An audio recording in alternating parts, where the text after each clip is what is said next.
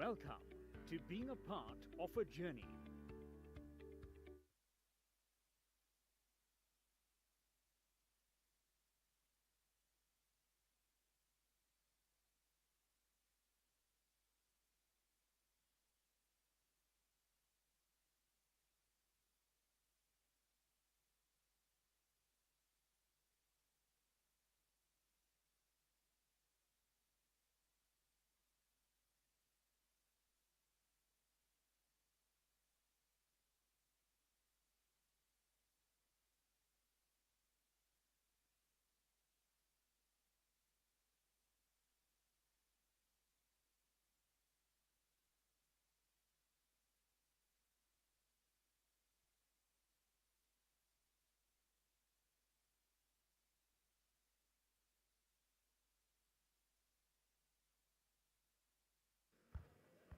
Good morning.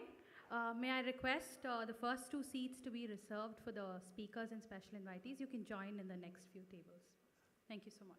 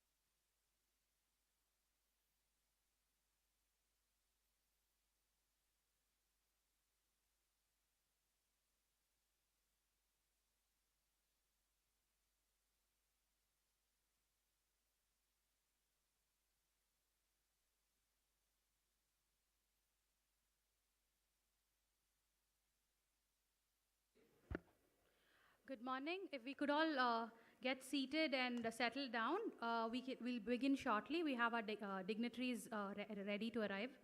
So if you're all settled down, we can begin the event shortly. Thank you.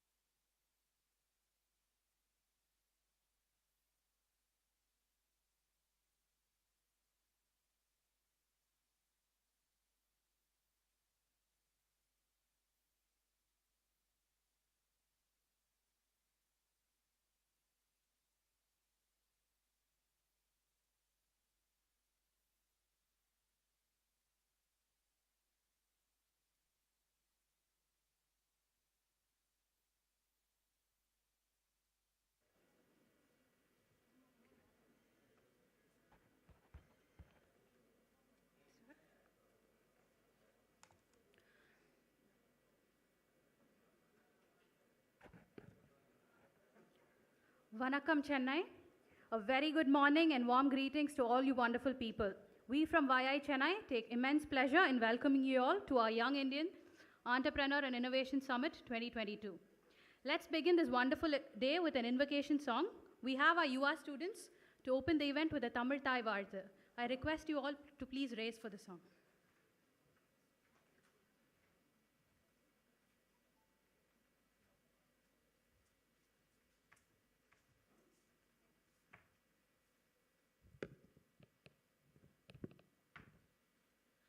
நீராறும் கடலொடுத்த நிலமடந்த கெழிலொழுகும் சீராறும் வதனமென திகழ்பரத கண்டமிது தெக்கணமும் அதிசிறந்த திராவிடனர் திருநாடும் தக்க சிறு பிறை நுதலும் தரித்தனரும் திலகமுமே அத்திலக வாசனை போல் அனைத்துலகும் இன்பமுற எத்திசையும் புகழ் மணக்க இருந்த பெரும் தமிழனங்கே தமிழனங்கே உன் சீரிழமை திறம் வியந்த செயல் மறந்து வாழ்த்துதுமே வாழ்த்துதுமே வாழ்த்துதுமே.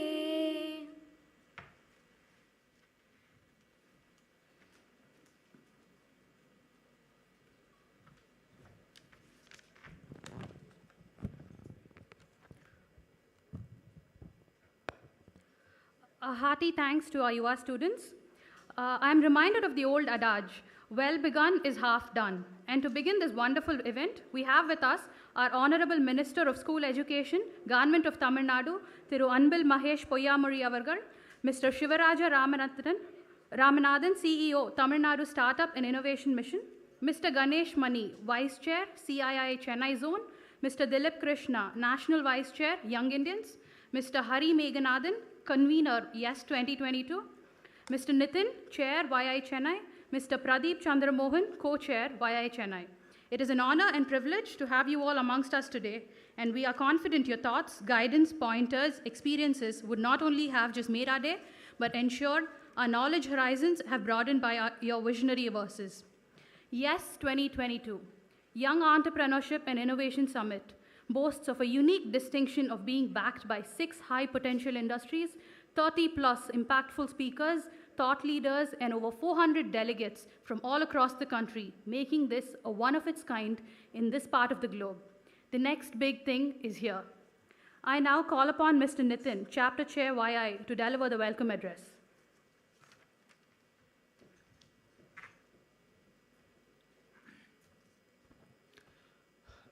Vanakkam, sir.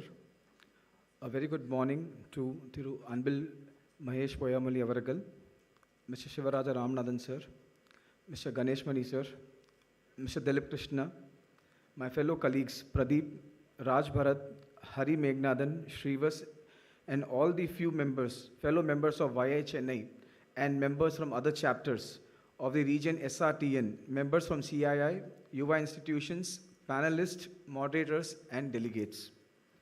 At YI Chennai, we are extremely happy to bring all of you here to engage and experience with the journeys of some of the finest people in our country. India is a country of humongous talent awaiting ideal catalyst to turn into the superpower in all the fields. YI has been playing role of one of such catalysts for our stakeholders, members, colleagues, the school students, Yuvas, the college students, rural communities, empowering them to grow by awareness, action, and advocacy. At YI Chennai, we have been consistently working on the awareness of school children to make their future colorful. Action for college students to make them aware that they are the real power for the country. Advocacy to solve real-world problems of the country. In this journey of making our city and the state a great place, we are harnessing the energies of young entrepreneurs and professionals to experience social engagement, leadership enhancement, and resowing the idealistic thoughts and ideas among the young. This unique yet powerful of experiences, YI has constantly taught us to take on great things for the betterment of all of the stakeholders of YI. As the chair of YI Chennai chapter, I once again welcome you all to be part of this summit and take away as much knowledge as possible that can enhance the way we work and create a more powerful ecosystem that is useful for all. Thank you very much.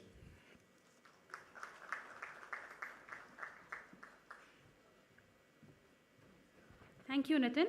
I now invite Mr. Hari Meghanathan, convener YES 2022, to present the opening remarks.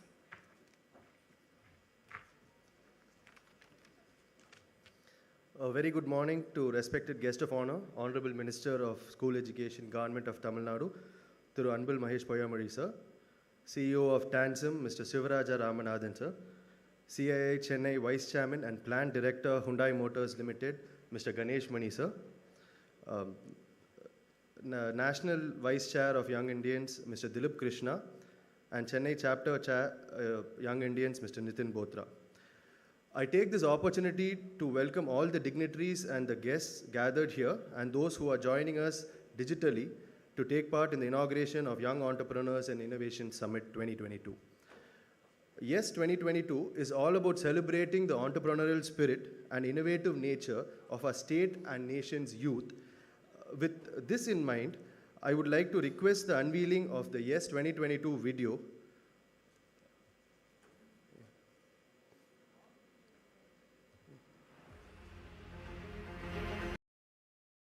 There's just a little difference between something to happen and something big to happen. There is just a little difference between thinking and doing. To believe that this is how life will be and to wake up every day and think this is just the start. There is just a little difference to hold your dream magazine and to be on the cover page of it. There is just a little difference for the person whose ground is limited to now rocketing into sky. How much is this difference between big and the next big thing? The one who measures will know. That where earth and sky meet. Away from ifs and buts, known and unknown. Collaboration of 6 industries: money, renewables, startups, mobility, Industry 4.0, international collaborations. With 30+ stalwarts in leadership roles. From companies whose second name is innovation. Coming together at one entrepreneurship platform. YES 2022. The next big thing. One step. One leap. One move. One deep breath, and one big space where you can feel yes, I matter. Yes, this work matters. Yes, I can make it. Yes, I am made for the heights, which is high, but not impossible to climb. Because between the sun and the shadow, that is the little difference. YES 2022.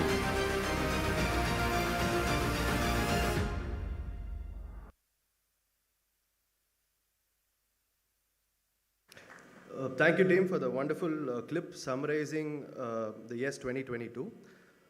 The focus of today's event is to provide an insight into the future of Indian entrepreneurial ecosystem and to encourage the next generation of our country to embrace entrepreneurship and innovation through which the nation as we see today was built. To that end, we have invited over 32 major companies representing 6 nations across 6 domains. The main theme of the day will be the young industry leaders speaking about the future of their respective domains and the exciting opportunities and prospects they see in the horizon. The 6 sessions are Future of Money, where we will have an insightful discussion on finance and the evolution of currency, investments, and digital transactions, with discussions varying from the age-old investment in gold to NFTs and cryptocurrency. The future of renewable energy, which delve into the entire gamut of renewable energy with speakers from electric vehicle OEMs, wind energy, biofuel, and electric vehicle battery manufacturers. The future of Industry 4.0, where industry experts will be talking about the impact of automation and robotics in the manufacturing sector and the opportunities that arise along with it. The future of mobility.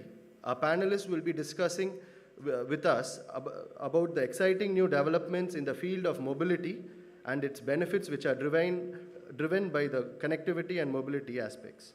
Future of startups, where I believe we will have an interesting discussion on the impact of new age startups in our daily lives with speakers from B2C hyperlocal trailblazers, fintech, education, and drone technology.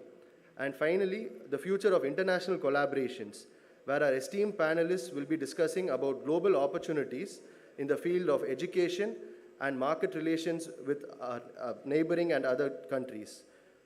So we have a very exciting day ahead of us, and I would like to take this opportunity to once again thank all our honorable guests, esteemed speakers, and delegates for taking part in this event. Thank you.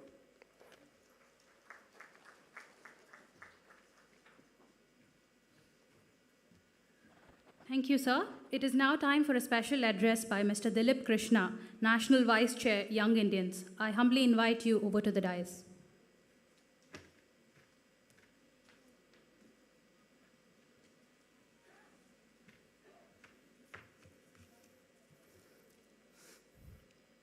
Respected Honorable Minister for School Education, Thiru Anbil Mahesh Poyamari, sir. Mr. Shivaraj Ramanathan, CEO, Tamil Nadu Startup and Innovation Mission. Mr. Ganesh Mani, Vice Chairman, CII Chennai Zone and Director and Plant Head of Hyundai Motors. Chennai Chapter Chair, Nitin Botra. Chennai Chapter Co-Chair, Pradeep.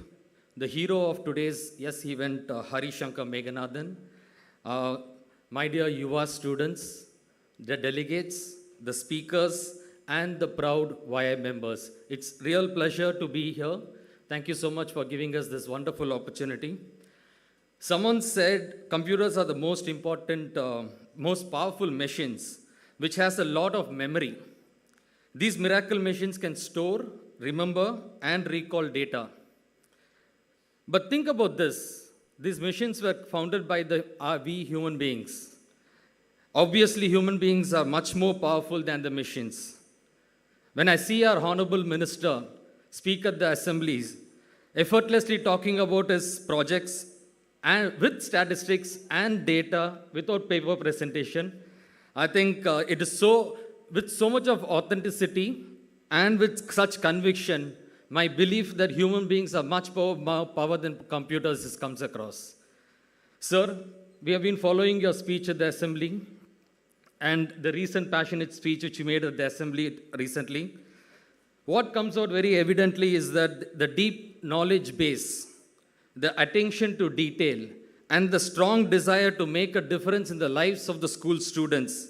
TN is certainly proud to have you as our minister, sir. Thank you so much. Sir, I may not be able to match your ability of mastering my thoughts without paper, but I'm really certainly going to, so that I'm taking the support of the papers here. I'm glad for 2 reasons. 1, sharing the dais with such a compassionate leader. 2nd, sharing the dais with a family member of YI. Sir, thank you so much for accepting to be the honorary member of YI Trichy. We are really privileged about it. I use the word compassionate leader here because of a couple of things. When we heard him speak, something which came to my notice is that 1, In the last 10 months of his tenure as a honorable minister, visiting 25 plus district schools, and that's not very important, but most important thing what he said was, when I go to a school, I first visit the toilets, the labs, the classrooms, then I go to the headmaster's room, so that I understand what the students are going through. So I think that calls for compassionate leadership. The second thing is that he also said, focusing on the quality lifestyle of the teachers. I think that's something which which has to be applauded, because only happy teachers can develop happy students. I think our minister has got that right. And the wonderful projects which Tamil Nadu has gotten, one is the Illam Thedi Kalvi, the high-tech labs, the model school, preparing the students for premier institutions, and absolutely focusing on mental health of the students. And he also, in this, partnering with UNICEF and Nalanda University, and this time in his speech in the assembly, he also spoke about how they are giving importance on the good touch and the bad touch. So, now that you have spoken about the good touch and bad touch, I would like to touch upon what YI is all about. YI is today 57 chapters across the nation. We have 4,200 plus entrepreneurs and professionals as members. For ease of operation, the 57 chapters have been divided into 6 regions: the East, Northeast, West, North, and Telangana, Karnataka, Kerala, and Andhra Pradesh becomes one region, and SRTN is a region by itself, which is something which we are extremely proud about, is that Tamil Nadu is a region by itself. Today we have 12 chapters in Tamil Nadu. We have the aspiration of moving up to 16 chapters, and one is absolutely Tanjavur is in our cards, sir. You take up the added responsibility of being taking care of the Tanjavur district. I'm sure we are going to knock on your doors for support for that. And today we have 100 plus young entrepreneurs and professionals as members of Tamil Nadu. The focus of YI is 3 major pillars: nation building, youth leadership, and thought leadership. And under these pillars, we formed this vision saying that YI will be a movement for Indian youth to converge, lead, co-create, and influence India's future. And the objective of it is that how do we develop responsible youth for the nation? How do we develop youth leadership? How do we create a platform to listen to the voice of the youth? And with that objective, we work the 5 projects and the 2 initiatives, which is the Masoom, which is on child sexual abuse, road safety, climate change, accessibility, and the health. The 2 major initiatives, which is the entrepreneurship and initiative, we drive it through our stakeholders. The stakeholders are the key pillars of YI. We have 4 key stakeholders. One is the members. Second is Talar, which is the school students. Third is Yuva, the college students. And the 4th is the rural initiatives, where we reach out to the youth in the rural areas. And today, we are having our Honorable Education Minister here, School Education Minister. Sir, we are extremely proud. Talar is one of our biggest vertical which we work with schools. Standing here, as on date, we have 5 lakh school students who are enrolled with Talar across the nation. Sir, you spoke about Masoom, you spoke about the good touch and bad touch. Today, Masoom is one of our very, very flagship project which we work across the nation. Every year, time and again, we have been touching life for students, of more than 5 lakh students, in educating them on good touch and bad touch. Not only the students, but also reaching out to the teachers and the parents, telling them how do they handle when the child is abused, because abused child is a lost citizen to the nation. So we teach them on that, and let me tell you with lots of pride, sir, Masoom, which is the child safety initiative, was a brainchild of Trichy chapter. It was born in Trichy, so I'm sure you'll be proud about it.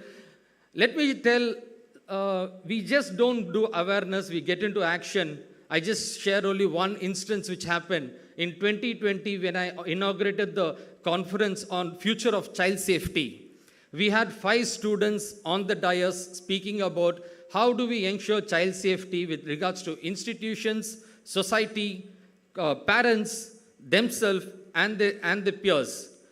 All the 4 students presented some phenomenal ideas. There was one child who presented some brilliant ideas saying that what should each of them do to ensure child safety.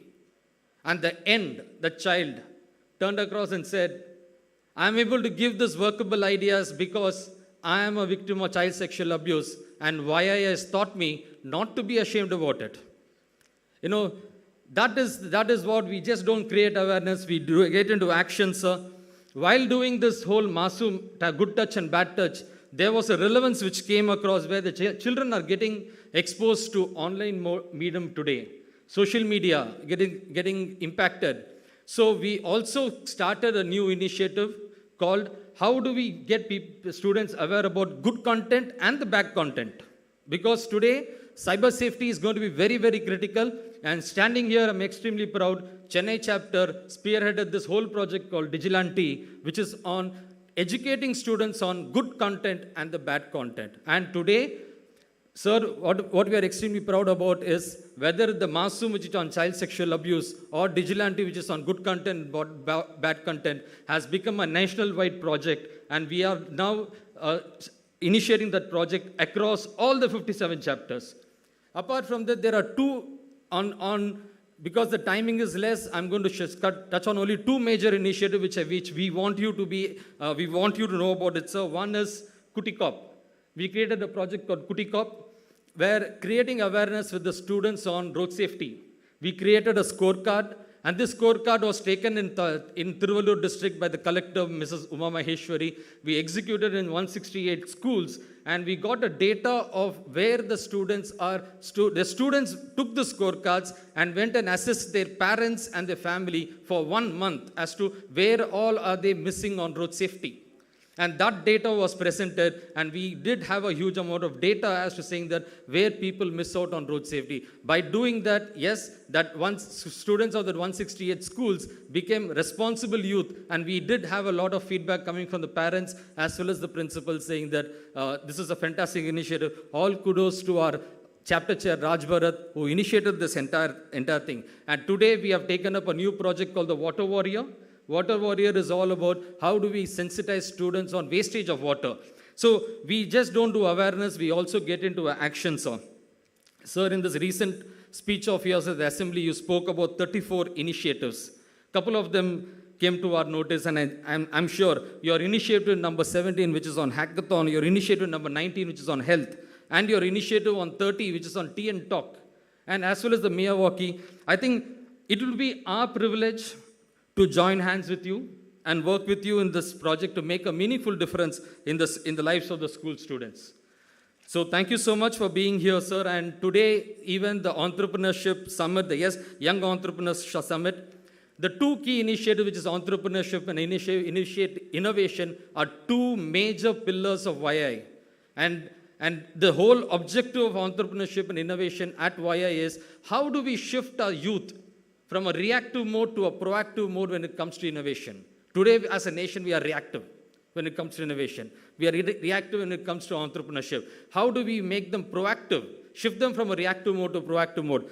So we did something called the IDS, Imagine, Do, Share. We had 175 teams coming up with innovative ideas. This year, we partnered with World Creative and Innovative Week organization. We did an innovation week with around 13 eminent speakers from India and international, which is going to be culminated as IDS 2. I'm sure with all the kind of thoughts which come, IDS 2 is going to be phenomenal. We have Mr. Shivaraja sir here. Sir, you spoke about it's not about creating only awareness. Yes, we will make sure they form their companies. We'll come back to you saying that how we can take that as a project. And I'm sure, and today the YES Summit, the Young Entrepreneur Summit, having 33 eminent speakers, I think these are the opportunities which YI creates. And I'm sure the opportunities like this will give the knowledge, the tool, and the roadmap to all the youth of our country to bring out their hidden potential, to make them bring out the innovation and the entrepreneurship intent from inside, because these are the two things which is going to help achieve our Honorable Chief Minister's vision of making Tamil Nadu a $1 trillion economy. So with that note, my heartfelt congratulations to the Chennai team for pulling up this fantastic event. My heartfelt gratitude to all the speakers for investing your time to come here, to share your wisdom and the learnings with us. I'm so proud standing here. Yes, I came in here as a national vice chair, but I'm always basically by heart, I'm a Chennai guy. Chennai chapter, I am the Chennai, being a Chennai chapter person, being the past chair of Chennai, I can talk on behalf of all my predecessors and the successors, Arun, Raj Bharat, Aditya, Vishal, Krishna, Krishna, I can tell, we always aspire to do an event of this scale. But today, Pradeep, Nitin, Hari, the entire EC team and YA Chennai, you guys have made it happen. So really proud of you. Thank you so much for the opportunity. Wishing you all the very best. Thank you.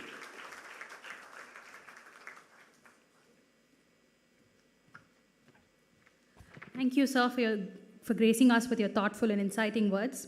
We now invite Mr. Ganesh Mani, Vice Chair, CII Chennai Zone, to deliver his special address.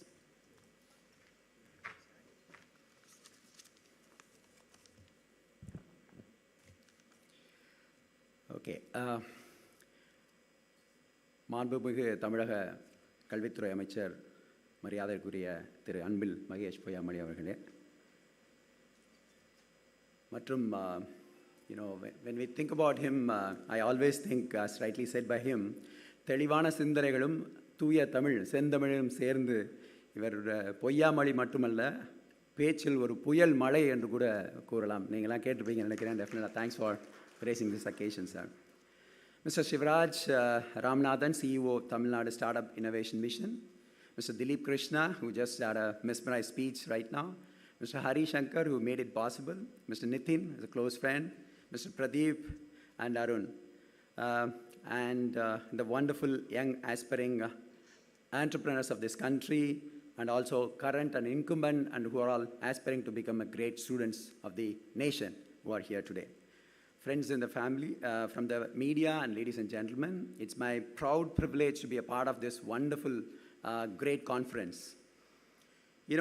Nitin was talking that today's conference average age is 27, so I'm kind of, dazzled and puzzled as what I'm going to do in this particular session. But having got an opportunity of having seen at least twice the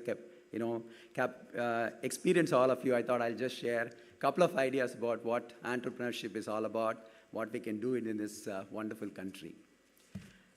When we discuss about, great scholars always say that the one who utilizes all the resources and the opportunities at hand in an efficient manner, and for him nothing is impossible. For me, it is nothing but an entrepreneur, and that's what in India also we have been proving. All over the world, people have been proving what an entrepreneur is all about. So youth is definitely a future of the every nation and inheritors of the earth tomorrow. That's obviously today as well as tomorrow. This statement stands true in every sense of our country as well.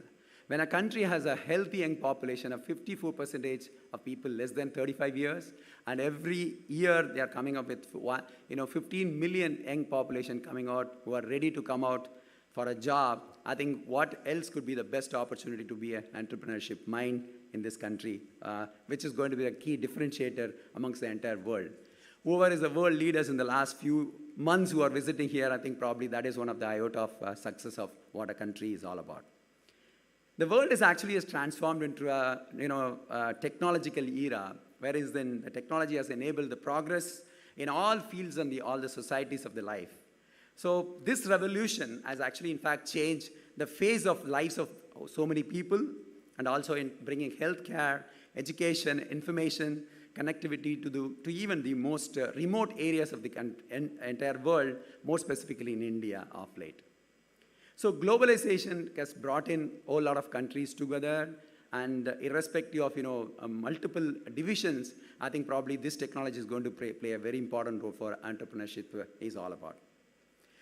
When I see a country like a developed nation, US, I think all these places, whatever they were doing a couple of decades ago, maybe a decade ago, I think that is what we started doing. Today's conference is also in that line. That's what my sincere feeling is all about. So how do we really develop this entrepreneurship culture in two different ways? One is about the way how innovation can be brought up through the technological innovation and the way how we have been doing it, right from the way how a locomotive has been made, how electricity was made, and so on and so forth. And that's one thing which is going to continue, which will always continue for the entire years of lifespan to continue. The second is most important thing is world is rapidly going toward a sharing economy. I think that is what I believe this particular generation is going to be hugely benefited, which means collaborative consumption, wherein there are users, there are providers, how we are going to utilize both the people together to make this possible. Let me give an example of both these things together. When we like automotive feel, it's a very glamorous industry. Every week on Friday, the way movies are getting released, we also release a lot of models. Unless otherwise we have a whole lot of features into it, nobody's going to buy it. So as Indian customers as well. So we call it as a case, which is actually a connected, autonomous, electricity, and also a shared mobility. We heard about a lot. One such example is that when we bring in all those technologies, as an entrepreneur, as an young Indian mindset, probably what you can think about in a different way is that, for example, when the autonomous car comes into picture, in India already we are in a second level of automation. Maybe perhaps in a couple of years, maybe a decade, level 5 would come, wherein the drivers would absolutely become free. So what those drivers, the people who are driving, when they become free for 2-3 hours, what kind of a new innovation I can bring in so that we can occupy him, engage him, and make us a kind of a starting possibilities. That is what an entrepreneurship is all about. And one such example of Uber, who have actually created a technology platform, how beautifully connected between a provider and the maker. So there are a whole lot of opportunities. And the phenomenal growth. In 2013, if I give a number, 330 million was the basic market cap of Uber when they came. And within a span of 1.5 years, less than a year, in fact, they have become $51 billion company. So that's where the so-called everybody is thinking about a unicorn can actually happen. Not only unicorn, multiple billionaires can actually come out of this country in a big way. That's what I believe strongly things can happen. So for that, so we always have great scholars, such a big language heritage. We have a great saint in the name of Thiruvalluvar. Everybody knows about it, Deiva Pulavar. பொருள் கருவி காலம் வினையிடன் ஓடு ஐந்தும் இருள் தீர எண்ணிச் செயல். That's what exactly he said so many years ago. All these 5 years, like the way place and the position and the timing is very important, which has already come here, and also what we are going to do, and along with the place where we are going to get it done. And that's what it's all about. So when you think about those things, the enablers are very important. The country is very big, 7.5% to 8% of GDP growth, and on average, we talked about such a huge Indian population. And also the kind of a set, the market, what is coming up in a big way is unimaginable. So keeping those things, the second enabler comes from the government of India and government of Tamil Nadu. So I'll give you 2 examples of these 2 activities. One and very important thing is about how actually, how we are going to convert this into a major advantages is very important. So when you think about, activities related to the efforts of the people who have done, is primarily the way, Digital India, Make in India, concept of 59 minutes loan, Stand Up India, Startup India. These are all the things which are absolutely on the platter. We can always take it across. Give an example of, Tamil Nadu government. Last year, as a part of CII, we organized a program on what a manufacturing can do, a $1 trillion economy in the next 10 years. And we set a target of 40% of contribution from manufacturing, year-on-year 14% increase, year-on-year possibility of a growth which is possible. So we made a white paper. The respectable industry secretary, Mr. Krishnan, who came for the inaugural session, he said at the end of the conference, please give me a white paper. The white paper was given to him, and they started getting into action. That's what the speed on which the governments have started working. I think let us take that as a great impetus, and we can start working on the same. So the most important third aspect is creating a platform which is very important. Where the education, we discussed a lot, even Honorable Minister will be talking about it, how we are going to take the people across the value chain who are there in the student community, how we are going to make it across to happen. This culture is very important. I'm leaving it to the hands of great scholars here. But the most other important thing is making the things awareness. That's where, young Indians come into picture as a part of the, I always feel proud of being associated with this team. We actually get a lot of inspiration from this young Indians as a forum. And this is where we need to do stage shows and, whole lot of awareness programs, orientation groups and group discussions. I think that is what also we need to do. I think we need to take it across to the next level. So keeping all those things into the picture, and the most important thing is the people who are already playing as a role model. Let's actually come up with every sessions we can actually bring those people in the forefront, then we can take it to the next level. So having said that, today's conference has set a lovely, onset of what exactly need to be done in terms of leadership, entrepreneurship, and innovation and collaboration. With all those things in picture, with YI and also Government of Tamil Nadu being a backbone of entire thing, I request to all the student community and the budding stars of innovation, incumbents. I think entrepreneurship is going to be a big leap in this country, and more specifically in this part of, in India, which is the state of Tamil Nadu. We'll take it to the next level, and hoping maybe next time when we have an addressing, we'll have a couple of unicorns from this group also to address this conference. Thank you so much. God bless all of you. Thank you.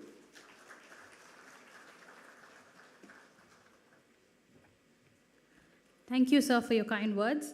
We have with us today Mr. Shivaraja Ramanathan, CEO, Tamil Nadu Startup Innovation Mission. I invite him to present his special address.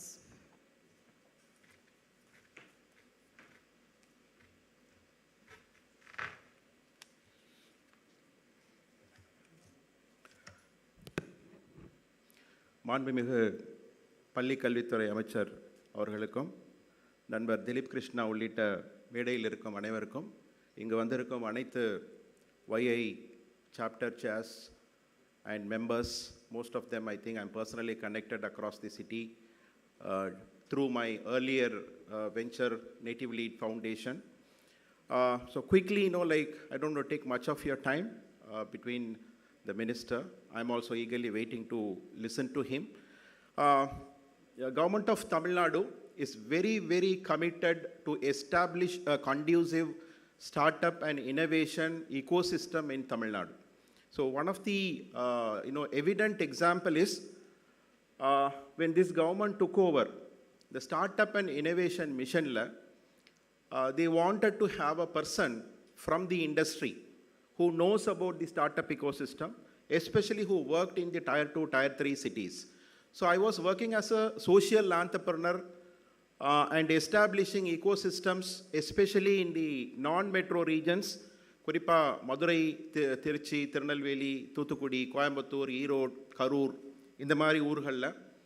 And the government, through a set of IAS officers, identified, our work, and they bestowed this opportunity to me to lead the startup and innovation mission, otherwise headed by an IAS officer. This is a 3-year term given to me to establish the foundations for the state.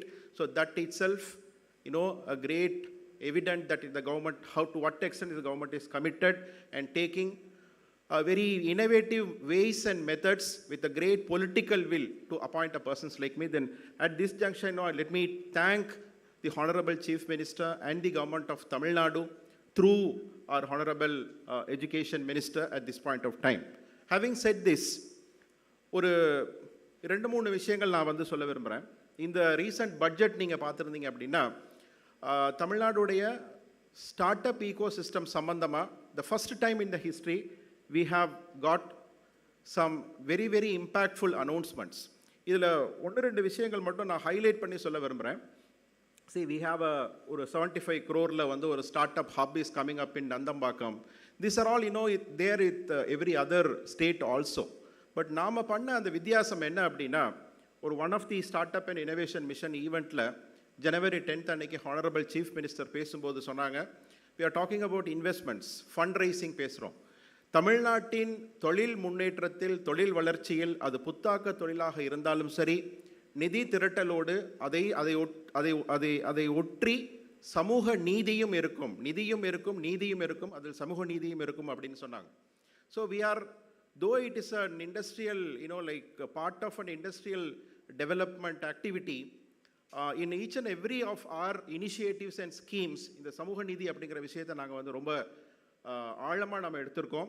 So இந்த budget அனௌன்ஸ்மெண்ட்லேயே 2 major announcement இந்த கான்டெக்ஸ்டில் பார்த்தீங்க அப்படின்னா, ஒன்று சமூக நீதி அப்படிங்கும்போது அது வெறும் சாதி சார்ந்தது மட்டுமல்ல, எங்கெங்கெல்லாம் வாய்ப்பு குறைந்தவர்கள், வாய்ப்பு மறுக்கப்பட்டவர்கள் இருக்கிறார்களோ அவர்களுக்கு வந்து அரசாங்கத்தின் அனைத்து திட்டங்களும் போய் சேர வேண்டும் அப்படிங்கிறது ரொம்ப முக்கியமான ஒரு விஷயமா இருக்குது.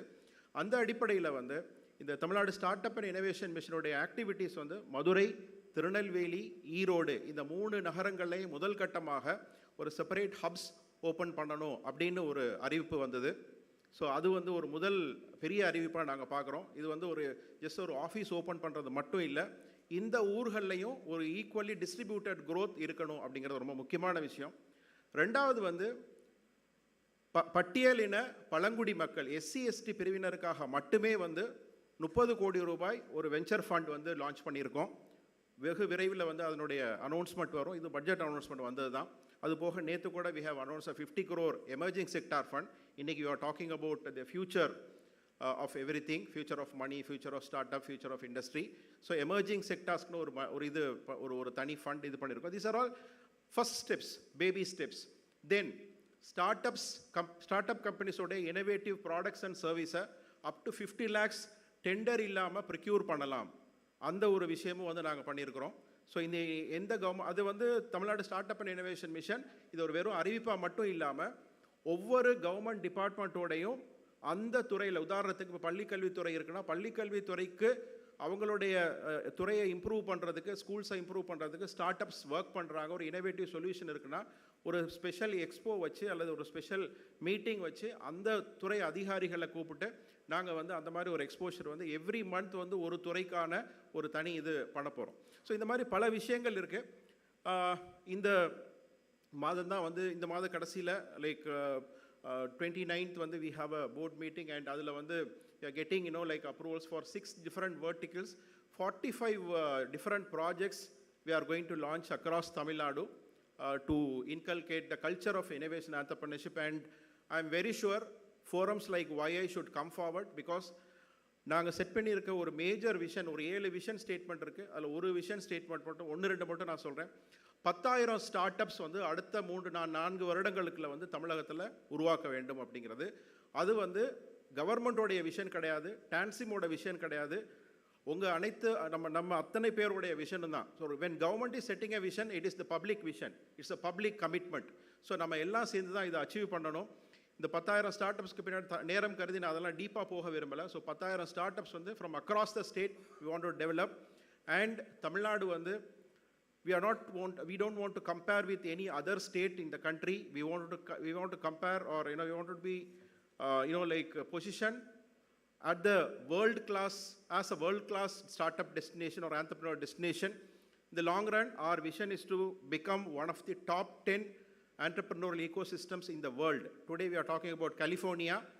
அமெரிக்காவுடைய 50 மாநிலங்களில் வந்து 20% GDP கான்ட்ரிபியூஷன் வந்து கலிஃபோர்னியா கொடுக்குறாங்க. California is the what do you call the fertile land of innovation startups. அந்த மாதிரி ஒரு டாப் 10 இதுக்குள்ள வந்து நம்ம தமிழகத்தை பொசிஷன் பண்ணோம் அப்படிங்கிறது ரொம்ப முக்கியமான விஷயம். கடைசியாக வந்து ஒன்று சொல்லி நான் முடிக்கலாம்னு நினைக்கிறேன். Tamil is a very, very, very, very special state. I am so passionate about Tamil Nadu. I took up this opportunity, leaving my personal businesses and my other social activities, because I want to give my heart and soul and my life, everything to make Tamil Nadu as one of the top entrepreneurial destinations. நீங்கள் ஒரு social and economical index quadrant எடுத்து பார்த்தீங்க அப்படின்னா you're all well educated and exposed to industry, coming from industries, families and backgrounds. ஒரு quadrant எடுத்து பார்த்தீங்கன்னா the unique feature Tamil Nadu has, நாம் ஒரே ஒரு ஸ்டேட் மட்டும்தான் சோஷியல் இண்டெக்ஸ்லையும் டாப்பில் இருக்கிறோம், எக்கனாமிக்கல் இண்டெக்ஸ்லையும் டாப்பில் இருக்கிறோம். There are some states, they are good in economical index. There are some states like Kerala, they are good in social index. So we are the balanced state.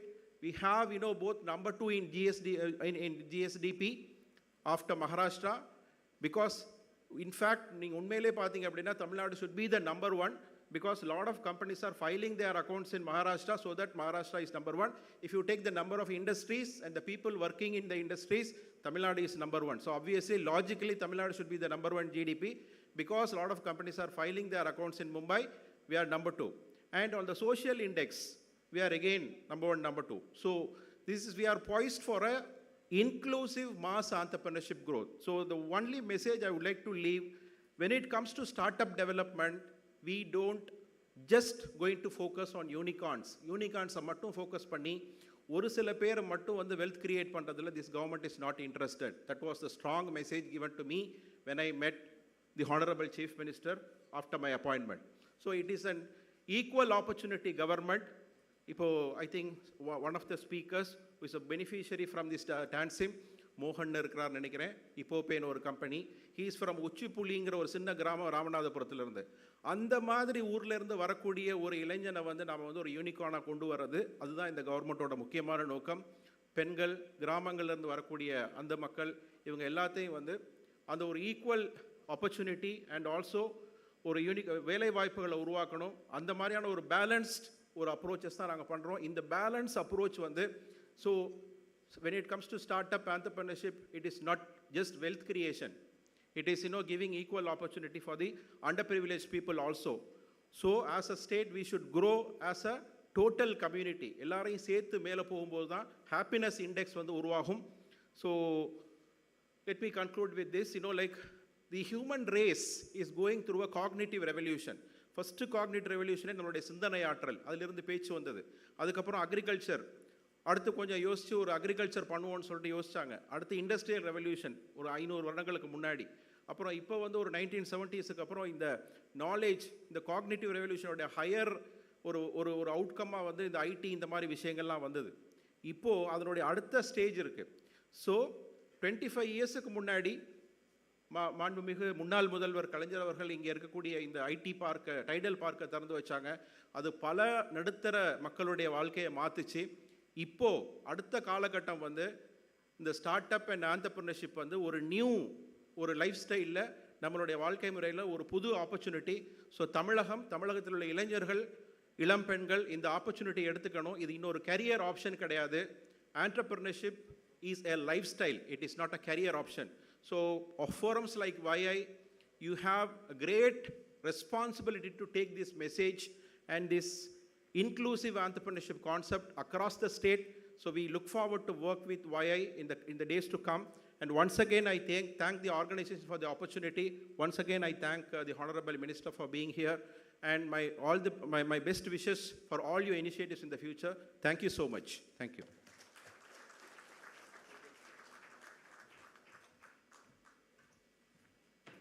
Thank you, sir, for your thoughtful words and insights that will sure be useful for all our entrepreneurs. And YI Chennai would be honored to be a part and associate with future projects henceforth. Now, we move to the keynote address by our guest of honor. There is a saying in Tamil, Kalvi என்பது உன் உரிமை, கல்வி கற்பிக்க உதவுவது நம் கடமை, which means education is a basic right, but to provide access to education for those in need is a duty. Only a very few take the noble path of enabling and enlightening the future minds of the world. It is a privilege to have with us today one such dignitary, our Honorable Minister of School Education, Government of Tamil Nadu, Thiru Anbil Mahesh Poyyamozhi avargal. I humbly invite you to present the keynote address, sir.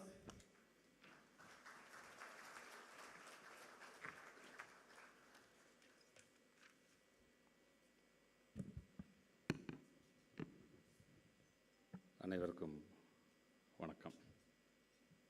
I thank each and everyone for giving me such an opportunity to address in this summit. And initially Mr.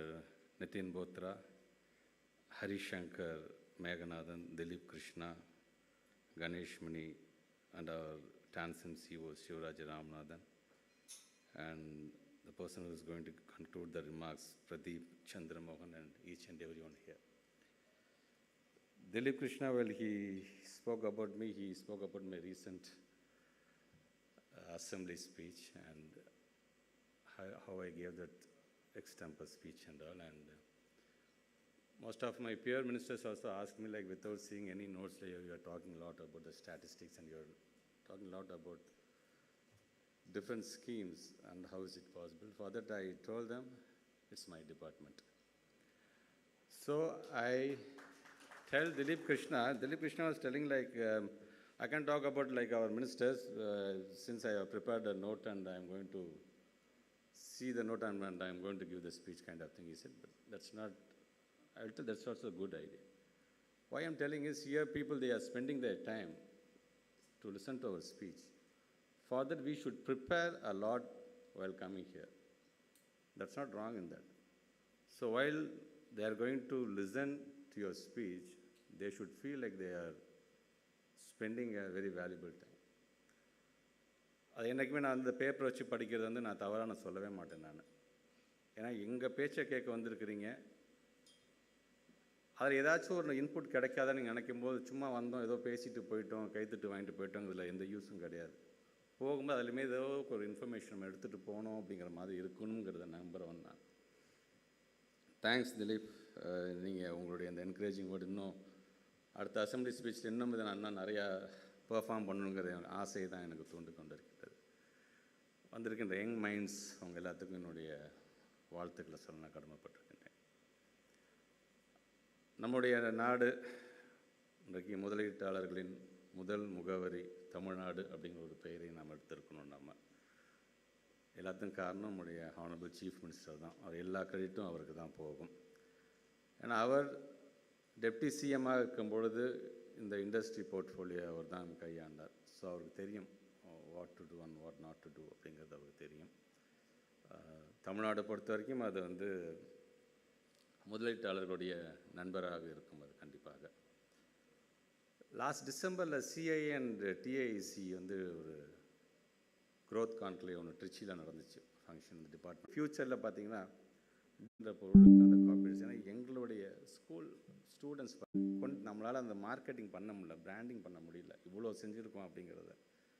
So அதில் அந்த அவேர்னஸை நீங்கள் அதிகமாக நீங்கள் வந்து தெரிந்து கொள்ள வேண்டியது உங்களுடைய கடமையாக நான் பார்க்கின்றேன். ஃப்யூச்சர் இண்டஸ்ட்ரி தமிழ்நாடு வந்து முன்னேறி இன்றைக்கி ஒட்டுமொத்தமாக நீங்கள் எஃப்டிஐயை பார்த்தீங்கன்னாலே ஹோல்ஸ் இந்தியாவிலே உங்களை எல்லா விதத்திலும் காப்பதற்காக இந்த அரசாங்கம் இருக்கின்றது. ஏற்கனவே We are honored to have you amongst us today. At YI Chennai, we have brilliant minds always working towards overall betterment. One such recent initiative is an innovation toolkit. YI Chennai has curated a wonderful book, Innovation Tools for Practical Learning, a handy and insightful toolkit for entrepreneurs. I now call upon Mr. Aragu, Chennai Innovation Office. He is India's first City Innovation Officer. And along with him, I also invite Innovation National Chair, Mr. Arun Rathod, YI Chennai's Innovation Chair, Mr. Ramesh Surana.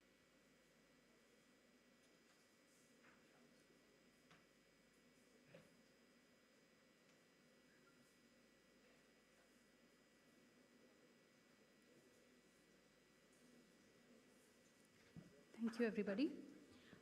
I now request Mr. Dilip Krishna, National Vice Chair, YI, and Mr. Ganesh Mani, Vice Chair, CII Chennai Zone, to felicitate our honorary guests, Thiru Anbil Mahesh Poyamari Sir and Mr. Shivaraja Ramanathan, with our humble tokens of appreciation.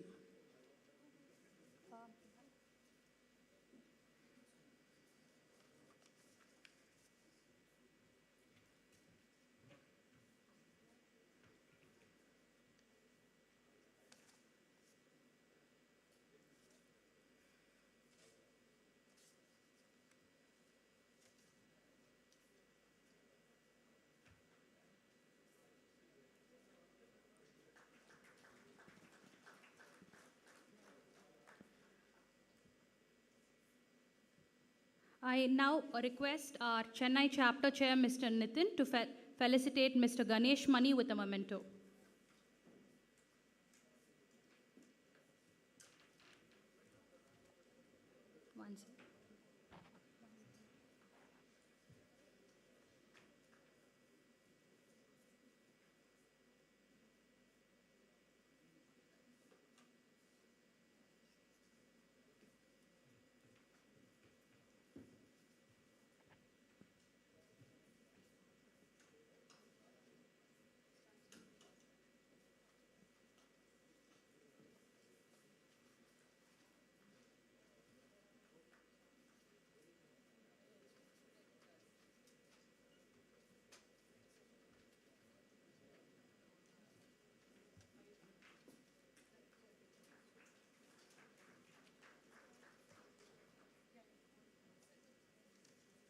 Thank you, dignitaries. I now call upon Mr. Pradeep Chandra Mohan Co-Chair YI Chennai, to present the session remarks.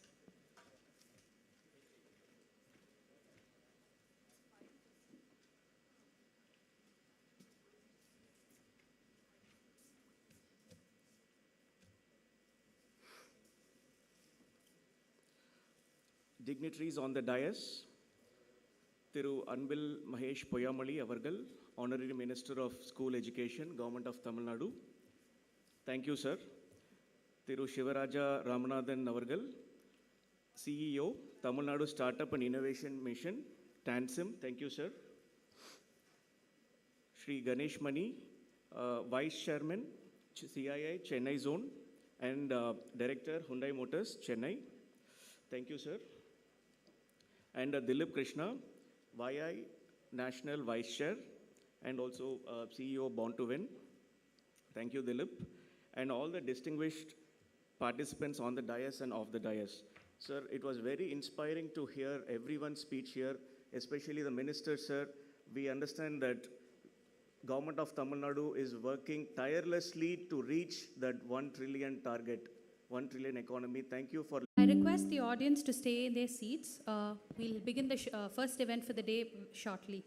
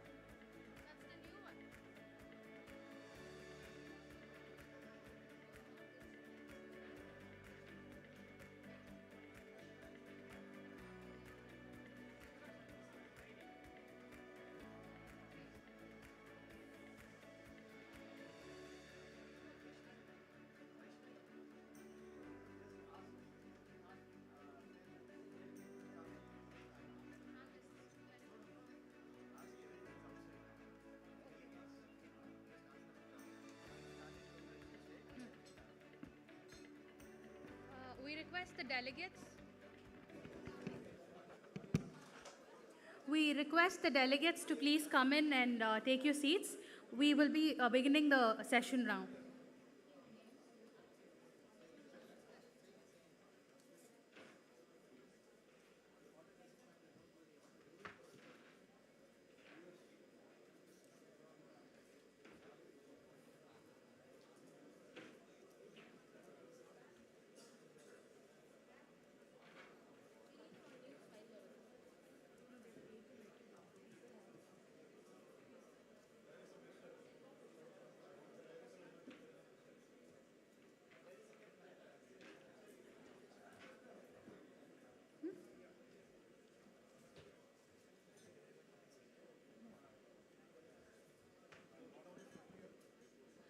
Gentle reminder for all the delegates to be seated. We can start the sessions once you are settled down.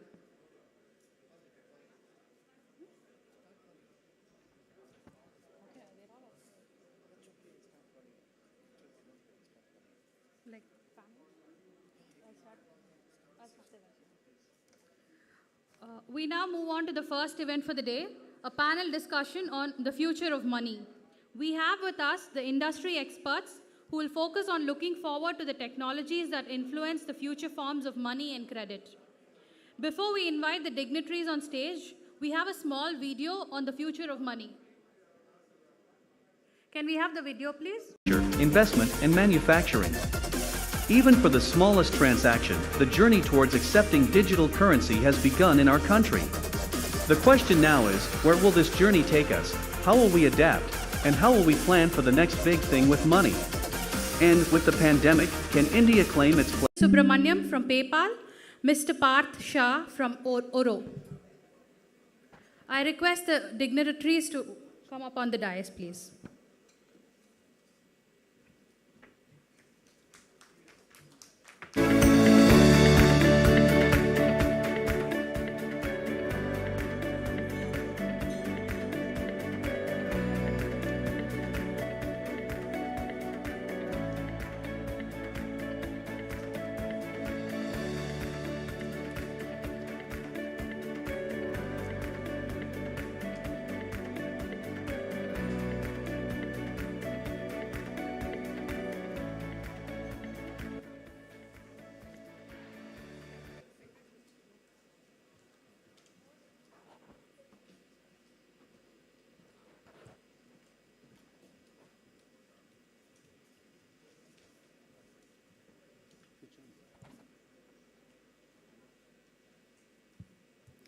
Handing over the sessions to you, sirs.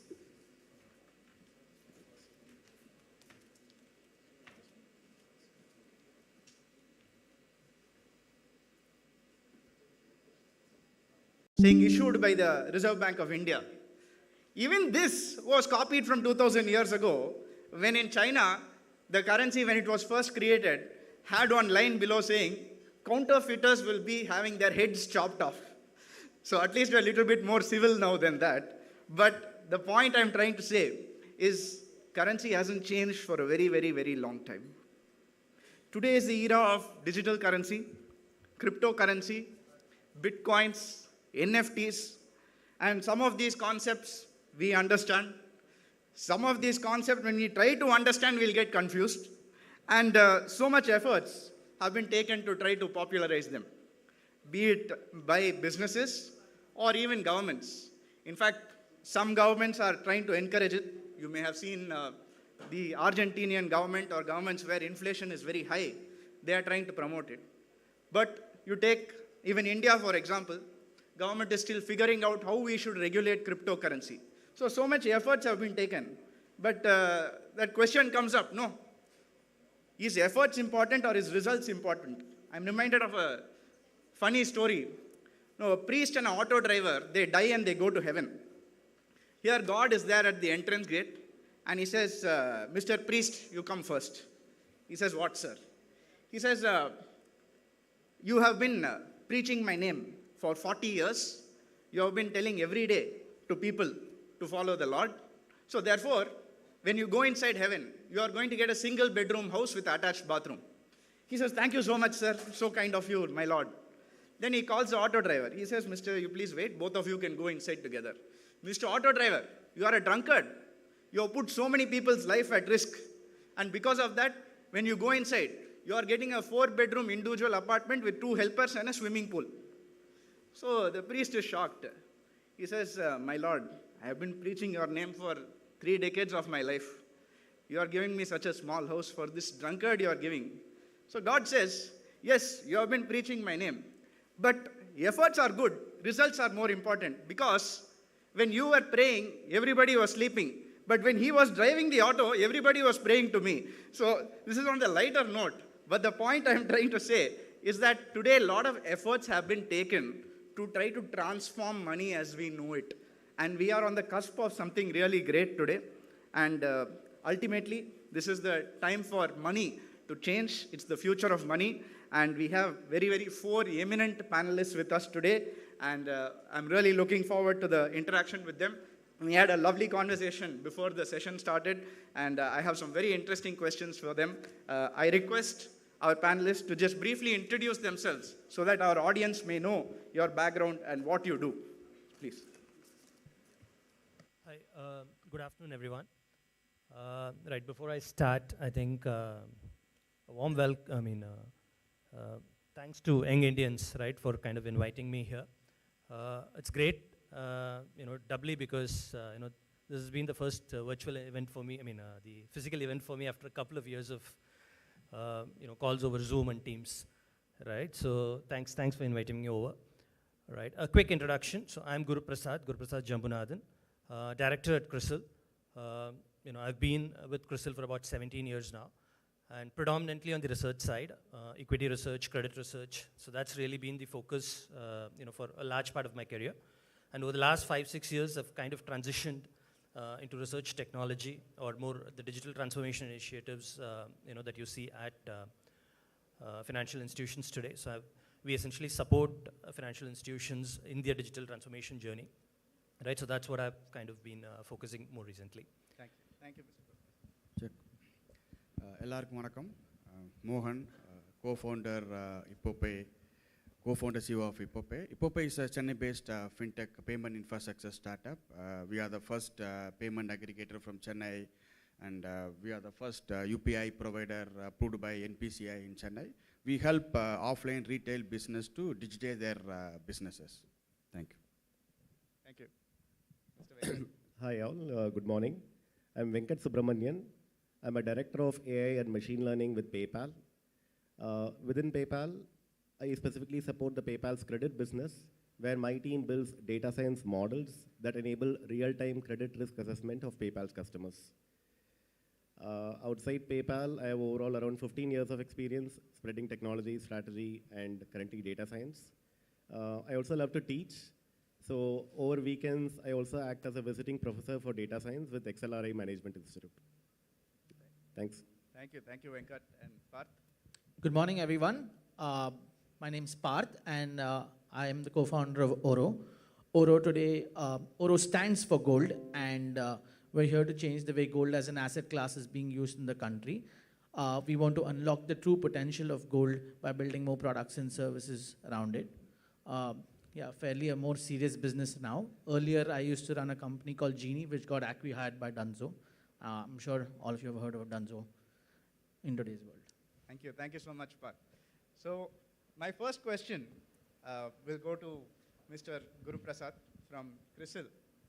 So being from CRISIL, naturally, everyone here, even though you're a specialist in the equity markets and the capital markets, the most common question that most people are thinking of is, today, any startup needs funding. I don't mean necessarily through an investor or venture capitalist, but the first place that people tend to look to is the banks. So you know that the interest rates are very high today. They're obviously because of inflation, etc. The rates are expected to go up. Banks have a lot of money, but there's some reluctance to lend money to businesses. So what is currently the impact of funding on startups, and what can they expect in the next few years, and how should they go about if they're looking towards funding? As you rightly said, interest rates, they're not exactly high today, but the immediate future looks definitely on the higher side in the near term. right? I mean, inflation pressures, it's just a matter of time before we actually start seeing rates increase. Right, but having said that, I mean, so far, yes, banks and in general in the system, I think, there was a lot of liquidity. As you said, there was some reluctance in terms of giving funds. But having said that, I think, for a good startup, and I mean, as you can imagine, in the last 2-3 years, I think one thing that has happened is the interest and, wanting to be involved, with the startup story has kind of picked up big time, right? Not only at the institutional level, but also even at the retail level, right? So which means, a good startup with a good concept, right? Today, I don't think there is really a dearth of funding, and I don't see that happening as well, even with interest rates, picking up, unless, you're going back to a situation where it's just over the board, right? So I definitely think a good story will continue, right? But the only catch is probably, with a lot more liquidity in the system, you probably had slightly more easy funding available. Now that might potentially become a bit more constrained where, you need to clearly showcase your sustainable path towards profitability and cash generation. I think that's probably what it will be. Thank you. That brings me to, our CEO of Ipope, Mr. Mohan, because he has recently been funded, and he is one of the biggest startups in Chennai, I must say. And he has also been kind enough to sponsor our program. So, Mr. Mohan, you have very briefly described what your business do. And for the audience, they play a very key role in Tier 2 and Tier 3 cities. But as we all know, and we have seen this even after demonetization, adoption of digital modes, whatever way, is there some reluctance? How are you managing to do it successfully in Tier 2 and Tier 3 cities? And you have to explain to us how it is a model which is turning to be so successful for you. Yes. Penetrating and especially Tier 2, Tier 3 rural areas is very difficult. At the same time, it's not impossible. Fintech or payments, it's all about creating trust. So when we create a trust from the businesses, they will never leave from us. I'm from Ramanapuram, I'm from village. Even we have 5 Kirana simple petty kadais stores in my village. Each stores getting minimum 20 to 30 number of UPI transactions. I'm giving you the correct data because all 5 of our merchants, right? So year on year, the digital adoptions is definitely increasing, and especially based on the question, the main reason we penetrated very quickly, especially in Tier 2, Tier 3, because our sales team. So compared with all other competitors, we are the first startup who hired all those salespeople as a full-time employee. Right? One guy from Salem, he called me, said, "Sir, first time life le offer letter badana paakren, but I was working with your competitors. I don't name it. Last 5 years. Okay, he feel very happy. He feel very proud. From Salem, he is making like 40,000 to 50,000 rupees salary. Is not easy, like they feel very happy. So that is the main reason, especially Ipope penetrated Tier 2, Tier 3 in rural areas very quickly. We are on the market in this product last 3.5 months. We got connected with more than 50,000 offline retail businesses, right? So all those businesses, and especially when we go to the market, we say, okay, when they heard about our name, so, oh, wanga, they are welcoming us actually. Because the way we support, whenever they have a problem, when they call us, we have a proper Tamil call center where we help them, tell them that, don't worry, you have our money with us, we will help you. So this kind of support and the culture which we created in Ipope is helping, and especially Tier 2, Tier 3 adoptions very quickly. Thank you. That brings me very neatly to our next panelist, who is Mr. Venkat. He is from PayPal. So, how are you keeping up with the recent startups in your space, sir? Especially the person sitting to your right. I know. Good question. And yes, I have to concede that startups are very agile and nimble, and I have these amazing startup founders here, right? Typically, when it comes for an established company like PayPal, in a good way or a bad way, we have many methods and processes in which we do things, which sort of remove some level of agility and nimbleness. But that said, I feel specifically in this fintech space, a large established company has a couple of unique advantages. If you think about it, PayPal has around more than a 400 million consumer base spread around the world across around 160 countries. Now, when you're at that scale, you create what is called as a network effect. More and more merchants are going to onboard to you because you're instantly giving them access to millions and millions of customers across the world. Right? There's a thing that we normally say within PayPal. Whenever a consumer in the US wants to purchase something with an unknown Chinese merchant, he always has this fear in his mind, hey, can I enter the credit card details or not? But the moment he sees a PayPal button on the checkout page, he gets a lot more intrinsic confidence and trust, hey, I can do this, right? This sort of a network effect, because we have more consumers, we are able to onboard more merchants, and then because we have more merchants, we get more consumers eventually, right? And the other unique thing also that happens is when you're a large company, you also accumulate very interesting data about your consumers over a period of time. Today, as you rightly called out, data and data science play a key role in everything. So when you have a rich amount of data about your consumers, that also gives a unique advantage. Thank you, Venkat.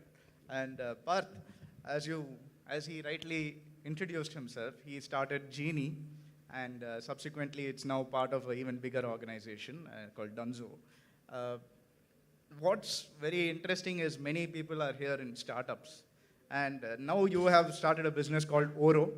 And even though you have not marketed it, I know you have a very, very nice board. You've got some excellent people on your board. And it's involved with, as you pointed out, bringing gold into the market in a more, you want to introduce gold to increase India's GDP, is what you have proposed. Maybe you can clarify that. But the bigger thing that I think startups here, business people here want clarity. You did what was a P2P logistics sort of business. Now you got into the gold business. How did you manage to pivot so easily and successfully into this model? What is driving you? If you remember the conversation we had in the room, right? We're entrepreneurs and we're not professionals. So we have the ability to move very fast. And something that, like, I was thinking about these questions that were given to me as well. Like, when we started out Genie, right, we were a bunch of 3 kids just out of college in 2015. Maybe I was 22 or 23 years old. The reason we started the business was it was exciting. There was a kick. And that adrenaline kept us going even in the toughest times. We didn't know whatever we were doing, right? We were trying to figure out the problem statement and go out and try to raise money or whatever we were trying to do. But one thing that stood for us was consumer. The consumer was really, really important, and we wanted to solve for the consumer. We wanted to deliver things to the consumer's doorstep and in the fastest possible manner. And that stayed on to us. Our Genies put us through a lot of people who are now with us today as well, demand as well. So that's what, it took me about 6-8 months to really decide. But once we were in it, then we just started getting into it fully. Thank you, Parth. So now maybe I'll ask the entire panelists a common question, which I'm sure everyone is thinking. You know that in the latest budget, the Honorable Finance Minister announced that there's going to be a digital currency. There's a lot of talk about cryptocurrency. Being a tax person, I know what are the very, very stringent rules they have brought about for taxation of cryptocurrencies. So if I can understand from each one of you, do you think cryptocurrency is here to stay? Or do you think it's a good investment option?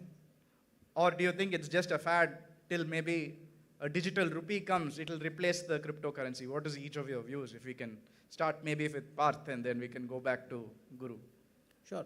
So, very honestly, I don't understand it, which is why I've not put a lot of money behind it.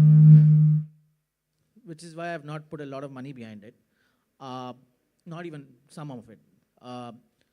I think the technology is very exciting. We're talking to a lot of people about crypto and things like that. The technology behind it is really, really exciting. But for something like it to become like as equivalent as currency, there needs to be large-scale adoption as well as acceptance by people. I don't think we're there yet. But if in the long run that one of these things happen, then maybe we should have a large-scale adoption of cryptocurrency.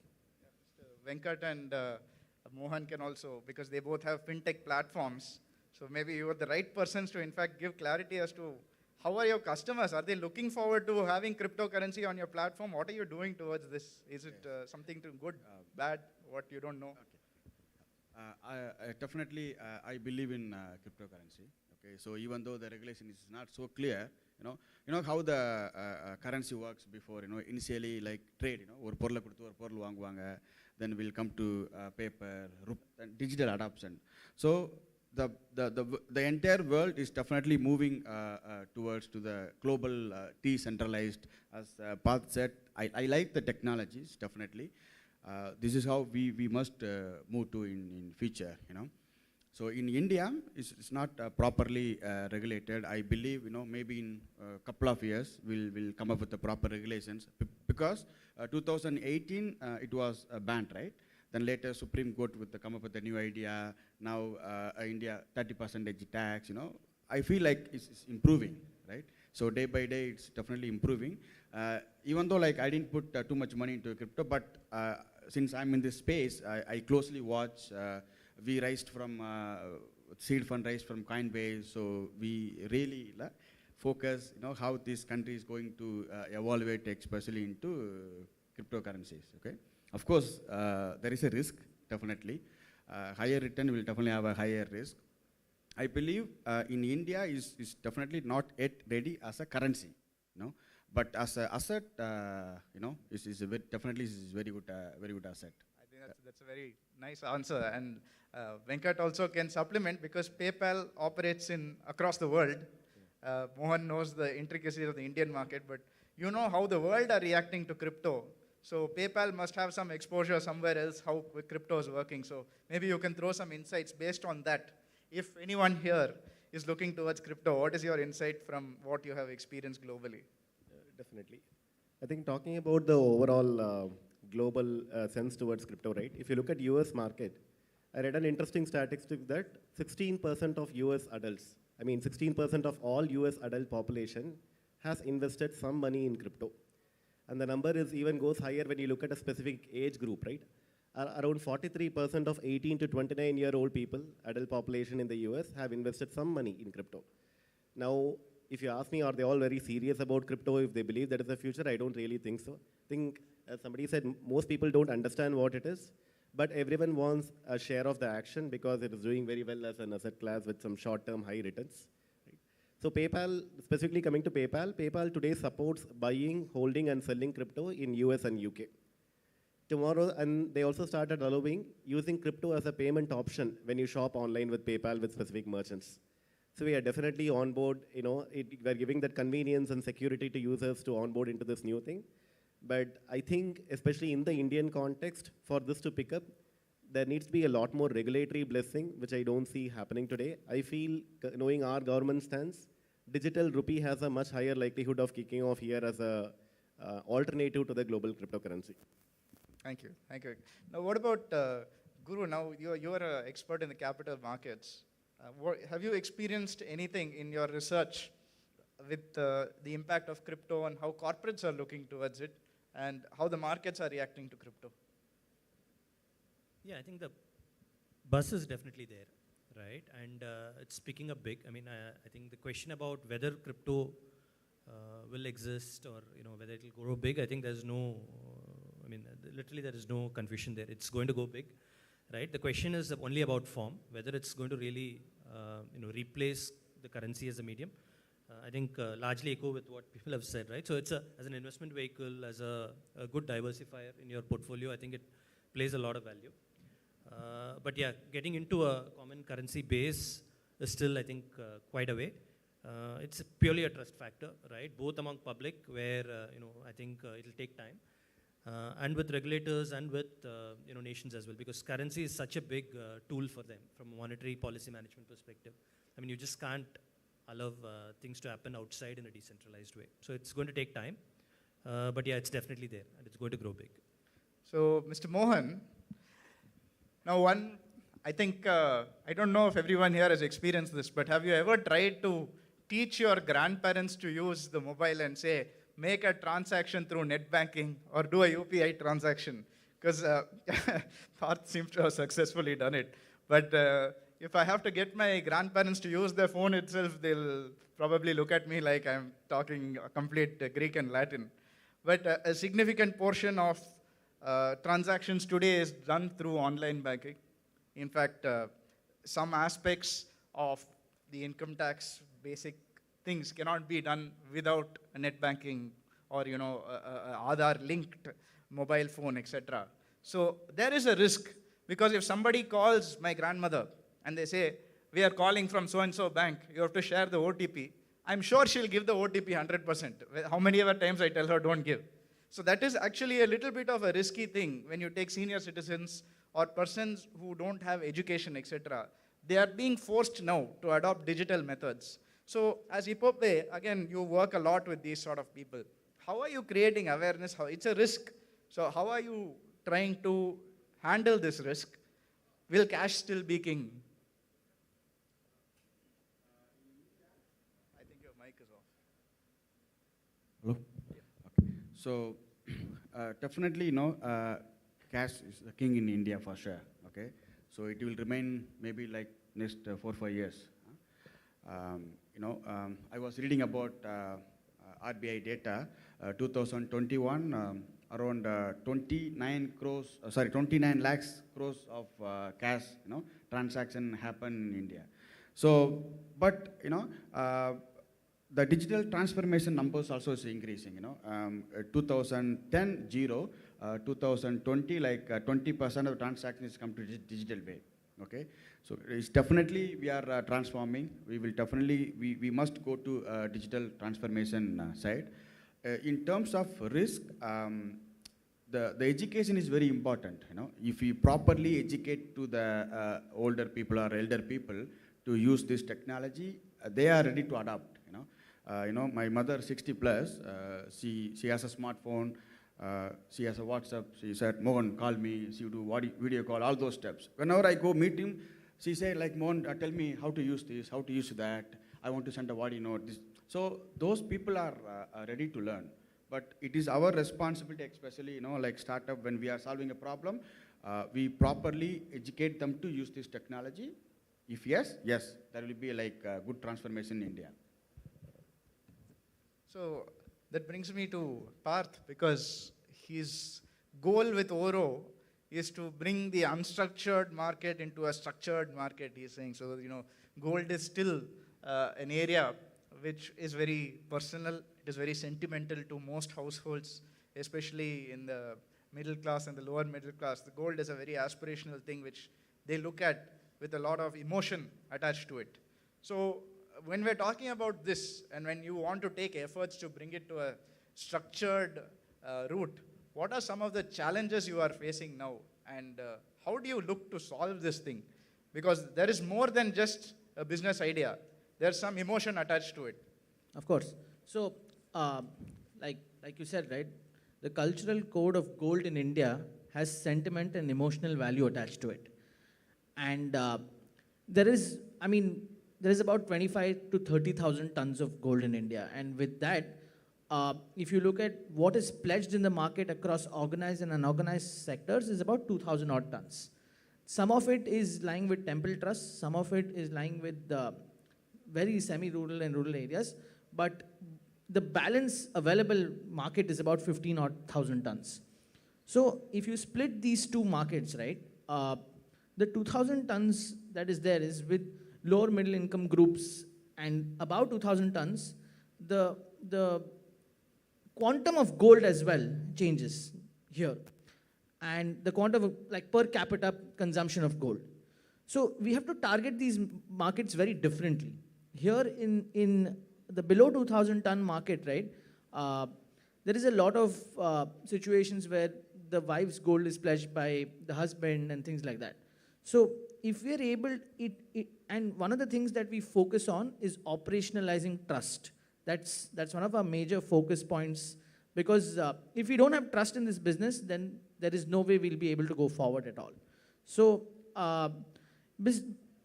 the about 2,000 tons market, we're trying to figure out a model where we are building lockers, we're doing more doorstep services, adding a convenience layer on it. And if you all know, like all gold, new gold that comes in today has to have a hallmarking ID. So the government itself is paving the way forward for us to digitize it. How we completely are able to digitize, I think the about 2,000 ton market is fairly educated for us to make it happen more easily. The below 2,000 ton market will require far more effort than the about 2,000 ton market. So, since we're running short of time, I want to put another important question to the panelists, because I want to maybe take one or two questions at least from the audience, because they may have some very interesting questions. So, if you are advising a startup today, what is probably the most important thing that you will suggest to them in terms of what they should focus on in their startup in terms of money? If Guru can first share his views. Yeah, I think from a broader money perspective, I think one thing is more recently we have seen a lot more startups quite flushed with funds, and invariably that kind of leads to going for expansion, essentially looking at the top line, right? I think and given how interest rates could potentially change and how as the industry matures, what will become critical is whether you have a sustainable path towards profitability and cash generation. I think that's what will be the key, and that's what could drive funding. So good business model, as I said, will always get its funds, but the ability to show sustainable business profitability will be the key. I think that's a great advice, because even I've seen a lot focus on the top line, but you look at the bottom line, it's hugely loss-making. So I think that's excellent insight. Mohan, what would you suggest is the most important thing that a startup should focus on? Like you are the ideal startup that most people here want to be. They want to be like your startup. So what is your advice? You asked in terms of money only or common? Yeah, whatever, you can. Okay. So even I'm also a very young startup, based on my experience, because I'm in this business last 15 years, so you should have a proper co-founder, well connect. That's very, very important. If you are a business guy, you have to get a techie. I suggest to have a minimum 2. If it is 3, this is really helpful. CEO, CTO, CEO kind of stuff. So my personal opinion is I don't believe in hire people from IIT, IIM in the initial stage, and you don't need to go to fancy office. You can go for any incubator, accelerator program, get some interns, build a product. Building a product is very, very important, right? So when you have a product, in Chennai especially, we are the role model for world-class product, Zoho, Freshwork, ChargeBee, So build a product, create a little bit traction, because you definitely need raise funds to scale up your business, right? If you go to investor with the product, they will ask you to have a traction. If you go with the traction, they will ask you to scale up, then come back, right? So they will come up with a new set of questions. So the product development is very important. With a proper scale up, proper market strategy, market fit, when you go to investor, they will definitely put money, then you can scale up the business, okay? So good co-founder, core team is very important.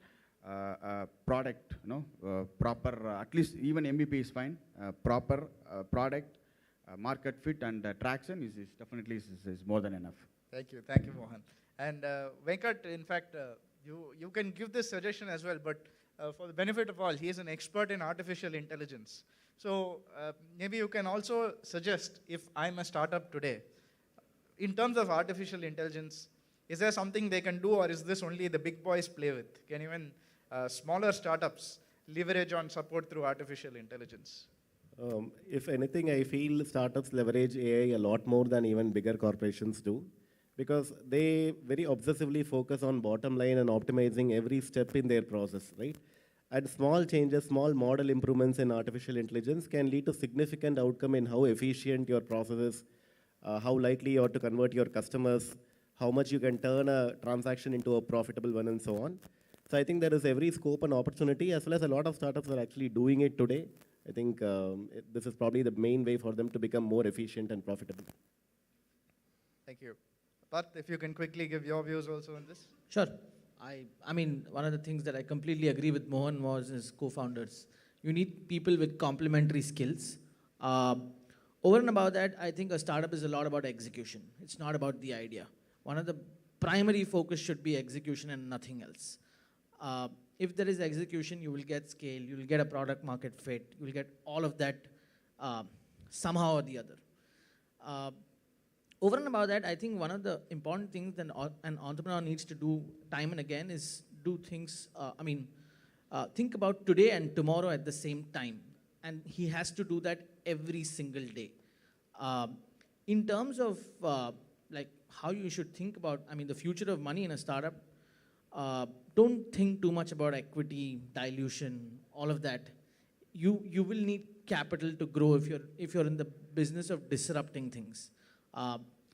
While Sir says that like you need to have a bottom line focus or some part of profitability and a business model, yes, I absolutely agree, but there is a time for that.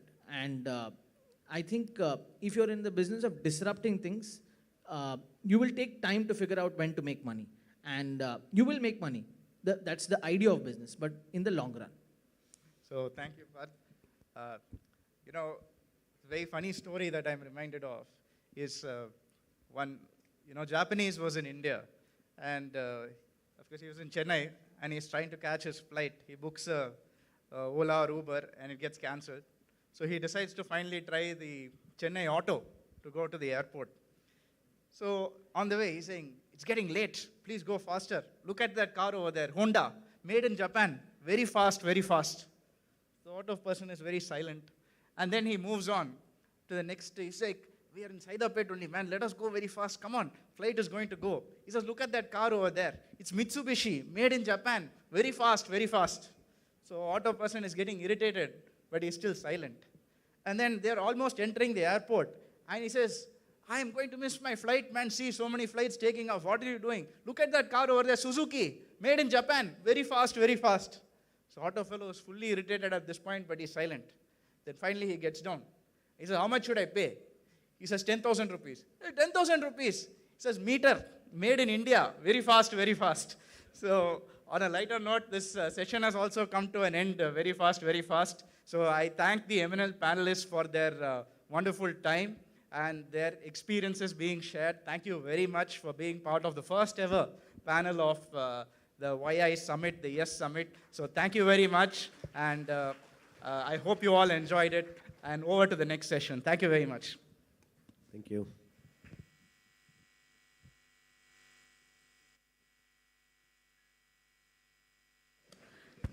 One second. Thank you so much for the wonderful session. If you could just remain on stage for a minute, we have our YI members Karthik, Raghavendra and Suren here to felicitate the panelists.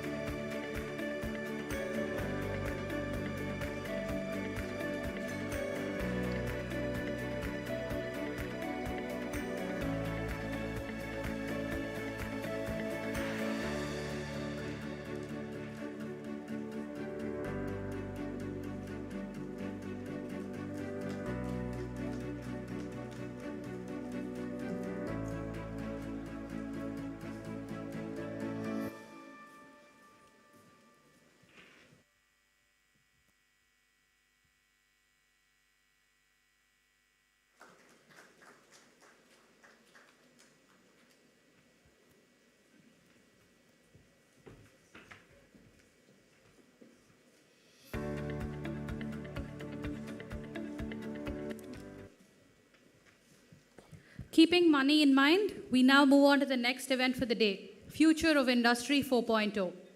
It's everything we need to know about automation, augmented reality, IoTs, big data, and more. They call it the fourth industrial revolution.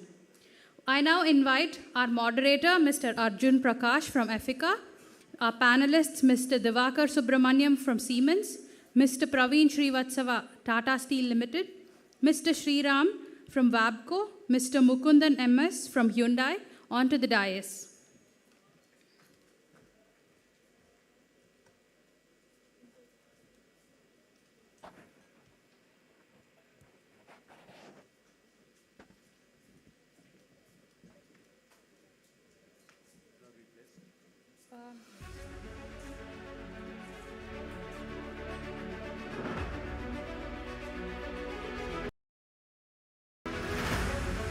First Industrial Revolution 1850.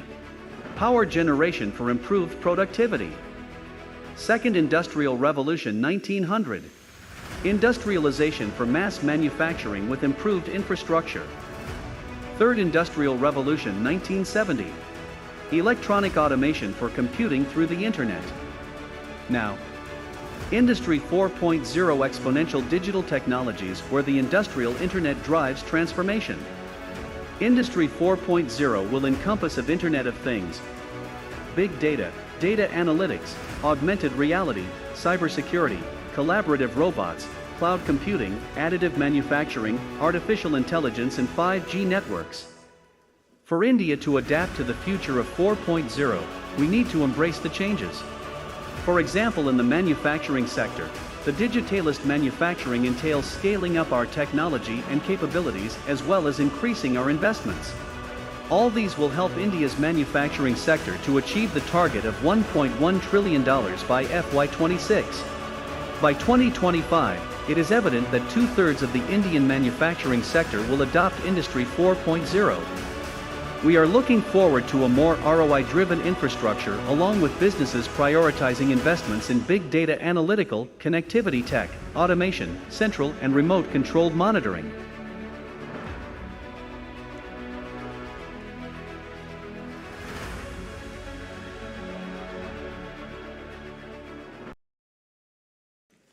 Thank you for the video.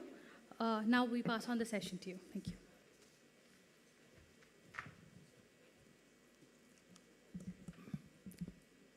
Delegates on and off the dais, friends from YI and the entrepreneurial committee ecosystem.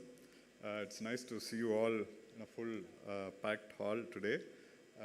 Industry 4.0 is basically an umbrella term coined by the then Chancellor of Germany, Angela Merkel, to try to to improve the competitiveness of Germany. It's already a very advanced country, but what she felt was if they don't stay in the cutting edge of technology, then they would lose their competitiveness.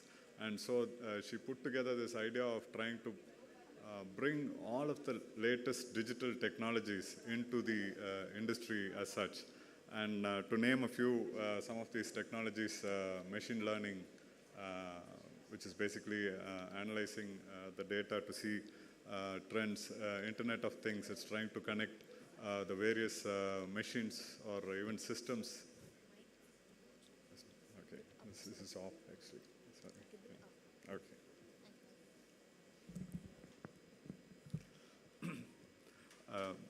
So some of the technologies like artificial intelligence, machine learning, IoT, Internet of Things, big data, so many things like digital twins. All of these technologies, they've actually rebirth of technologies that we've been having for decades now. But because of the newer changes in hardware that we have and the cost economics due to the widespread use of these technologies in the consumer segment, the cost point of all these technologies are dropping. And so we are able to take this and bring it also to the industry where, the usage has been traditionally a lot less. With this, I think I'd like to say that we have today eminent list of speakers who will be addressing us in this about this.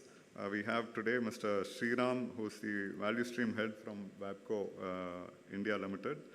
We have Mr. Mukundan, who's the assistant vice president of production support from Hyundai Motors. Mr. Praveen Srivatsa, who is the retail sales head of Tata Steel, and Mr. Divakar S. I'd like to start off by asking each one of you to just give a short introduction of yourself, or rather a short introduction of your organization, what you do and what your role is in your organization on one stage. And also I'd like you to give your opinion on what is Industry 4.0, just a very basic, quick this thing, and how it is changing the lives or changing the way business is done, and how it is changing the way consumers are interacting with the industry. Can I start off actually from, start off with Mr. Praveen Srivatsa, please. Hi. Thanks, Arun. I'm Praveen Srivastava. I work with Tata Steel. I take care of marketing and sales of the business that we serve the ECA customers or the MSME customers. We call them ECS, Emerging Corporate Accounts. On Industry 4.0, we see this as a transformation journey. We saw on the AV just now how Industry 1, 2, 3, then this is the fourth industrial revolution. All the earlier revolutions or industrial revolutions as they are called, whether it was use of steam for generating power or use of assembly lines for manufacturing, and the third revolution, which was use of PLC and automation for improving efficiency of manufacturing, were good, and they brought about a lot of changes in how manufacturing is done.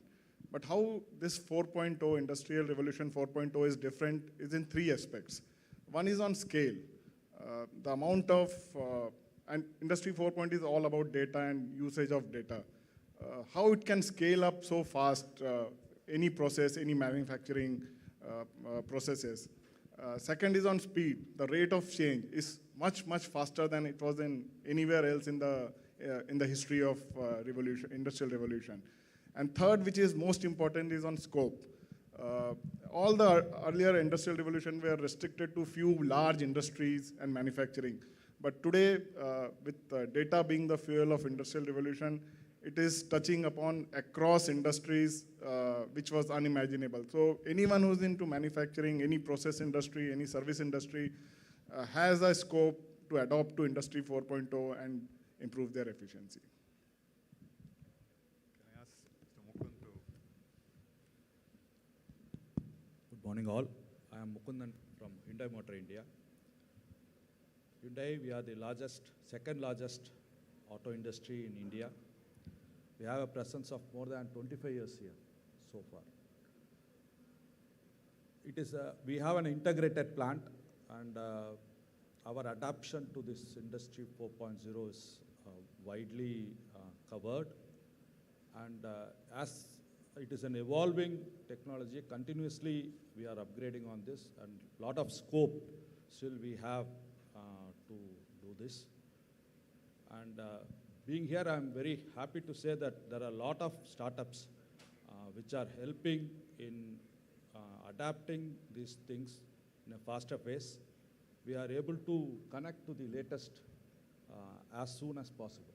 So that's one of the best available resources which we have in India. We are able to do that. We are very excited. In fact, Hyundai being a global player with almost 10 overseas plants, many of the advancement which we have done in Industry 4.0 in our plant at Chennai is benchmarked across the world. Because many of the pain points we are able to use our own companies in India where they are able to solve our issues, and which we are able to showcase in other plants in the world. So I am looking at the projects and the upkeep of the factory and the supply chain in our factory. And I am very happy to be here and privileged to share my ideas in this forum. Thank you. Thank you. Mr. Sriram. Yeah. Good morning, everyone. I'm Sriram. I'm a mechanical engineer, probably the youngest panelist in the session, and I would like to thank CII for this opportunity. So I represent ZF Commercial Vehicle Control Systems, so formerly known as WAPCO India Limited. So we have been acquired by ZF in May 2020. Yeah, and more about me. So I was a regional business improvement leader, looking at process improvements in production operations and supply chain. And recently, since February, I've been managing value stream operations in one of our factories in Chennai. Yeah, so my take on Industry 4.0, yeah, so over the years, the Industrial Revolution had brought a lot of technological advancements, enabling factories to be more efficient. So I would relate this with a concept from high school physics, so where we experiment with lenses, applying the principle of reflection and refraction. So to me, Industry 4.0 is like a convex lens, so which enables us to get a minuscule view of operation. So what was not visible in industry before is now you're able to take tap of it. So that gives a larger opportunity for industry to look or to scout for process optimization and challenging the status quo every day. So yeah, so that's the take from me. Thank you, Mr. Namaste. Thank you. Yeah, hold the mic. Good morning, everyone. I'm happy to be here, part of the Young Entrepreneurial Innovation Summit. I don't think I can ask for any better forum, than to pitch Industry 4.0 than this, because before we look at the yield, we should know where to sow the seeds and at what time. Yeah. So from that perspective, I'm feeling happy to be part of this session. I work for Siemens. Of course, my journey is quite long. This is my third company, and spent most of my time in Siemens, in India as well as abroad, across various segments in the Siemens industry. So as you know, we are one of the largest technology suppliers in the world, electrical, electronics, or even mechanicals for that matter, for certain specific industries like steel. Yeah, you must be knowing it those days. So Industry 4.0, is it a buzzword or is it a pipe dream? Yes, of course, it was about a decade back. Yeah, and we also know something called VUCA world for a long time. This is a very familiar word. Primarily, the customer expectations are ever increasing. Yeah, and if you have to remain competitive and if you have to remain relevant in the changing times, I think we also have to evolve and change and adapt with the industry. I think that is a fundamental premise we have to look at when you look at Industry 4.0 as a revolution or evolution, whatever you talk about. As the end users, they are, because they are the people who get the benefit of what technology being supplied to them. As you said, flexibility, that is time to market, which is a great challenge today. Any new product, especially the startups, when they wanted to introduce, I think we coin with a lot of options and tools available with us to bring the design and then roll it out. And this is where, Industry 4.0 play a very major role in reducing the time to market to almost 30%. Yeah? And this is just not a theory. And today we have so many use cases in India from Siemens, and where we can showcase this to you also. So first is flexibility, that is speed, time to market. Second is quality. See, quality is something which should be consistent and should always be meeting the expectations of the customers all the time. So this is also one area where it plays a very important role.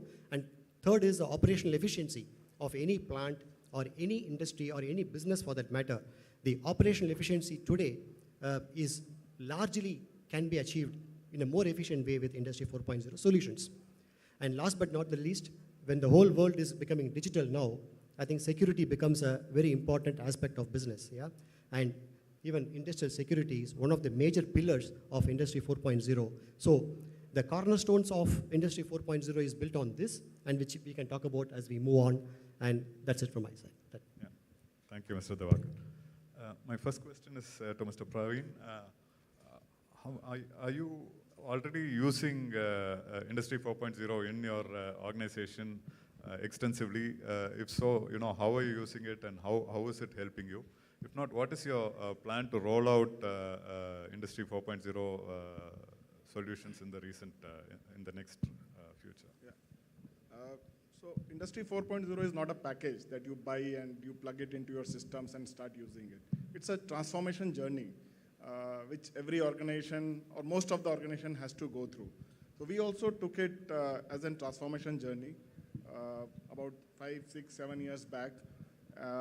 And like not an old company, but I'll say a large company like ours, it has to run as a project. So that's how the corporates work. So we realized that this is something which we need to adopt to. This is a transformation journey. And we don't know when it will end or what is the end point, but we still went ahead and started it as a project. So you have to envisage what you want to achieve from this, how you will enable it, and then how you will create it. So our journey, we divided it into 3 parts. One was obviously technology. As we are a process industry, and steel is a continuous process industry. At every minute, and that we realized later, we generate a million data points at every minute of manufacturing. So we realized that we need technology or we need certain infrastructure to capture those data more appropriately now. And after capturing this data, how will you platformize it? How will it be put to use? And then how do you analyze and put all artificial intelligence, analytics, etc. onto that? So if we first made the IT infrastructure or technology infrastructure is what are the best technologies available, what are the best sensors available. We invested in all of that. But for us, more important was people transformation.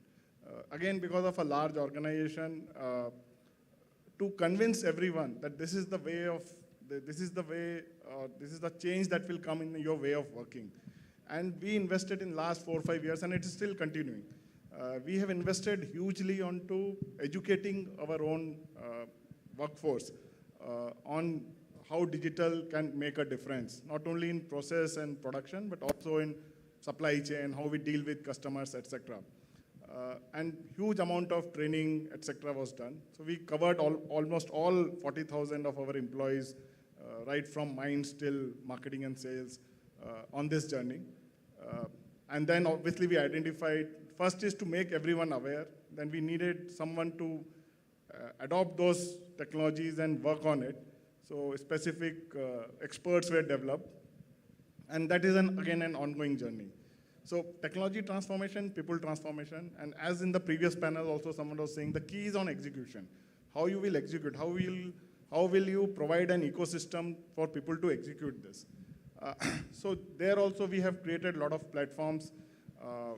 Mostly it is, we are investing in competency development. We are very constantly in touch with all the startups who bring in all these digital solutions to us. So we may be expert in, or we may be the source for generating data and consuming data, but how to collate data, how to store it, how to visualize it, how to present it, how to analyze it. I think there are people outside our company who are better equipped to do this, and they have been part of this journey with us as well. So again, just to repeat, the technology transformation, which we have done most of it, people transformation, which is an ongoing process, and execution, which is absolutely to reach the excellence, which is a never-ending journey. So we are there. We have adopted this journey. We don't know what will be what is the end point, because I believe there is no end point. You have to keep improving. And I'm happy to say that today we are recognized as one of the highest usage of data or digital, etc. Even steel, no one envisages that steel can be sold online. Today, almost about 20% of our retail sales is online. People go on the website or apps and order for steel and it gets delivered to them, which was unimaginable 5 years back. So we are on this journey. We have started this journey, and let's see where it takes us. Thank you. My next question is to Mr. Divakar. Seeing that transformation is the critical link to execution of Industry 4.0, how should businesses transform, or what kind of behavioral changes are required from businesses and business models? What kind of changes in business models are required? How is it currently traditional businesses doing, and what kind of changes are required? And then what kind of consumer behaviors, changes in consumer behaviors that we see, how are they actually driving accelerating the process of adoption of Industry 4.0? So I would put it in two perspectives. See, one is the B2C, yeah? The other one is B2B. So we are primarily into B2B. The adoption per se, if you look at, it's quite fast in B2C. Now, is it out of chance? To a large extent, I would say yes, because today you can't, rather if you want to quickly buy a product, you can always use the e-commerce platform to start with, which is the starting of the digital thread, yeah. But in B2B, if you look at, I think in the maturity curve, we are still somewhere in the middle because it requires quite a lot of technical clarifications, yeah, for the end users to accept and assimilate, yes, my investment is justified. Yeah, first. Now, so I will focus more on B2B. See, the transformation is imminent. Yeah, nobody can change this. And adoption, today, it is highly, you can see, starting from the automotive industry. And the reasons are obvious, because when you are present globally, when you have to cater to the global market, so whatever I said in the beginning, in terms of speed, flexibility, quality, efficiency, and security, I think these 4 or 5 pillars must be addressed in a more efficient way. In today's system, I can put it in a simple way, what is Industry 4.0? It is not that something it evolved today, yeah? As even Arun mentioned in his opening speech. In Germany, it started, decades back. It is nothing but the enhanced automation, yeah? Enhanced automation. So developed countries already started, investing in enhanced automation. And you could see a factory, for example, our own factory in Germany, at least during World War II, it is quite well automated, yeah? It could be a mechanical, hydro systems, but still, the outcome of that, what do you get from electronics today? Maybe the size varies, but then the outcome is same. So it is sheer necessity and sheer competitiveness and sheer reliability that you will be posing on to the customers. And today, it is nothing but enhanced automation. So now, the step number 2. Having enhanced automation, is it sufficient? To a large extent, yes. But if you want to move to the next level, where, as Praveen was mentioning, we have a huge amount of data. So when a machine is running, for example, in conventional methodology, we try to capture the voltage, current, or the output, or the efficiency in a conventional way by measuring certain parameters when the machine is running. But if you have to really take a preventive maintenance of this particular machine, then you can't depend on this. Yeah? So imagine there are 2 players in the market. One gentleman is having a conventional methodology, other gentleman is already adopted to Industry 4.0. So, and when I say this, his machines are connected. They are able to communicate. So that's the step number 2. So we have to make our assets communicable. Yeah? When you are able to make them communicable, and when they talk to each other, then the data that is coming out of this will be more meaningful for us to analyze. Yeah? So today there are various analytical tools available for us to interpret this data in a very meaningful way. Yeah? Why the machine is tripping? So the man will go and check, sir, 2 o'clock there is an over voltage, machine tripped. That's the only data today we have. Now the history can tell you, in a week, 5 times this has tripped, and 5 times what is happening at the background. Is it the grid changing over, or is it there is a problem in the factory itself? Or what else? Or is the machine operator who's failing? I mean, all these are captured at the back of the mind through these processes. That is automation, enhanced automation. Now, this data will help you after a month or so, very, very predictable information about next time how the machine could possibly fail. Now, you can imagine, and when this data is available, you can be rest assured that you can easily plan your maintenance in no time. And before the machine breakdown, you can plan for changing the bearing or changing the whatever it is. So the shutdown time is largely reduced. And this is a reality. I can quote many examples of such a start point of Industry 4.0 when it comes to maintaining the plants. Because today, in a greenfield projects, we can talk about starting from design to services Industry 4.0. But in an existing plant, it's not so easy, to do this because the investment should be justified, right? So we have to start with those pain points where possibly this will give a better return to start with, and we can then extrapolate this as we move on. Okay, yeah, thank you. Mr. Mukund, you are in the automotive manufacturing side where you use a lot of machines in your manufacturing facility, and I'm sure just-in-time is a very critical part of your requirements. How do you use, are all your machines connected to each other? If so, how do you do it? And otherwise, what is your plan to connect them all together? And how do you take advantage of all this connectivity? How long has Hyundai been working on such initiatives? As I said, already we are digitally connected. All our planning and the operations are connected. We have a very designated interpolability. As Mr. Divakar said, we have to graduate now. We were doing a preventive maintenance. Now we are doing predictive maintenance. We are moving towards prescriptive maintenance, where the connected information through data analytics, we are able to get a command, a decision-making process, which comes to us so that we can predict and we can do our maintenance activity. Why I am saying this is, we are working 24/6. That means 24 hours round the clock, 6 days a week. We have only 1 day to maintain our plant. So this becomes imperative that we have to do the critical mission upgrade, and we have to keep it in ready condition always. So it is very, very important for us. So all our machines are connected. All the critical machines are IoT connected. Whenever the upgrade is happening, it goes without saying that we are going, for example, if it is robots, it's a 4th generation robot. And again, we have a smart sensors, and also we are working on 3D scanning, and all those activities are inbuilt on the process. Whenever a new product, new model is coming, it is not only product which we are offering with the latest technology.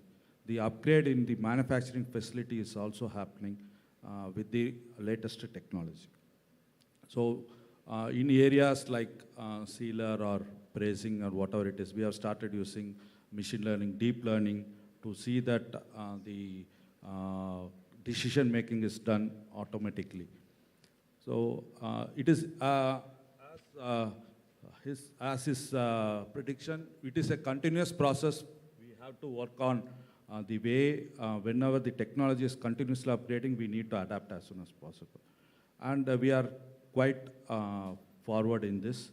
And as I said, for that we are also getting a lot of inputs from the new companies which are all coming up in and around our ecosystem.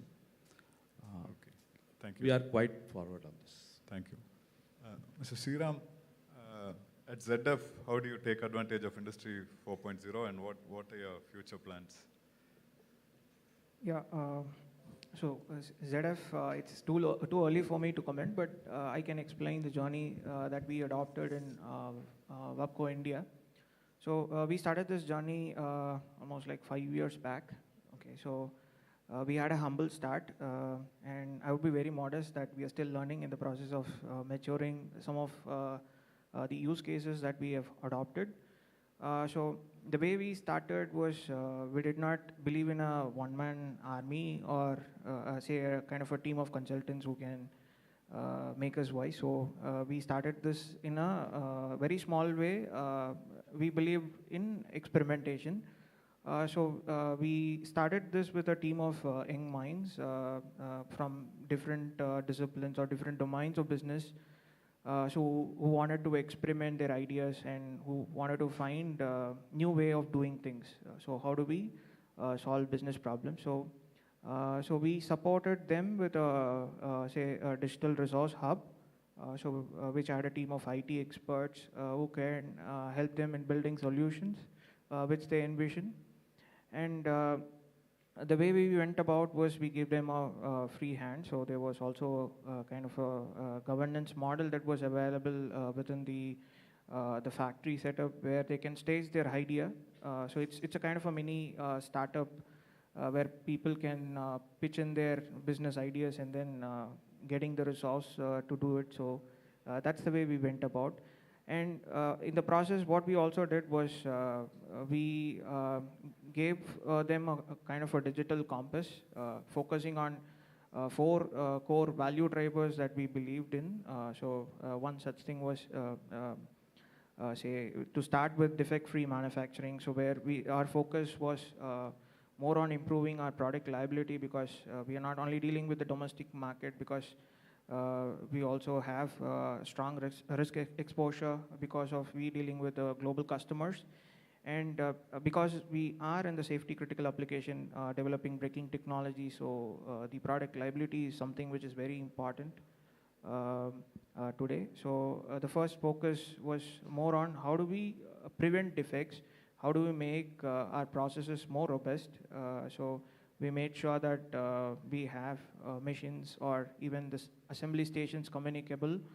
They were able to communicate to each other. So if there is a defect that was generated in station 1, then the part cannot pass to the next state. So these kind of foolproof controls we built. And the next focus was on resource and asset utilization, because one challenge in the automotive sector is we go through a very high volatile demand, as Mr. Diwakar pointed out. So we are in VUCA world. So today it is even coined as VUCA D2, volatile, uncertain, complex, ambiguous, and digitally disruptive. So where the requirements of the global customers are even more, where we have to be more transparent, sharing them the information in advance. So we have to keep them informed if there are any risk, and if there is any potential line stoppage that they may face. When it comes to resource or asset utilization, the way we went about was to reduce the downtime of our machines. So we went in implementing condition monitoring of our machines, which could foretell if there are some problems with the machines. So we were able to avoid 30% of our downtime because of these sensors able to detect anomaly in the machine behavior. So thanks to all these technologies which are given by Fanuc and Siemens. So we are able to utilize of these technologies that are available today. And also we looked at how do we maximize the resource or asset utilization throughout the supply chain. So because we deal with, as a tier 1 supplier, so we also deal with a lot of tier 2 and tier 3, so which are basically the small medium enterprises where they do not have resource bandwidth like tier 1 or the OEM. So we went about mapping all these machines that they have, providing them the knowledge, what we gain or what we have learned, sharing them of how we are doing things in WAPCO, and we engage them with some frequent supplier visits so they can come and visit our factory and learn. So we do some kind of handholding. And third, of course, is the productivity when it comes to factories. So tier 1 automotive components. So you have a lot of products. These are like where economies of scale is very important. So you deal with a lot of resources. So you need to be highly productive. So we went about tracking the efficiency of production lines in real time.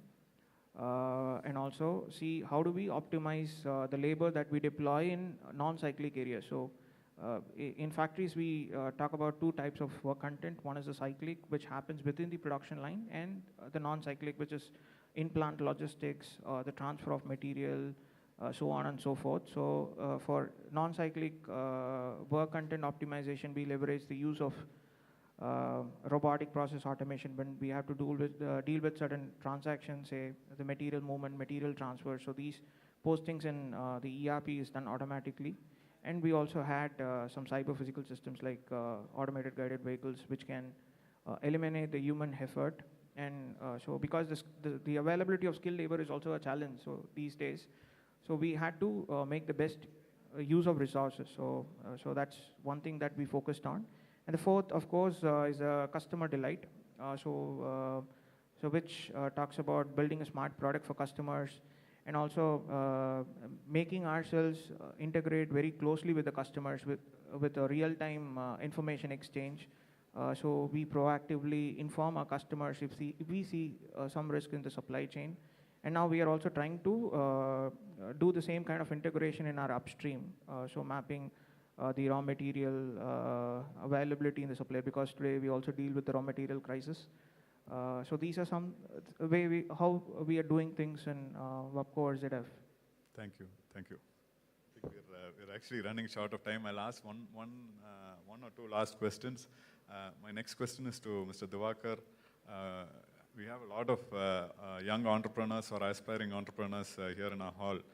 We'd like to know what kind of opportunities they have to use Industry 4.0, either on their own to build new businesses, new generation startups on one hand, and on the other hand also to serve larger companies. What kind of opportunities do startups have? I would put it this way. Siemens is a technology supplier, right? So we are actually part of the Industry 4.0 evolution, I would say, because we are giving solutions to the industry, the pain points that everyone undergoes in the industry, and any type of industry, be it discrete or process. Yeah. So if I have to tell about the opportunities for the startups, now, of course, the startups have to be in a relevant area where you are able to give an industrial solution, yeah, like integrators or freelance solution providers or service agents, whatever we call it as. There are many. I would say that there is, opportunities are left to the imagination. That's what I would put it. Opportunities are left to imagination, yeah. For example, if you want to get into a service industry and you want to serve your customers, yeah, first and foremost today is availability of a skilled manpower, yeah. Second, reachability of the person to the place, because with the digitalization, there are no political boundaries, it's wide open. I can reach from anywhere to anywhere, yeah. And the third is the competence of the domain. Suppose I'm serving a F&B industry, food and beverage industry, or if I'm going to serve a minerals industry. And what is that we are going to choose? So that domain knowledge about that is important. Now, today, should we have it when we start up this company? I would say that things have changed slightly because there are n number of libraries available for startups to understand what is this industry is all about. Yeah? And these libraries are a bunch of knowledge, files, I would say, yeah? In, of course, digital form. And these libraries can easily be put into use, if you adapt to the Industry 4.0, so-called the terminology, into your startup business. I hope I'm making sense.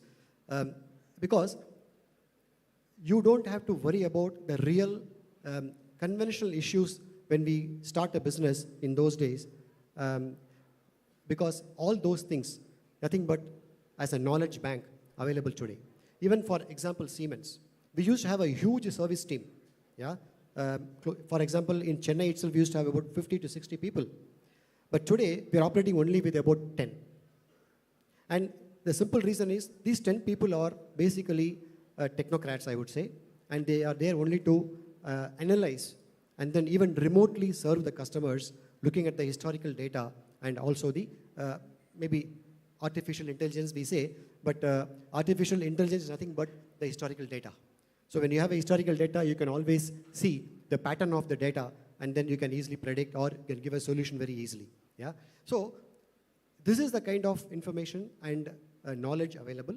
Of course, it comes with an investment, but it is not a kind of investment that you all look at when you, as startups, this can be easily, tied up with the technology providers, and you can start with a much higher platform, so to say, to serve your customers. Yeah. So maybe I will stop there because too much information also sometimes indigestible. So. Yes, yeah, thank you, Mr. Divakar. You actually, like the previous speaker was mentioning, time is flying. We have a lot of questions to ask, but we're already come to the end of the session. I think Industry 4.0 is as we heard from all the speakers, it's still an evolving technology. The number of technologies that are inside the umbrella, every day the definition of Industry 4.0 is changing, and the way it impacts our lives every day, it's continuously changing. So I think, yes, please. Yeah. See, actually, I would say myth. The myth is that, is it something only for the elite, Industry 4.0? Honestly not. Honestly not. Because every industry, however small it is, or medium or large, whatever it is, can easily adapt. Yeah. So first of all, the myth is not that it is only for certain industry or certain people who can invest. No. We can start from scratch, and then you can see incremental improvements in your output. And what we do normally is something called digital maturity assessment, yeah, which is a very, very structured way of auditing industries and all that, and which gives you an excellent insight about how ready your industry is, or how ready your company is, or whatever profession you are in. And so that's a starting point, which can be done, which is globally practiced by us, and this is one of the best co-creation methodology we follow at this point of time. Absolutely agree. I think like all other technologies in the consumer segment, Industry 4.0 is one of those areas where it actually helps in democratizing manufacturing. Things that were previously the domain of much larger organizations have now started becoming easily accessible to smaller companies. I think Industry 4.0 is more suitable for if smaller companies adapt it early. I think they would have an edge over large organizations. Having said that, I'd like to thank all of our speakers today. It was a short session for us. We could have spoken a lot more, I think, but I think we've come to the end of the session. Thank you very much for being here, and I'd also like to thank the organizers for putting this together. Thank you. Thank you, panelists, for a very informative session. I now invite Nitesh Gupta and Sonia Jain, our YI members, to felicitate the panelists.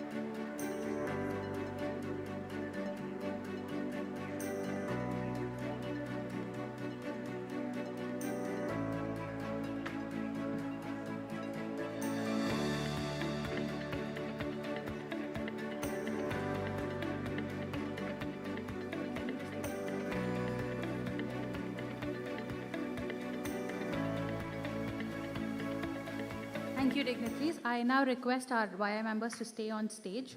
We have another special guest to felicitate. May I please request Mr. Aragapandya Rajan, Chennai City Innovation Officer, to join us on the dais. He is India's first City Innovation Officer, and I request our YI members to felicitate him with a gratitude of thanks from us.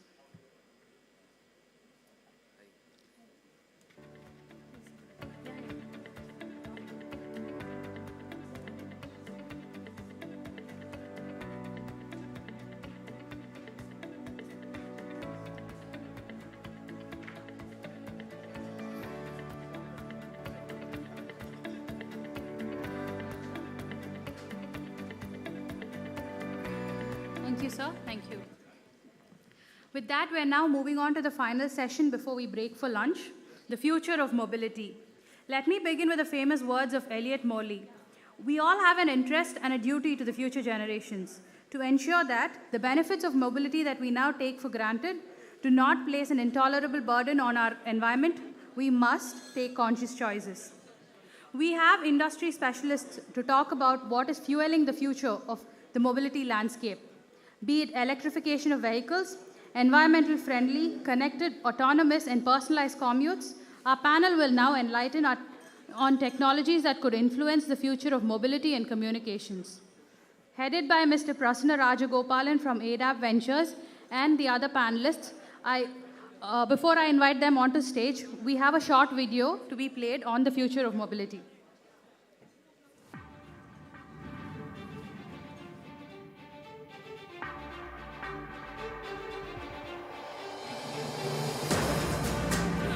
By 2030, mobility will foresee a tremendous change that would impact the way we travel from one place to another. The major disruptors of the future are electric vehicles, autonomous and connected vehicles, and mobility as a service (MaaS). Innovation and experimenting with solar power, solar roofs, and home batteries are ways in which the future of mobility is dramatically changing. With government regulations and grants, more people have started choosing electric vehicles over fossil-fueled cars.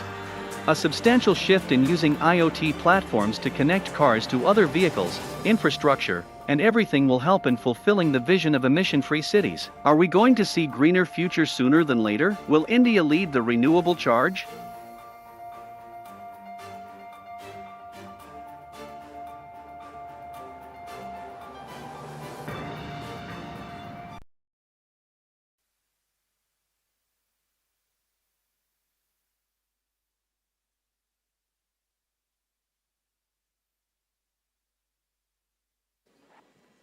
I now invite Mr. Prasanna Rajagopalan from ADAP Ventures, who will be our moderator for the day, and our panelists, Mr. Vijay Subramaniam from Alstom, Mr. Rakesh M. from Whistle Drive, Mr. Venkat Nathan from Nesh Live, Mr. Praveen Jain from XCOM Labs.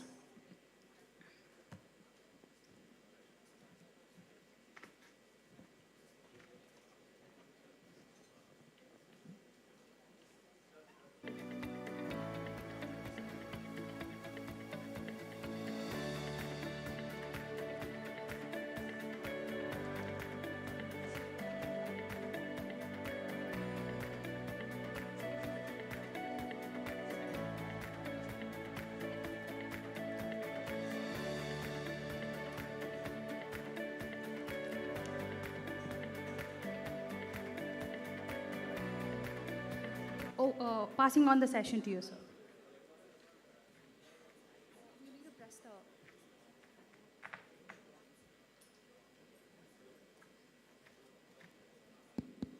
Hello. Good afternoon, ladies and gentlemen. I think the arduous task of a session before the lunch is always very, very, uphill task, but I'm sure we have experts with us today who's going to make it so exciting that you're actually going to forget lunch. Does that put a lot of pressure on you guys? So to make it really, I'll make my introduction very, very short, but mobility, future of mobility is the name of this session, and it's a very interesting, the way they coined it, because I think mobility has always been there ever since evolution, right? The earth turning around itself is a form of mobility, and mobility created life. Movement created life. So mobility is not a new word. it's not something which was coined yesterday, and it's not one of those millennial words. I think mobility refers to movement, and that's probably the first few things that have happened in this evolution itself. So I'm going to take it back all the way and bring you back in time.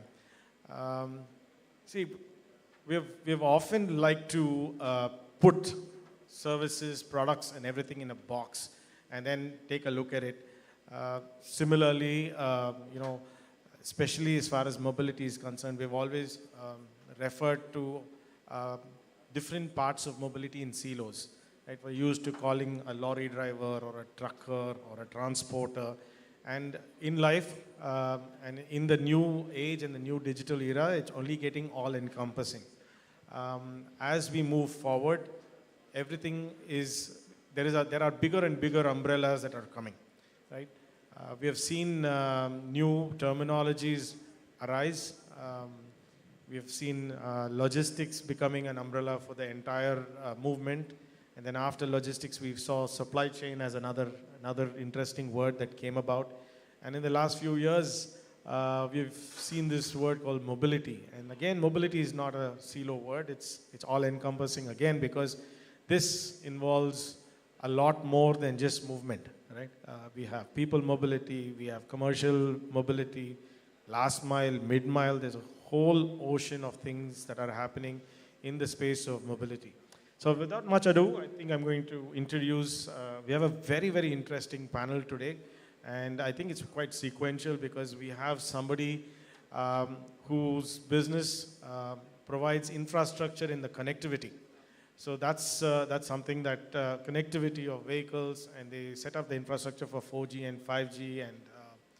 And then after that, progressively, we have somebody in the deep tech, which picks up data from the vehicles and talk about their performances, and in fact even talk about the safety of the passengers and everything. From there we move on to a startup who are doing some very interesting work in the mid-mile and the last mile connectivity. And then eventually we'll come down to the big daddy from Mr. Alstom, who's doing a lot of converged mobility and the metro trains that you see here. I'm sure there's a lot of interesting things that he's going to be talking about. So the way we're going to go break this down is we're going to do a one round of 2 minutes elevator pitch, as we call it, and talk about you and talk about the company. And then we will ask a few questions. We'll throw some few questions on the floor. We'll discuss about it, and then we'll come back to another round of conclusions, and then we will close it. So I think I'm going to start from that end, sir, if you don't mind. I think we have Praveen Jain from XCOM Labs. So they are the company which I was talking about, providing infrastructure for the connectivity. So Praveen Jain. Good afternoon, everybody. I'm Praveen Jain. I'm a technology guy, problem solver. I've been in the industry about 22 years. I've worked in US, India, and a few other continents. To talk about XCOM, Paul, who's our CEO, he has a very favorite saying that if you want to predict the future, you should invent it.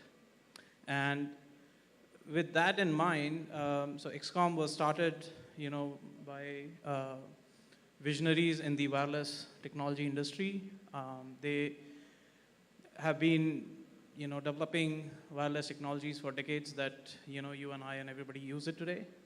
And at XCOM, we are focused on raising the performance of a 5G network to enable ultra high quality, ultra high throughput, ultra low latency use cases, supported by a wireless network.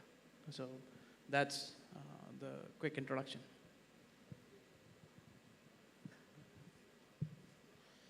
Hey everyone, I'm Rakesh Mununuru, founder and CEO of Whistle Drive. Firstly, I would have to admit I'm very nervous because the experience in this panel is quite high. I'm probably the one with the least experience in the panel. I think I'll take it up and please take my views with a pinch of salt because I only have an experience of about 5-6 years. I've done my computer science engineering. I've graduated in 2015. I've started WhistleDrive in 2016. Yes, this is my first company, and I'm the CEO. We've raised $10 million in 2019. Earlier, we were an employee transportation company. We used to transport employees from between home and office. We were sort of like Uber for corporate, but B2B. We help corporates manage their employee transportation. But pandemic kind of changed things for us. Work from home became the new normal.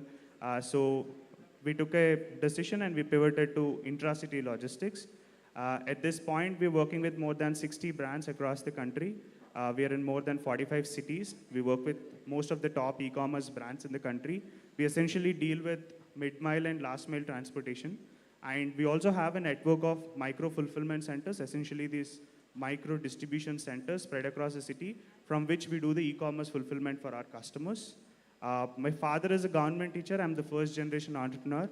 So I would love to catch up with you all post the panel. Thank you so much. Thanks, Rakesh. I think that's a fabulous start. I think although you have less of experience, I think you've done very well for yourself. Congratulations. Now we have Mr. Venkat Nathan from Nesh Technologies. Sure. Can you hear me? So my name is Venkat Nathan. I'm the founder and CEO of Nesh Technologies. What Nesh does is we help build intelligence into vehicles. And we do that by extracting data from vehicles. We bring the data to cloud. We run a lot of analytics and smart algorithms on that data. And we give back insights to the manufacturer. We give insights to the fleet owner. We give insights to the driver or the rider or the owner of a vehicle on how their vehicles can be more safe and a lot more efficient. Recently, our Union Minister for Road Transport recently said in an interview that in India, we have about 150,000 deaths through road accidents every year. 1.5 lakh people die, and about 3.5 lakh people become paralyzed, immobile. So close to about 5 lakh incidents happen. And there is something that technology can definitely do to make road transportation safer and more efficient for everybody. And most of the people who die in accidents, or 70%, are two-wheelers, pedestrians, and cyclists. While a lot is being done to make highways smarter and catching the black spots, accident-prone areas, there's so much the technology can do to also engage drivers and engage the owners in a more meaningful way and prevent accidents rather than deal with it reactively. So we are in the space of predictive diagnostics, business insights, and analytics for making road transportation safer and efficient.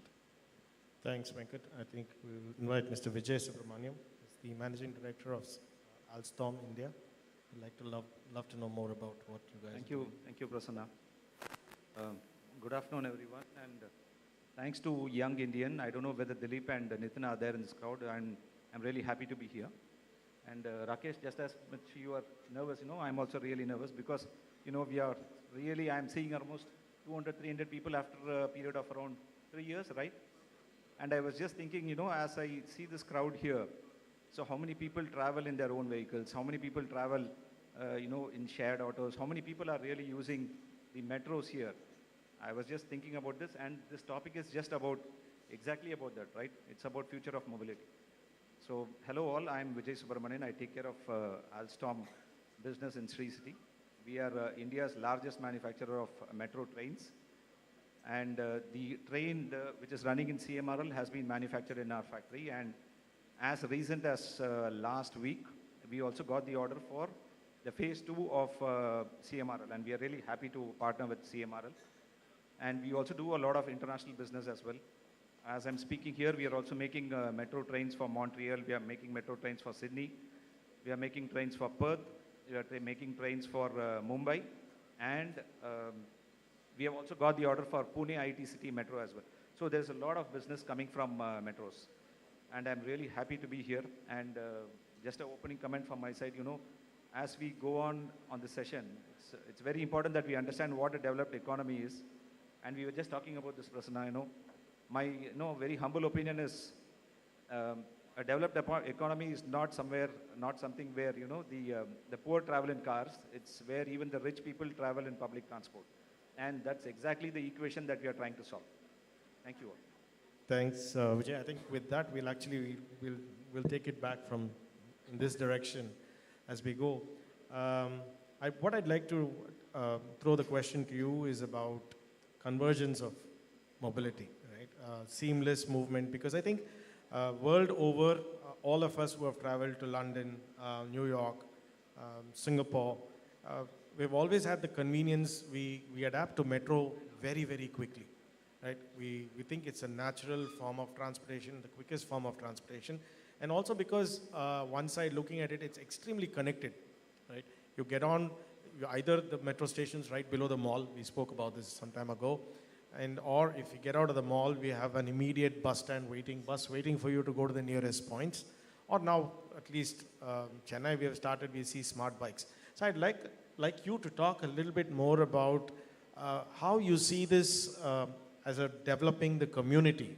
Because I think I must mention here, for those who are interested in mobility, Alstom has a very interesting white paper, which I think you can go and download in their website. It's called The Future of Mobility, and very fundamental questions have been addressed there. And it's an easy read for those who are interested about this. But let me pose that question to you since you are here. How do you see development of community in the next 5 years? Because you did say there are some 120 stations coming to Chennai. Let's start from Chennai to begin with, because that's very local. And I think a lot of them would like to know. Thanks. So at least in the next 5 years, as we look at Chennai, at least when you look at Chennai in most of the, Kollywood movies or all the movies that you see, at least in the vintage time, so what do you see? You generally see Moor Market, you see Central Station, right? And of late, when you see all the movies, when they show Chennai, it's always the train which is going right above the crowd, right? And all of this has happened in the last 4-5 years. So the complete landmark, the complete milestone, complete perception of travel and mobility has changed in the last 4-5 years. So there was a very interesting article also published by BCG, They say with all this public transport which is coming up and with the shared mobility which is there, it's going to free up at least 33 to 65% of the space. And it's also going to ease congestion by at least 20 to 25%. So, all of this translates to around 20,000 acres of land which is freed in every city if you adopt a public transport. And typically, I'm just trying to advocate metro trains. So just take the case of Chennai. So we have a couple of stations now. It's not full. I mean, the occupancy is also not high. The density is quite low. But then at least in the next 5 to 6 years, we have 4 phases which is coming up. We are supplying them trains. So we are going to have 120 plus stations only in Chennai, right? So just imagine the nook and corner of Chennai is going to get covered with this. And also, as we read a lot of this future of mobility, there's a lot of these OEM players who are also, investing a lot on EVs. When we talk about electric vehicles, there's a lot of awareness which is there on sustainability models. There's a lot of talk going of, the net carbon neutral. People talk about CO2 emission. So when you look at holistically, metro trains is actually the best form of transportation. And just imagine this crowd here, probably in the next 4-5 years, when you have the nook and corner of Chennai, which is covered metros, probably it's just 1 or 2 trains which will be able to cater to the entire population who's going to be sitting here. Or otherwise, probably we would be having 200 cars, which probably you have used today, right? And we all know, when we talk about, the next mode of mobility, I would honestly believe it is not just cars. It's definitely a much larger canvas that we are looking at. It's if you have something which is which covers road, which covers rail, which covers any other forms of transportation, the biggest the obstacle that we have is the last mile connectivity. So, typically right now, when I talk about last mile connectivity is, in layman terms, it's the share autos, right? And when this gets covered, I think we are completely there. Thank you, Vijay. I think you've taken a very valid point about, the metro is meant for not for taking the people with cars off the roads, not the people who are walking or taking buses. That's very aptly said. And I think as we grow forward and as the future of what we are imagining the mobility to be, there will be a lot more convergence that's going to happen. Before I come to you on the deep tech, I'm going to skip you and go to our dear friend, younger friend there, because I think he represents more of the millennial in this one. So we are talking about mid-mile and last-mile technology and everything. We also understand, I'm going to touch upon the electric vehicles, the importance of using electric vehicles. Where do you see this happening? And I'm sure I'm going to follow that with a generalized question about today's youth's attitude towards mobility. But first I will address something relating to your business, utility of electrical vehicles. Where do you see this happening and how do you see this changing? So from an intracity logistics space, right, I think the biggest use case for electric vehicles is obviously last mile. Like I said, we have set up micro-fulfillment centers across the city, which typically cater to about 5 to 8 kilometer radius. So in that context, you don't have range anxiety. So even if your vehicle does about 1,800 kilometers, it's still fine. So there is no range anxiety, and at the same time in logistics, everything is pretty much scheduled. So you plan for all the scenarios that might happen. So we've seen extremely huge adoption of EVs in the last mile space. That is from a whistle drive context. But if you look at a generic scenario of how the young population is looking at EVs, I think EVs are pretty cool. I mean, would I want to buy a 3 Series or an electric car? I think I would prefer an electric car. Electric car is more premium now. And it also comes with a good instant acceleration. That is why you've seen a lot of young population going for two-wheeler electric vehicles. There is a frenzy in the market right now. Of course, there are issues and all, but again, that's a case with anything. But I think there is a healthy push from a lot of manufacturers. Probably Elon Musk started it in the West, and everyone is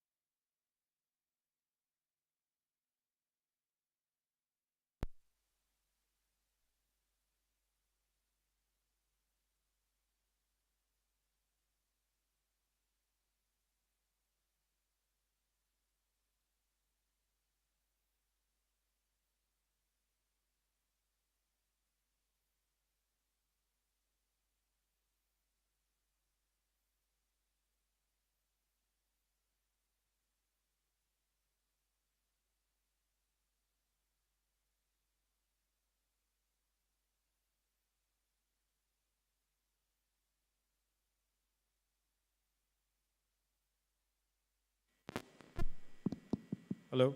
Yeah, we are back. I think I'm yet to attend an event doesn't have a technical glitch. And it's kind of crazy. I took Elon Musk's name and something happened, something only he can pull off. So Elon Musk started the whole thing in the West. Everyone is catching up to his pace. I think the future is good. Electric mobility would definitely make our lives livable. And I think there would be a lot more adoption in the space. Having said that, the four-wheeler cars are a little more premium for everyone to afford. But I think the mass adoption would happen in the consumer two-wheeler space. Before we move to the next question, I'm very interested because you are in the services space, right? And you're providing technology and almost a service provider per se.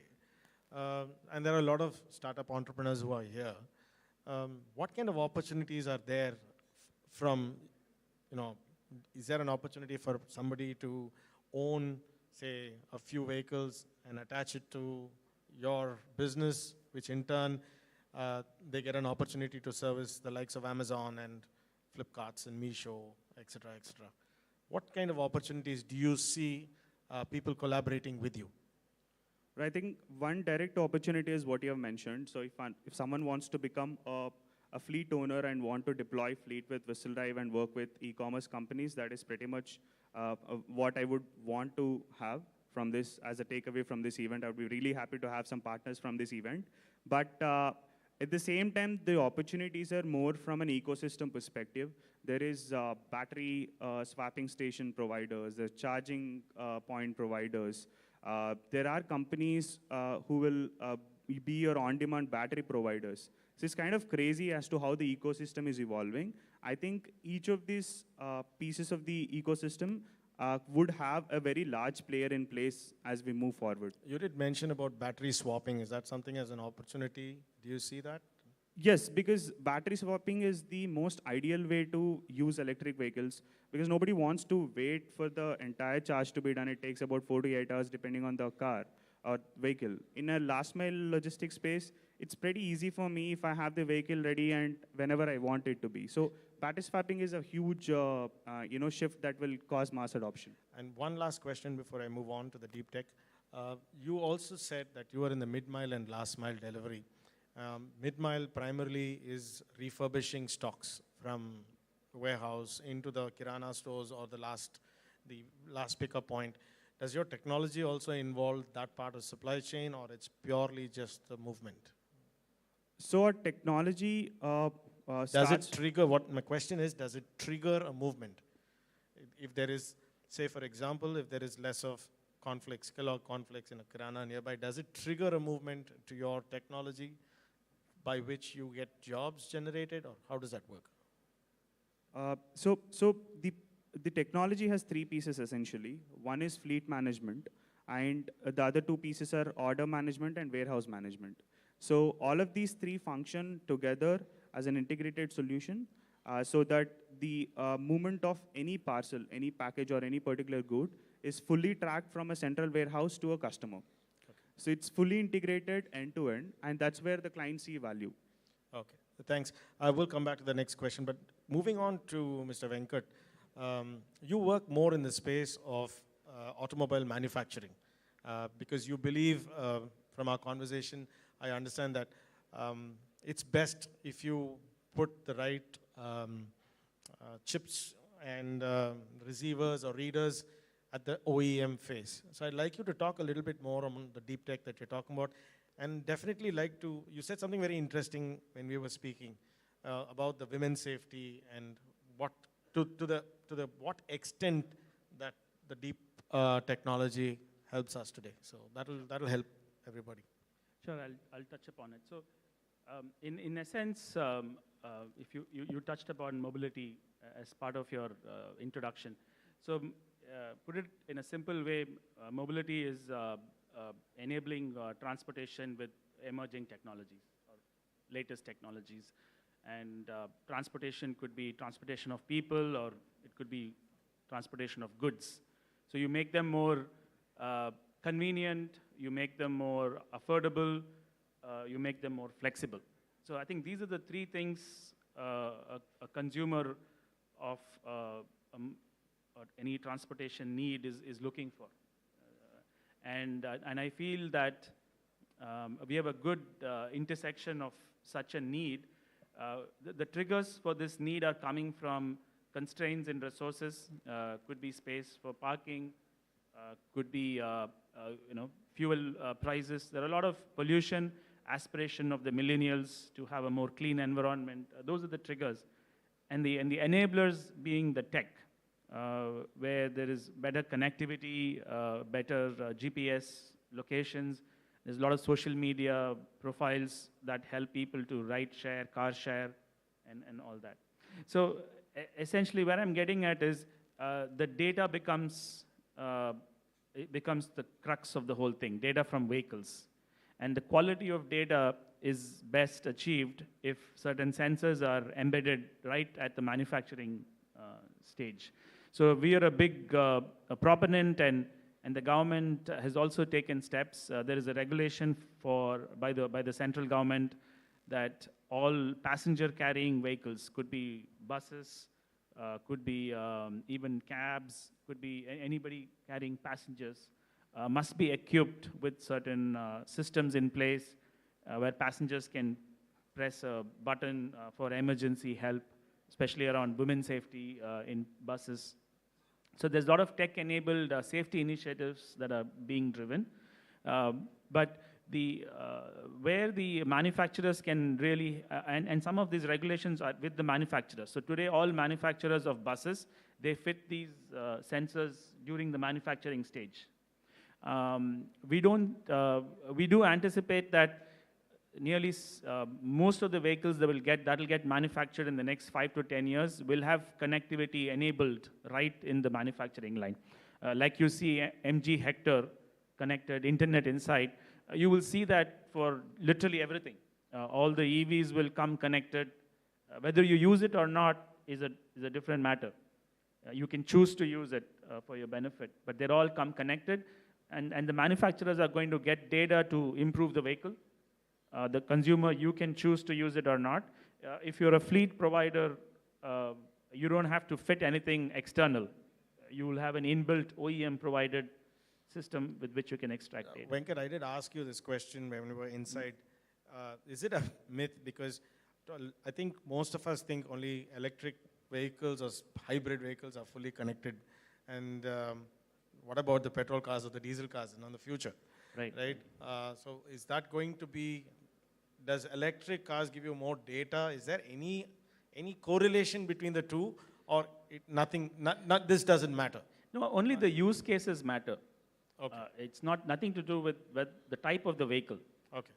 Right now, electric vehicle manufacturers are in the very nascent stage. So the adoption is early? No, even the engineering prowess is in the early stage. They're also learning more about their batteries in Indian conditions, their systems in various road profiles. So they're asking us for data every second. But when you really need a last mile feature use case, you don't need it every second. You probably need once in a minute. Talking of connected vehicles, without strong 5G network and 4G network, I don't think a lot of these things are going to be possible. So I'm going to coming to you, Praveen. Where do you see this going? Because I think the importance of stronger networks and infrastructure is very important.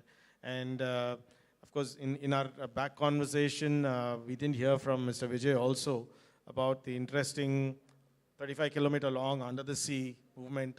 So connectivity, we spoke about a bit of connectivity. So I'd like to know a little bit more about the infrastructure, the importance of it, and how far do you see this, can throw some light about it. Sure. So from our perspective, if you look, in the future about 5 years or 10 years, as, the automobiles become more autonomous, right? They are going to become, moving computers or computer farms even, right? And they will need to be connected for a variety of reasons, whether it be software upgrades, whether it be, from a safety operational standpoint, whether it is enabling services, in those fleets, or even, from a cyber security standpoint, right? Like there are many facets where, the coming set of, automobiles will be connected. The other aspect of this, is the autonomous vehicles, in the inventory management, in the smart warehousing sector, to give an example, right? So we are currently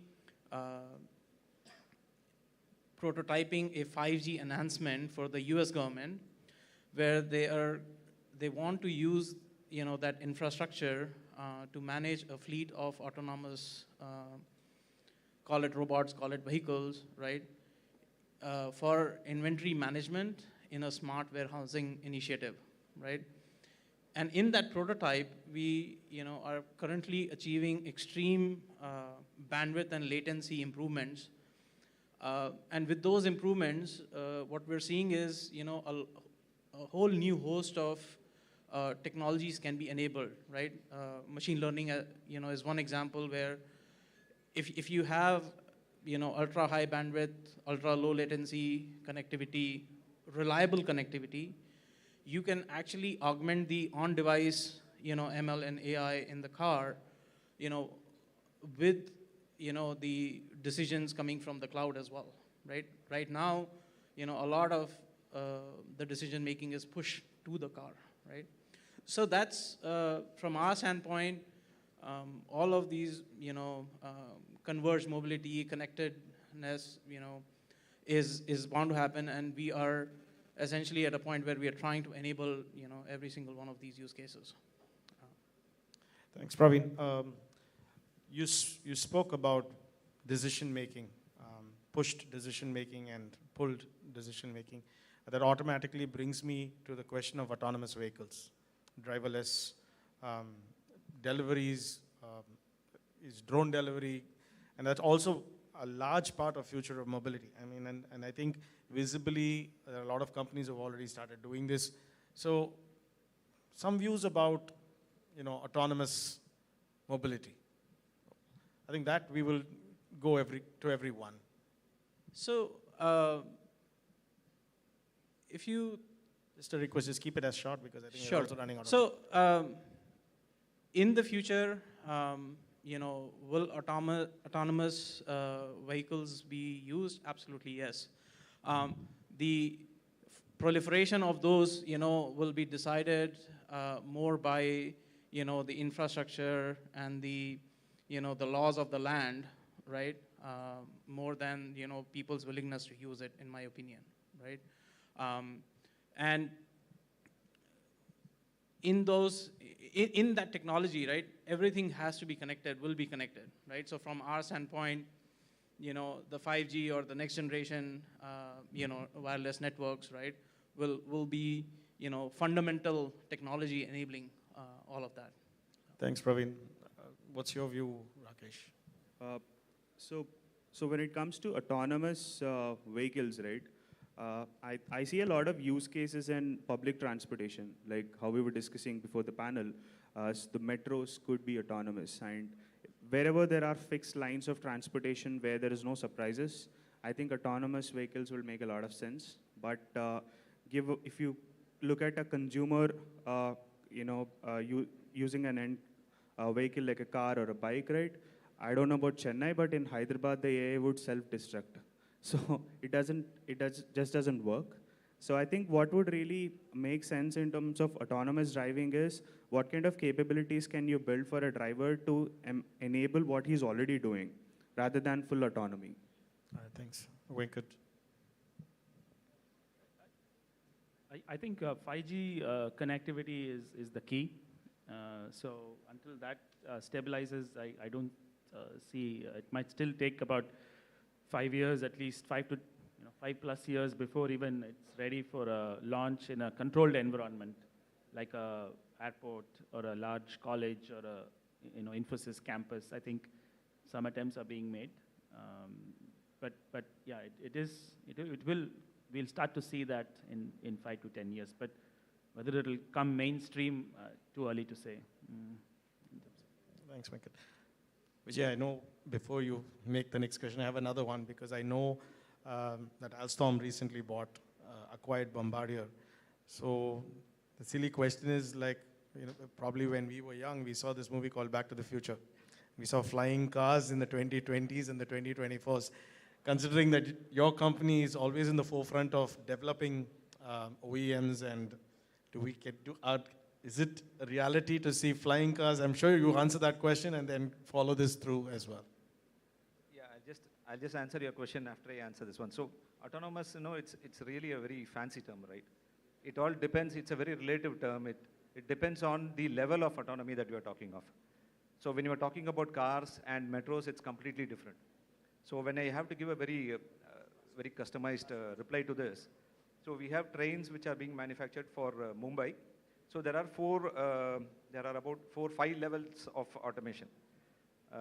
Go 4 is actually the most advanced level of automation, and which is practically the driverless trains. And that's what we have actually manufactured for the Mumbai Line 3. And incidentally, it actually depends on for why do you need this autonomous? Why do you need a driverless train? That's the main question that needs to be answered because it's a very fancy term. And specifically when I have to talk about this, so we are also manufacturing trains for Montreal, which is also the Go 4, which is a grade level of automation, level 4. So Mumbai, typically, it's a completely, it's under the sea. It's about 35 kilometers of tracks under the sea from Colaba to Seeps. And it's typically a reason why, in case something happens in between the tunnel, so how do you rescue a train? Something happens to the driver. Suppose he faints, or something happens in terms of sickness. So how do you rescue the trains? How do you, how do you create less panic among the passengers? Because when you have, and it's also incidentally, it will be the longest metro in India. We'll have around 200 meters of, the one metro is around 200 meters of space. So that is the main purpose for which it was built, and it's been completely tested. It's been commissioned in our factory, and it's about to be dispatched to Mumbai as well. Now, talking about cars, again, there are 5 to 6 levels of automation. The main question which you need to ask is, why do we need a driverless train? Really, I think we are far away from that. And as our friends were also saying, it involves a huge amount of automation in terms of connectivity. And when talk about connectivity, it's actually not just restricted to 5G technology. It's vehicle to infrastructure, vehicle to cloud, vehicle to vehicle, vehicle to passenger. There's a lot of protocols which are involved in this particular thing. And I really don't see, this is going to take at least 10 years for us to see any sort of autonomous cars on the roads. And even in US, when you see, I think one of the big OEM is only at a level 2 of automation, which is only the steering and the acceleration. Except for the prototypes which are being developed by Tesla and other people, I think we are a little far away on this. Thanks, Vijay. That was extremely useful information. I think this is the last question because we have paucity of time. I'm sorry we cannot move forward. But before we end, I think it's imperative that we have a lot of young people in our audience, right? And some are in colleges, some are young entrepreneurs. But I'm gearing this for the people who are in colleges.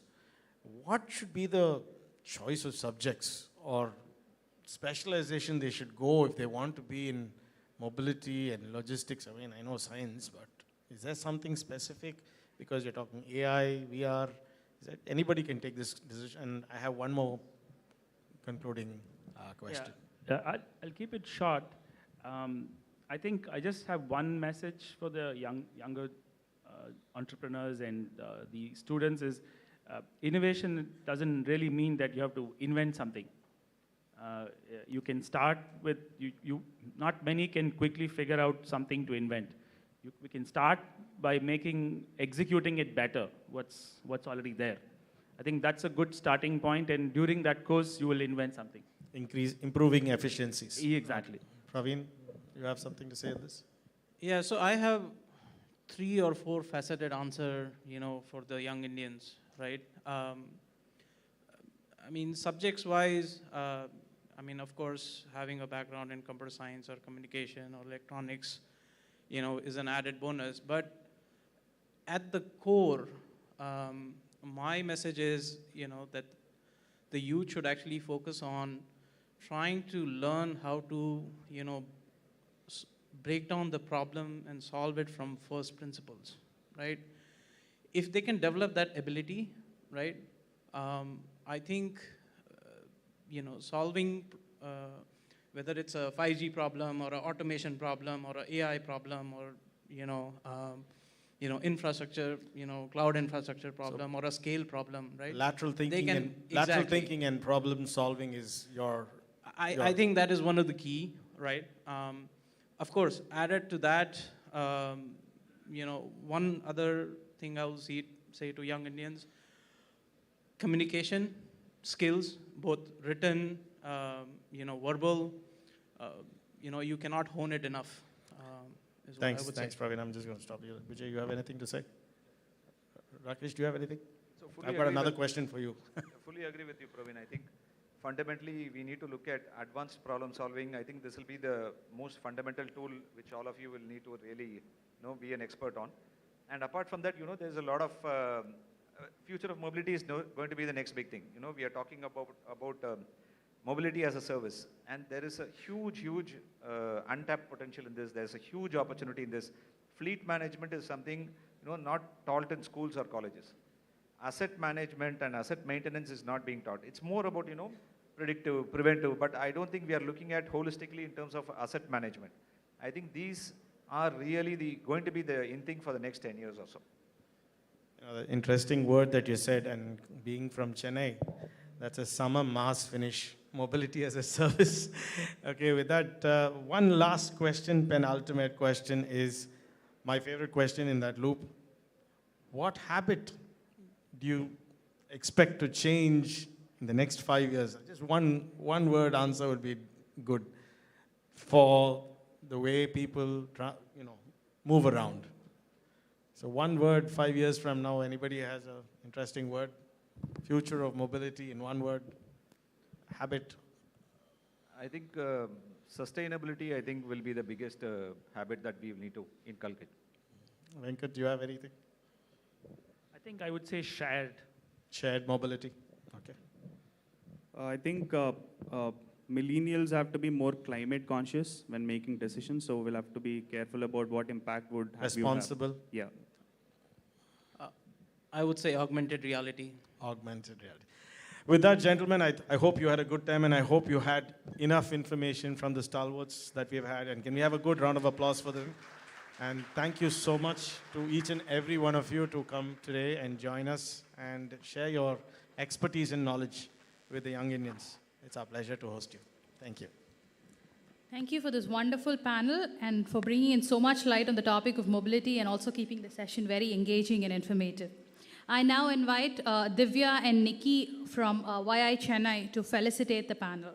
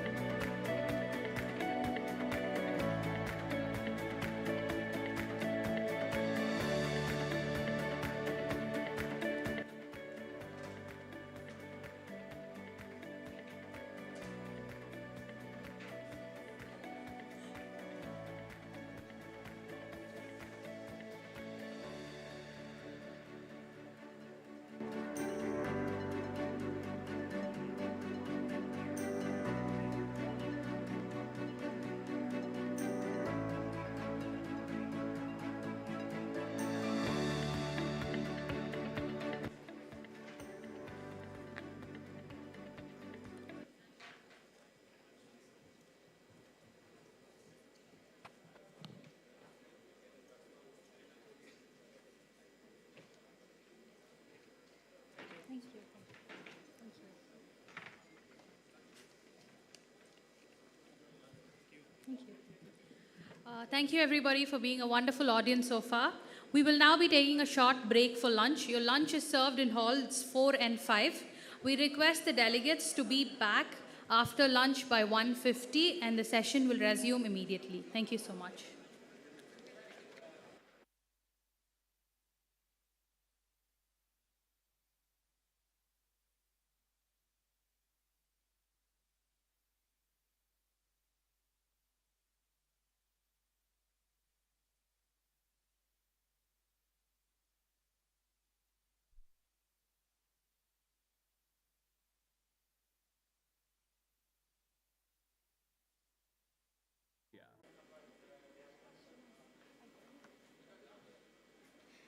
Welcoming you all to YES 2022 second session. So now I would request Shrivas to come up, our co-convener of YES 2022, to give the session remarks.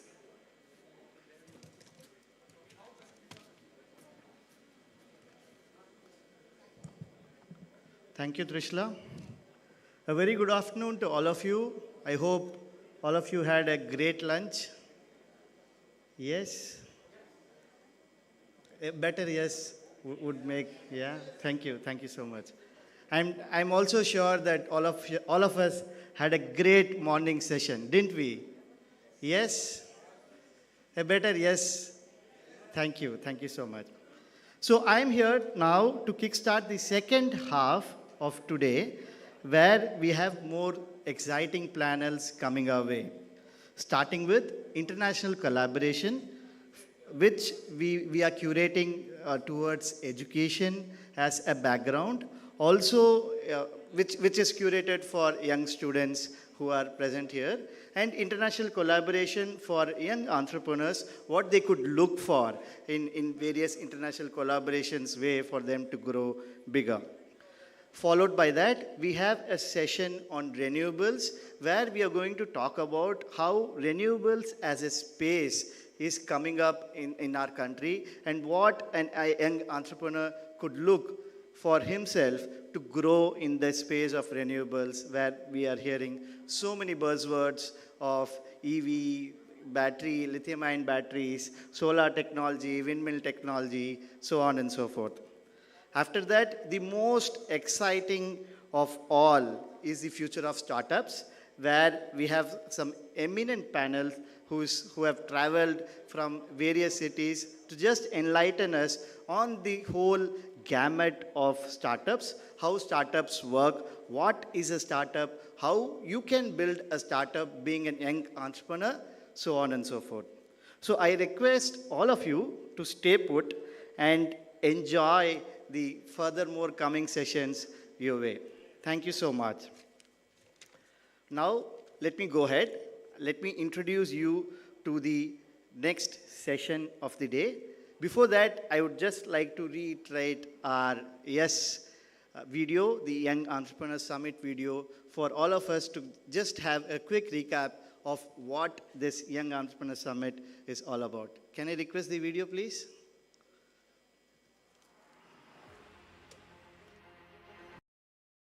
There is just a little difference between something to happen and something big to happen. There is just a little difference between thinking and doing. To believe that this is how life will be, and to wake up every day and think this is just the start. There is just a little difference to hold your dream magazine and to be on the cover page of it. There is just a little difference for the person whose ground is limited to now rocketing into sky. How much is this difference between big and the next big thing?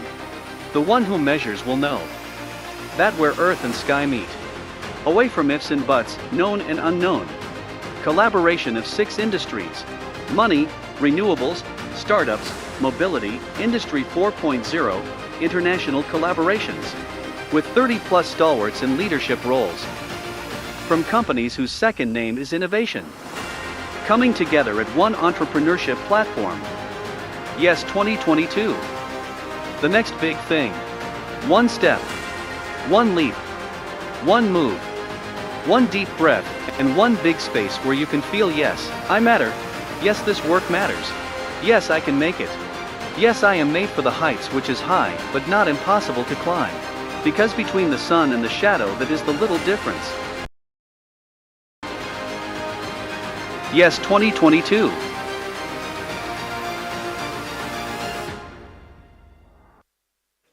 Thank you.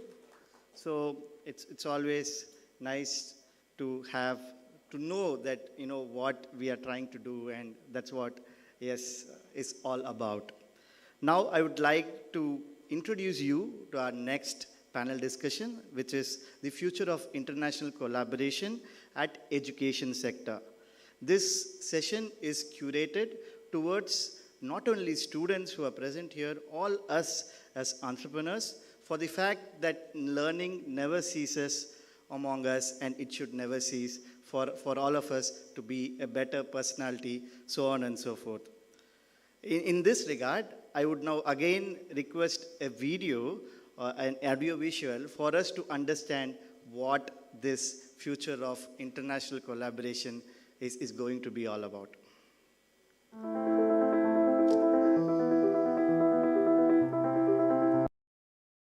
Education is the stepping stone in inculcating the skills and knowledge needed to build our current innovation-oriented knowledge-led society. Revamping our education system needs to happen swiftly, depending on the changes in regards to technology and our way of life. This will help in preparing our young minds for the skills needed in the future.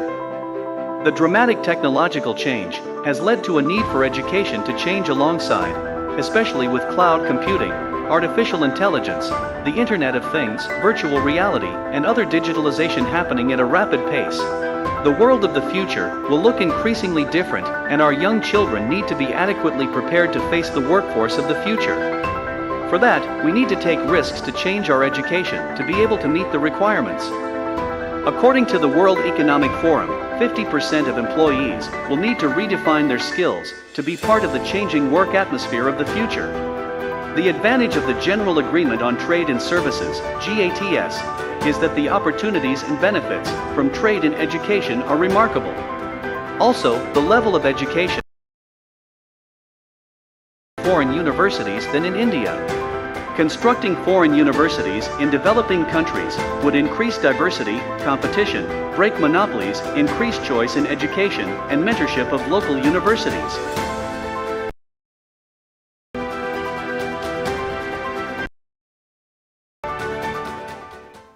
Thank you for that video. So for this session, now I would like to call our moderator, Mr. Darshan Mutta, who is the chair of YI Utsav. We can all have a great round of applause to welcome him on the stage, please. Please, sir. I would now also like to call our panelist for this discussion, Ms. Shanti Mohan, Regional Officer, DAD.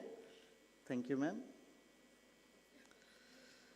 And Ms. Padmavati Chandramouli, Advisor, Education, USA, USIEF.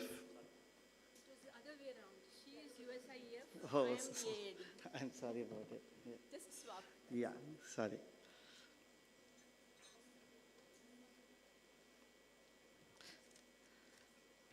Thank you so much. The stage is all yours, Darshan sir. Hi, good afternoon, everyone. For all the students over here, can I just have a show of hands saying how many of you all, after you all complete your undergrad, would like to go abroad to study? That's about it? Then I don't think we need to do the session. Seriously?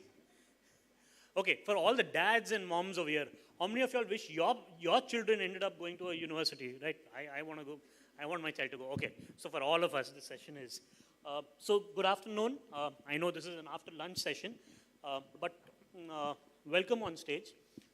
Could we start with a quick introduction about yourselves and what you all do, please?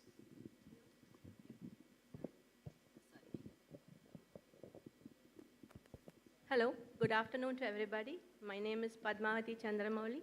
I am the regional officer for the organization called the DAAD, which stands in English for German Academic Exchange Service. We are basically a consortium of universities and student bodies in Germany, and we are chiefly funded by the German Ministry of Education and Research. We have a network of offices worldwide. In India, we have a regional office in Delhi, one office in Chennai, one in Pune, and one in Bangalore. I sit at the Chennai office of DAAD, and one of the roles of DAAD is to promote German universities, provide information on higher studies research, and DAAD is also one of the largest research funding organizations in the world. And another role of DAAD, we also visit universities and colleges and give presentations, conduct workshops on what they can pursue at the master's and PhD, as well as postdoc levels. We even conduct workshops for faculty who want to do postdoctoral research. So basically, this is a scenario of what the work I do with the DAAD. Thank you. Thank you, Padmavati ji. Good afternoon, everyone. Thank you for waiting for us and to give you some good information about higher education. I'm Shanti Mohan, and I work as an Education USA advisor at the US-India Educational Foundation. Education USA is a US government's initiative to promote higher education to international students, and our mandate is to offer accurate, comprehensive, current, and unbiased information on US higher education. The Education USA centers are spread across the world, and in India alone we have 8 centers.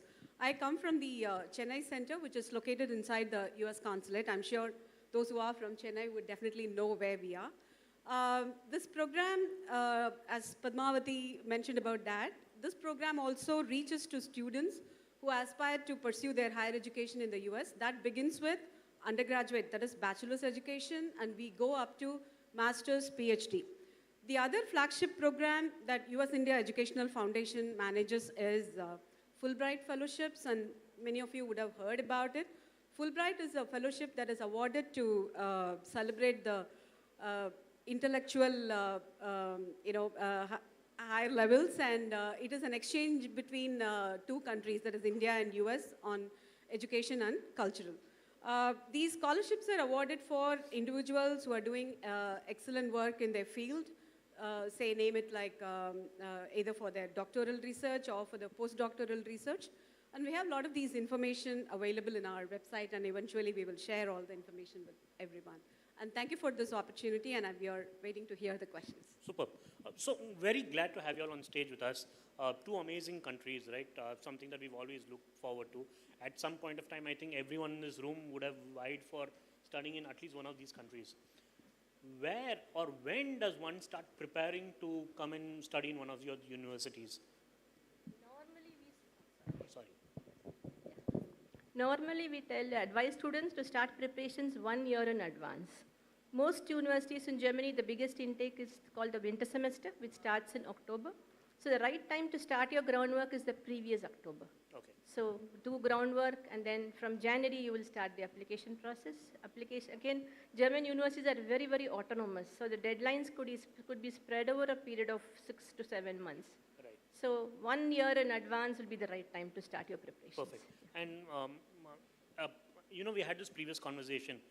You would promote more of postgraduate education and PhD education in Germany rather than children coming in for undergrad. Yes. Right? So that is where you're looking at. So I think we've got the right audience here. So if you all are looking at going in for your postgrad, Germany is, well set for you all. Maybe undergrad, I would like to add a line. Okay. At the undergrad level, English taught programs are limited. Understood. Because post-graduation, what students, remember, Germany is still a single language speaking country. A lot of programs are in German medium. We have quite a big collection of programs which are offered in English, which students from other countries apply. And in this category, bachelor programs are limited. And moreover, the Indian class 12, which is CBSE or state board, is considered 1 year less than the German school final, year-wise. So bachelor students have an extra year to do there before they can apply for a program at a bachelor level. But masters, it is simple. After BTech, BSc, you can straight away apply for a master program. So it kind of sets the context in terms Yes. of why a bachelor's is Yes, not so absolutely. lucrative as compared to a postgrad in Germany. Yes, What about the US? I know various courses, various levels, but what would be the optimum time, let's say, for an undergrad as well as for a postgrad student to start preparing? I think it's one common formula. Starting early, I think it's a general sort of input for any international education. Especially for US, we recommend anywhere from 12 to 18 months. One may wonder why so much time. The choice of institutions, like we have more than 4,700 plus accredited institutions, to choose from that is not an easy job. It's definitely daunting, but the early you start, you spend close to 3 to 4 months on researching about institutions, the programs, and how they fit your requirements. Then it's, I say it's a smooth sailing from there. Okay. Be it undergrad or grad, they have to start 12 to 18 months prior. Right. And either when they are in their 11th grade, actually they start, if it's undergraduation. For those who are going for master's education, can start it either from the 3rd year if they're doing a 4-year program. They can start it from the 2nd year if they're doing a 3-year arts and science program. So that's the standard rule for everyone. Perfect. Fantastic. What will be a good place for them to start from, right, for your respective countries? If someone wants to say he's decided that he wants to go to Germany to do a program. For Indian startups, so like, say a young company with but they're very keen, they're quite young, so I mean, open to all of you, but their track record isn't there. Say like a lot of people in our audience, they've just started a company, they want to partner with a Taiwanese, Australian or Malaysian company. But so would a foreign company, are they willing to take that risk to partner with a young startup without maybe, say, no track record, but they're young, they're keen, they're willing to, do the work for them. But, say if they're able to connect with an entrepreneur, with the leader of that company, are they willing to take that risk to partner with a young new company? Do you find that case?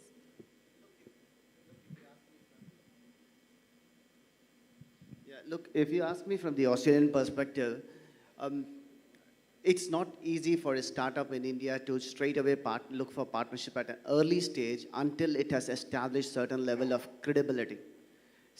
Credibility in terms of intellectual property of your product or service, some intense amount of research and man-hours which has already been put in, market testing has been done.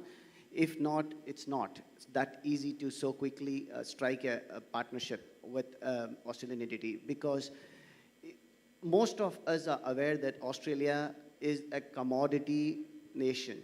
It exports a huge amount of resources because it has the world's largest reserves of gold, iron ore, as well as uranium. It has second largest reserves of lithium ion, which the world is looking for to power the electric vehicles. But many of them do not know that there are 700 fintech firms in Australia. There are 600 edtech firms in Australia. There are almost 500 medtech firms and nearly 400 agriculture technology and food technology firms. 95% of Australian tech firms are small and medium enterprises. Now, given the entrepreneurial spirit and given the strong ecosystem, they have access to global markets, we are actually in a lot more situation of comparative advantage because we have scale. And for you to partner with Australian firm, you need to be extremely clear as to what exactly would you like to achieve out of the partnership. What is that you're putting on table and what is that you expect them to put on table? Thank you. So you recommend like a mid-stage startup, so they've established some credibility in the business. What about with Taiwan? Is it a similar case, or are they a bit more risky?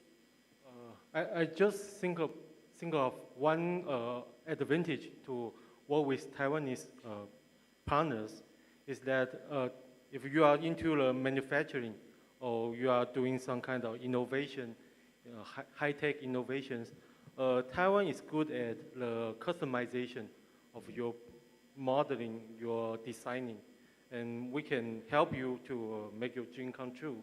So, and the good thing to partner with Taiwan is that we never took your market. we are an ODM-based country. We are not so... No, so like one big advantage is if somebody wants to make, I don't know, a fancy T-shirt or just source some component for a phone, they could just easily reach out to an OEM manufacturer and do the branding and marketing for the Indian market and sell it under their own brand. So that's something... It's a good strategy. It's a good strategy, and it's something they could easily do without having to invest into the actual manufacturing of the system. What about with the Malaysian companies? For Malaysia, I think in Malaysia, because we try to position ourselves as one of the most attractive destinations for startup, especially in the technology sphere. So the Malaysian government provide a lot of incentive, I would say. Incentive. Sorry, can you hold the mic closer? Okay. Yeah, thank you. Am I clear now? Okay.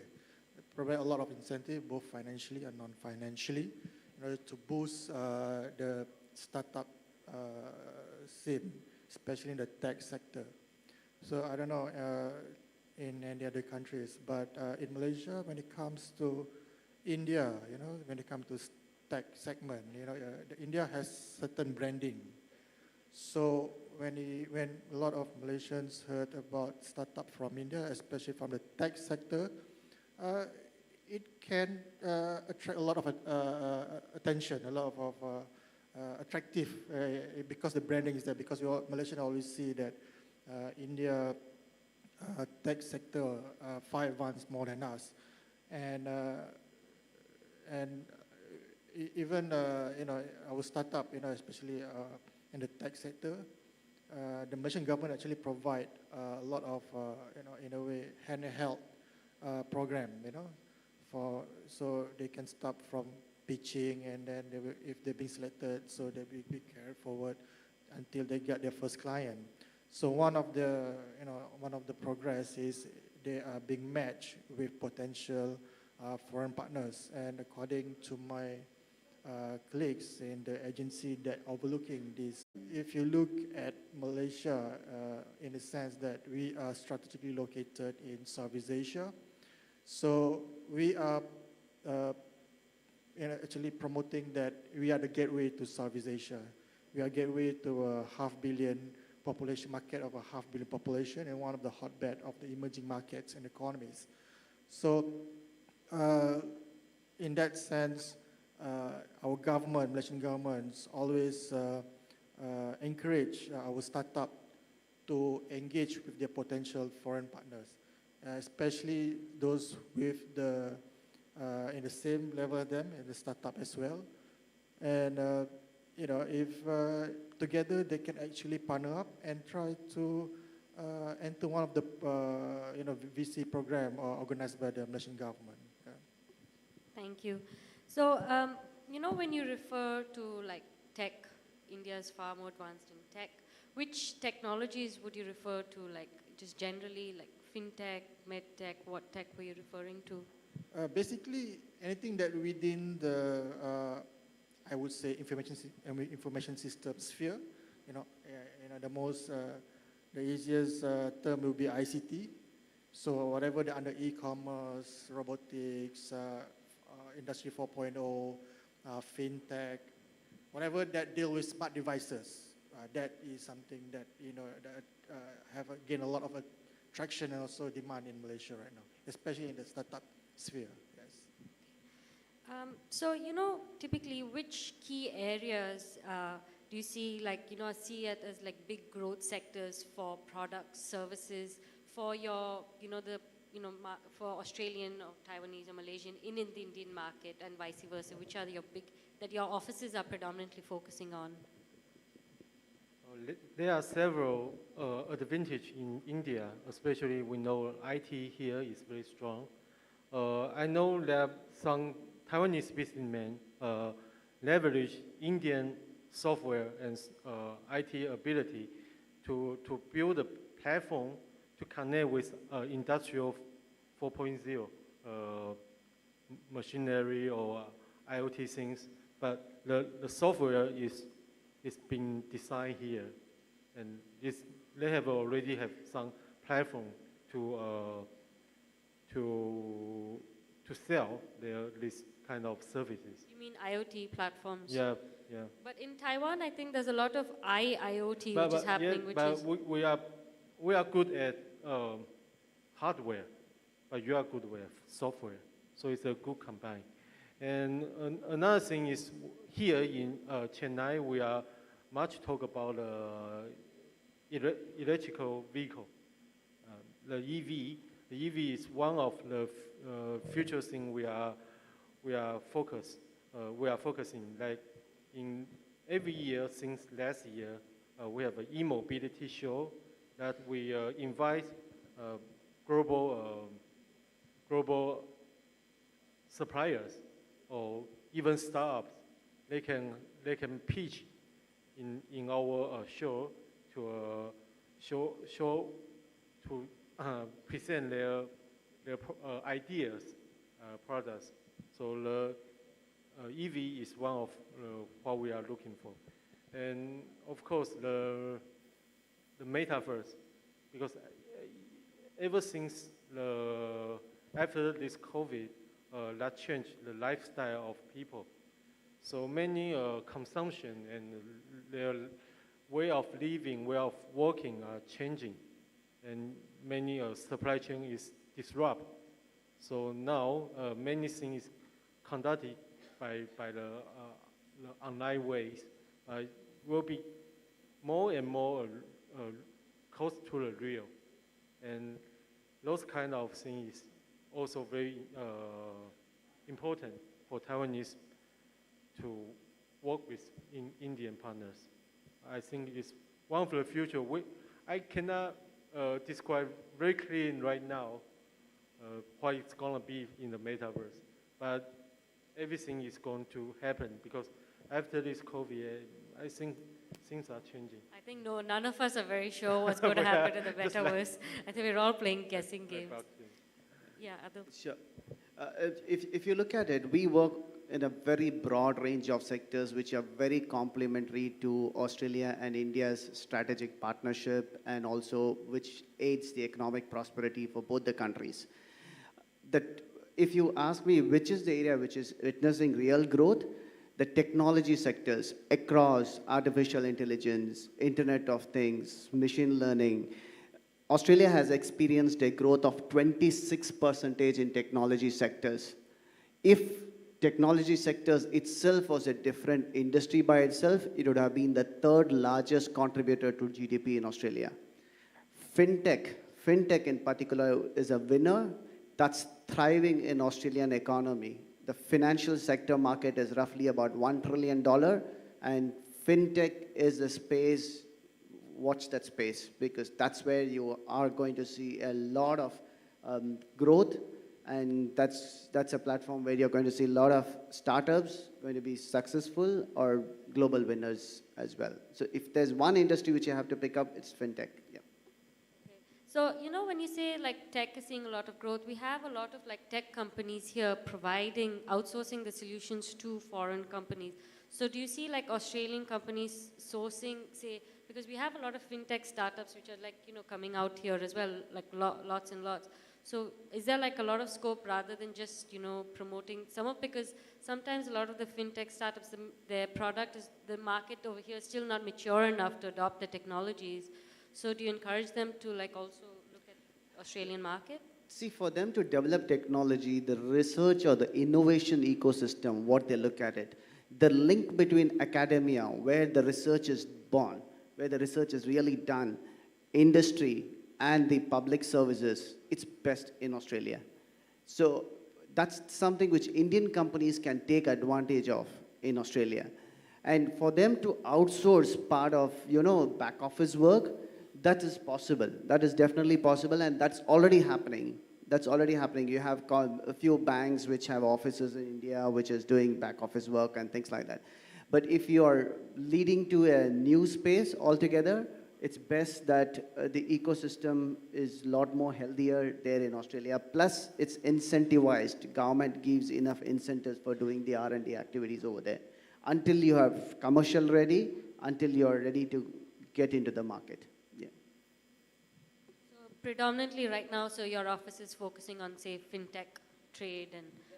That's one of the areas. The other areas we focus on includes mining equipment technologies. We take Indian students to Australia. Australia attracts about 680,000 students every year, and India alone sends roughly about 100,000 students to Australia every year. So we have education as a sizable sector, we have infrastructure as a big sector, we have defense advanced manufacturing space. Just last week, we had a company from Australia called Hawkins Defense, which is into UAV technologies. They have partnered with an Indian startup. They are partnered with an Indian defense startup. So they are offering technology for Indian company to co-develop that technologies for the Indian market, and also eventually to be manufactured and sold in Indian market. That's the kind of synergies we look at it. Then we also focus in other areas, which includes digital health, where we see a sizable amount of things. Agri-food. Agri-food is one of the big areas where we see the exports of Australian agriculture products going big in India. And now the recent FTA, which is actually called as Australia-India Economic Cooperative and Trade Agreement, has actually facilitated a big flow of these products into the Indian market. Yeah. That's very interesting to know. Muzaffar, what do you feel from the Malaysian? For Malaysia, it's very simple. It's e-commerce, because that is I think the fast emerging segment that attract a lot of demand in not only in Malaysia but for Southeast Asia as well. So e-commerce is huge in Malaysia and also in Southeast Asia right now. So whatever technology that comes that either directly or indirectly link or deal with e-commerce, those are what are the in-demand thing in Malaysia right now. Of course, in Southeast Asia as well. So fintech, payment gateway, and also disruptor like ride hailing, anything that deal with e-commerce is the go-to sector right now, I would say. Because whatever that reflects in Malaysia pretty much reflects the whole demand in the 10 Southeast Asia country. Yes. So do you see, like, because in Malaysia there's also a lot of big growth in the biofuels area as well. So do you see a lot of demand in biofuels? Because in India as well, we've got the national biofuel policy, and a lot of startups have gone into, research, development, of biofuels, and, for ethanol blending and all that. So do you see a lot of demand for those kind of products or services and technology out of Malaysia which could find application in India in that space? Okay. Actually, in terms of biofuel, as you may already know, Malaysia is one of the largest exporter and also producer for palm oil. So palm oil is, of course, one of the green for biofuel. So, but the thing is, when it comes to biofuel, it's more of the high capital kind of sector, at least in Malaysia. Because I don't know how it is in India, but in Malaysia, that kind of biofuel, bioenergy sector is predominantly dominated by the large players because they have the huge capitals. But that doesn't mean that it's not closed for the startups or new SMEs. Of course, there are supply chain programs that operate or launched by all these corporates who own these biofuel supply chain. So they are, but if you ask me right now, because for me to explain it, it's quite technical. Yeah. So yeah, if you are interested, probably you can engage with me and see how we can accommodate your interest in that biofuel segment. Thank Malaysia. Thank you. So I think it's interesting to know what each of the trade offices and how the different sectors y'all are focusing on. And I think one common ground is that how India is so strong in our technology and what solutions we could provide to foreign companies. And I think a lot of, something that a lot of startups and young entrepreneurs are not aware of is that, the services that your offices offer are all pro bono. So if they had to come and take any help or support, they won't be paying anything. It's, you register and you're willing to do partner collaborations and matching and help them, support them, and match them with other businesses. So thank you. I think we have we've reached our session closing, and we've run out of time. Even though this is a very deep topic, I think we could go on all day, and I think all three are experts in their field. So thank you very much for joining us. Thank you, Jules, Adil, and Muzaffar. Thank you to everyone for joining us for this session. Thank you. Thank you so much for such an amazing discussion. Now I welcome our YI members, Varun and Dr. Vivek, to felicitate our guests.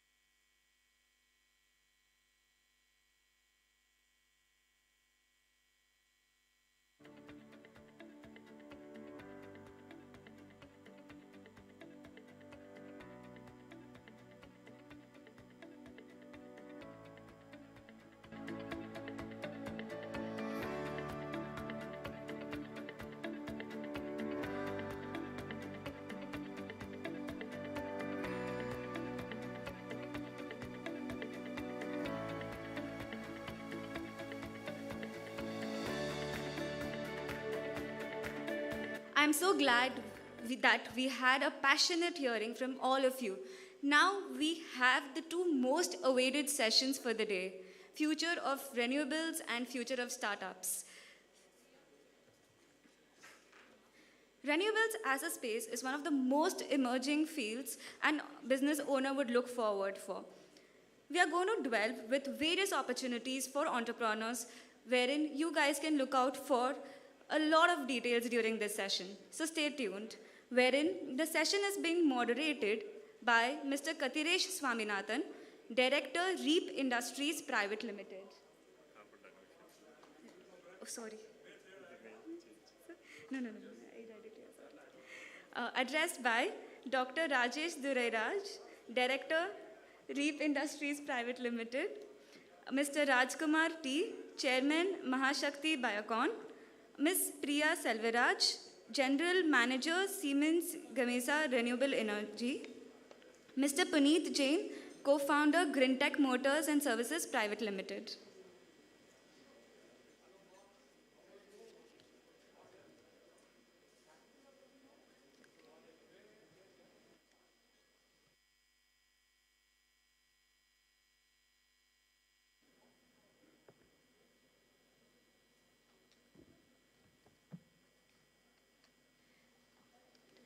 Can we have the video for the renewables, please?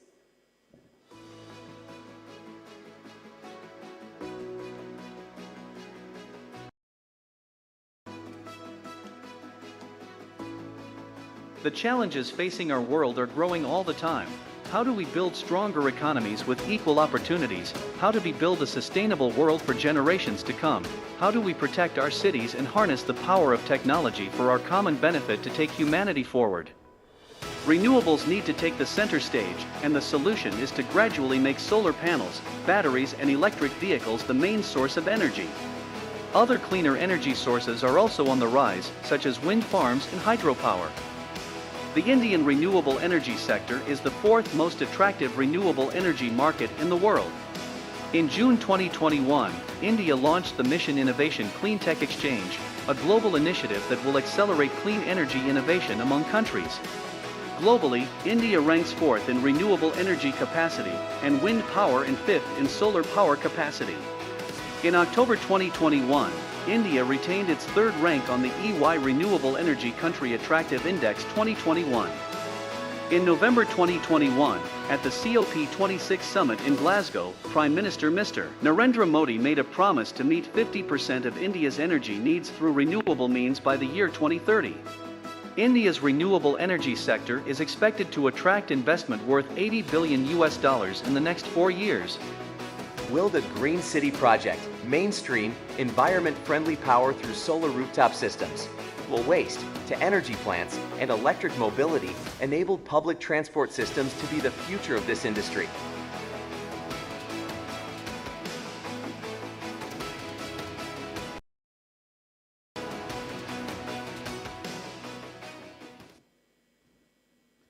Hi, good evening everybody.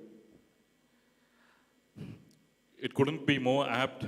Yesterday was Earth Day, and Google had its doodle the difference between the mountains with the glaciers and the mountains without the ice on it. There's a lot about fossil fuel being used and how the world could change from fossil fuel to renewable energies. And that has been the talk yesterday. And it's not just the talk yesterday. I've been listening to all the panels, and everyone's end note was the future is going to be sustainable, the future is going to be renewable. And I'm glad to welcome you all for this renewable sessions. And we have with us eminent players in the industry who are into electric vehicle manufacturing, green energy production, and manufacturing of equipments, and once in the battery industry.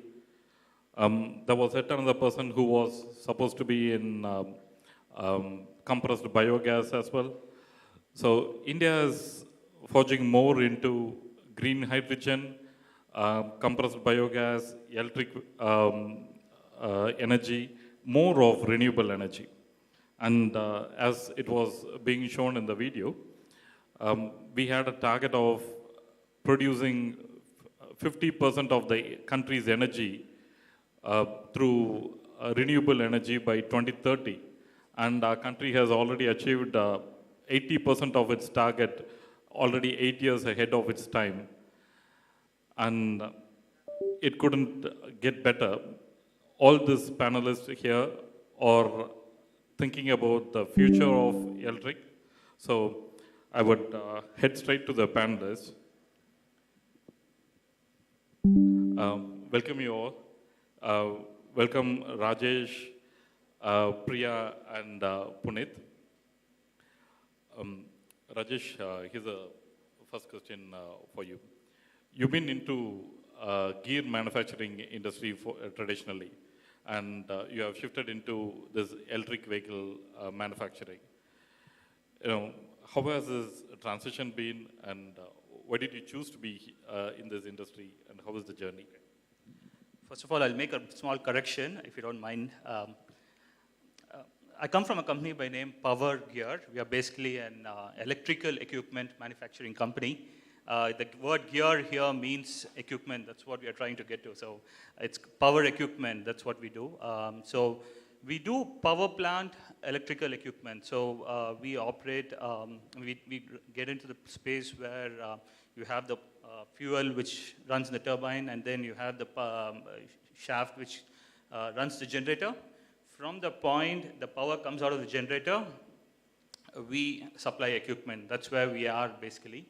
We have, over the last 40 years, built a lot of experience in electrical energy. So we have worked with high voltage, low voltage, and medium voltage. And so what we did was we find that our business was okay, and we wanted to diversify into something else. And at that point of time, we were looking at some kind of a sunrise sectors that we could probably be in. And one such sector we were sort of thinking about was electric vehicles.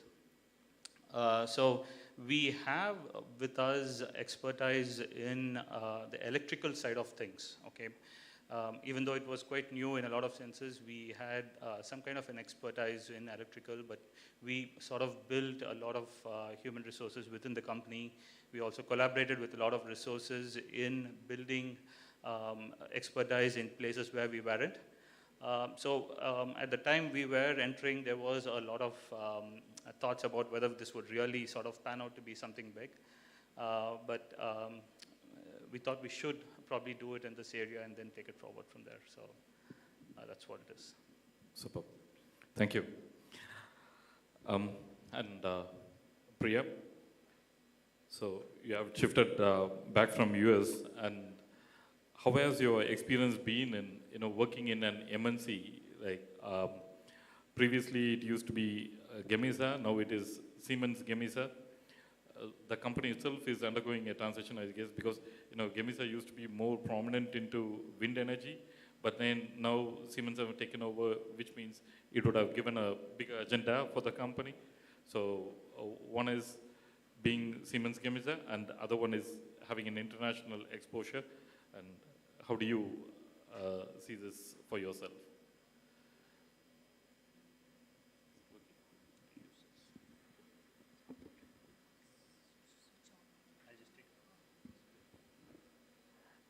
Good afternoon, everyone. First, I would like to thank the organizers for giving me an opportunity to talk here. So coming back to the question, before I jump into the question, maybe I'll just talk a few words about my company. So yeah, Siemens Gamesa. Gamesa was originally a Spanish company, and in 2017, Siemens took over the company. I know it's fully owned by Siemens, so we call it a Siemens Gamesa. So we are basically a manufacturer of wind turbines. We design, develop, and also any components that is attached to it, everything we manufacture on our own. We are into offshore and onshore, both business segments. Coming back to your question, how it has been for me moving back from US, I think it has been from my career perspective, it has been really excellent working in India, especially in renewable energy. I moved back to India in 2008. So in the last few years, I think renewable energy has grown massively in India, and again, I expect it to grow more in the coming years.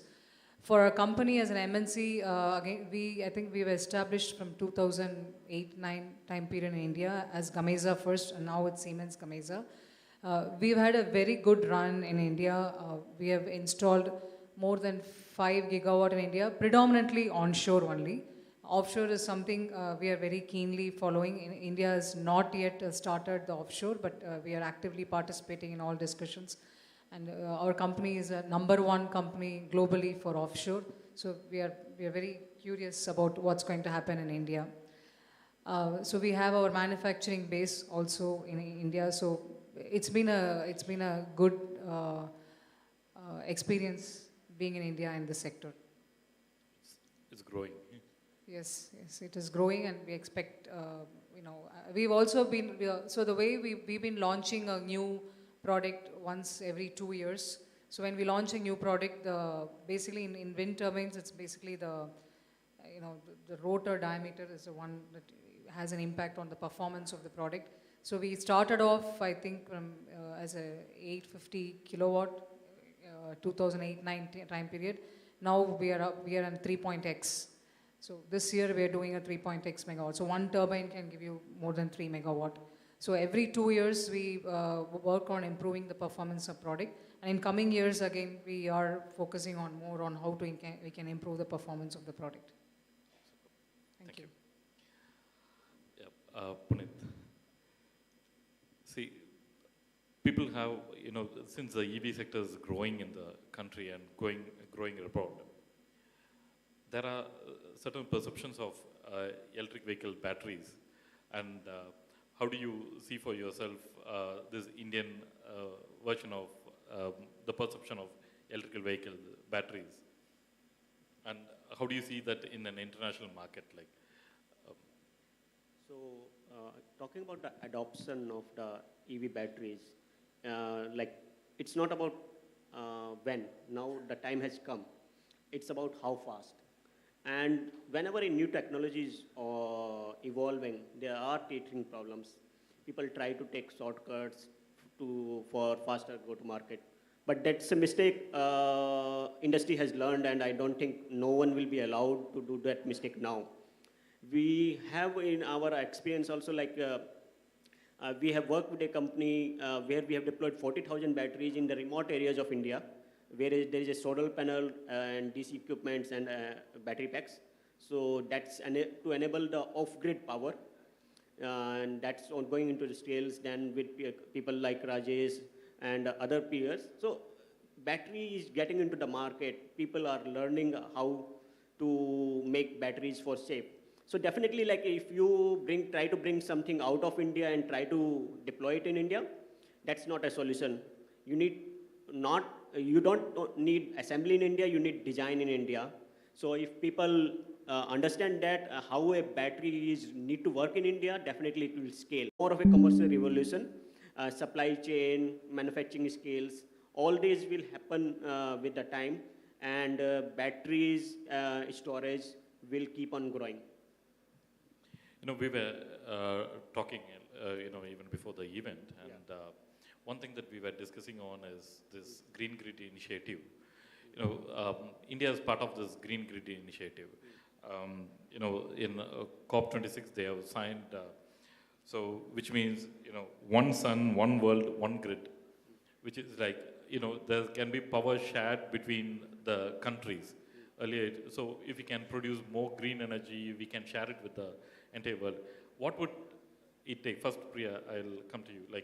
What would it take to, produce for the world, rather than producing for India, producing green energy for the world when you can share green energy across countries, offshore wind turbines, would it play a vital role? How India has natural resources in the country, how do you see the natural resources helping for the... So I'll touch base a little bit on our targets that our Prime Minister have set up in the latest COP. So I think the target we have for solar is around 300 gigawatt by 2030, and for wind it's to be around 140 gigawatt by 2030. So we are going in the right direction, but we need to be a little more faster and probably needs to do more installation per year to meet the targets, where we will need a lot of support from the government with respect to the policies and regulations and the way the electricity produced is being procured.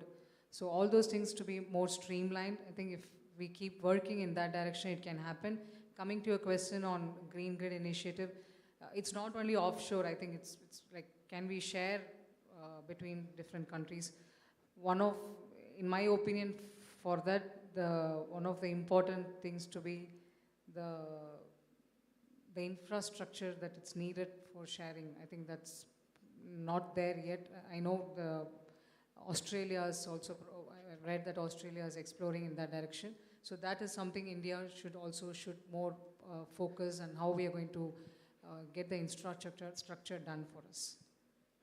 Okay, the basic infrastructure for electricity sharing has to be in place. Yes.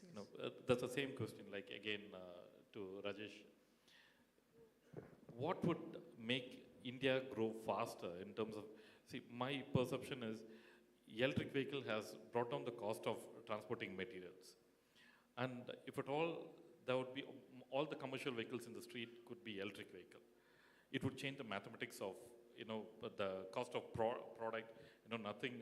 The onion cost would not depend on the diesel cost anymore. So we would like to see more electric vehicle in the commercial sector, and what would enable that to come faster than what it is right now? Okay, first of all, again, I will say this. What I feel is electric vehicles are never going to be a substitute for IC engine vehicles, okay? For sure, they all have to coexist. This is my point of view, okay? So with that in mind, okay, now when you try to think about a faster adoption, people have to have a different mindset. They cannot use one for the other just like that, okay? There should be the infrastructure that needs to be set up, okay? For this, there should be a lot of impetus from the government, and not only government, there should also be a different kind of thinking from the people also, okay? So what I'm trying to say here is electric vehicles for commercial vehicles as such, okay? In this segment, it has to be defined by how much load you would want to take for this purpose, okay? So it's a typical practice in India that we try to overload stuff here. So those kind of things have to be taken care of in the design of the vehicles. But at the same time, we should also look at, how do you go about with battery swapping? How do we go about with charging, fast charging of these vehicles? And we need to have this infrastructure set up everywhere. And once we sort of take care of this kind of perspective, I think it will go well. So one is the charging infrastructure, yes, and other one is people yes, mindset yes, over. yes. What in your terms would be people's mindset change? So what we typically see is when people look at the vehicle, they talk about range. Range is a big anxiety that comes about in electric vehicles. Okay. Now people think, okay, when I buy this vehicle, I will go ahead and drive wherever I want. Okay, that's the liberty that you have with the IC engines. Today, as of now, we do not have that kind of setup here. Okay. Now, are we going in that direction? Yes, we are going in that direction. But is this fast enough? Yes, so we are all in that transition stage. So so asking things to happen just overnight, it's not going to happen. It will take time to happen. So this is one thing that I really find. And about concerns, other concerns, okay? So one thing is people try to find that whether it will really last its lifetime as what an IC engine vehicle would last. As of now, there is no field data as such to prove that, okay? But a lot of the scientific modelings that we have done in this kind of a sense sort of prove in that direction that it can be taken forward, okay? Now, only time has to answer, okay? Even the longest lasting vehicles that have been used all along in the industry have not lasted so long in the industry. But there is a possibility, I mean, there is a high chance that these are going to last this long. Okay? Superb. Punit, I think you can throw some light on it. Like, we want to see long-lasting batteries and, more sustainable batteries. Okay, so like whenever we develop a solution, it's not like one solution fit all. So we have to understand the use cases and develop the product accordingly. So like as Rajesh was saying that there are options of fast charging and battery swapping. So for commercial vehicle also, like there are use cases where fast charging makes sense and where battery swapping makes sense for the today's technologies. So definitely we need to target the market like where we can make the maximum impact with the current available technology and where the adoption can be much faster. So if people see that yeah, it's been adopted, so general public will get encouraged and adoption will increase faster. So if the commercial segment adopt, infra comes, our capex cost is covered by the commercial segment. So our passenger vehicles will definitely improve by that. Thank you. So the adaptation of batteries and your point was? Yeah, so for adoption of the batteries, like if commercial vehicle, our viewpoint is if the commercial segment adopts the technology faster, the public segment will definitely get encouraged and improve. And the battery technology is also very continuously evolving. Right now, there are market standards like batteries designed for 3 to 5 years. But it's not like it can't be designed for longer lives, like for LCVs, buses, etc. Batteries designed for 8 to 10 years also. They come with built-in cooling. But that is a different price point. So there are different segments with different cost and technology perspectives.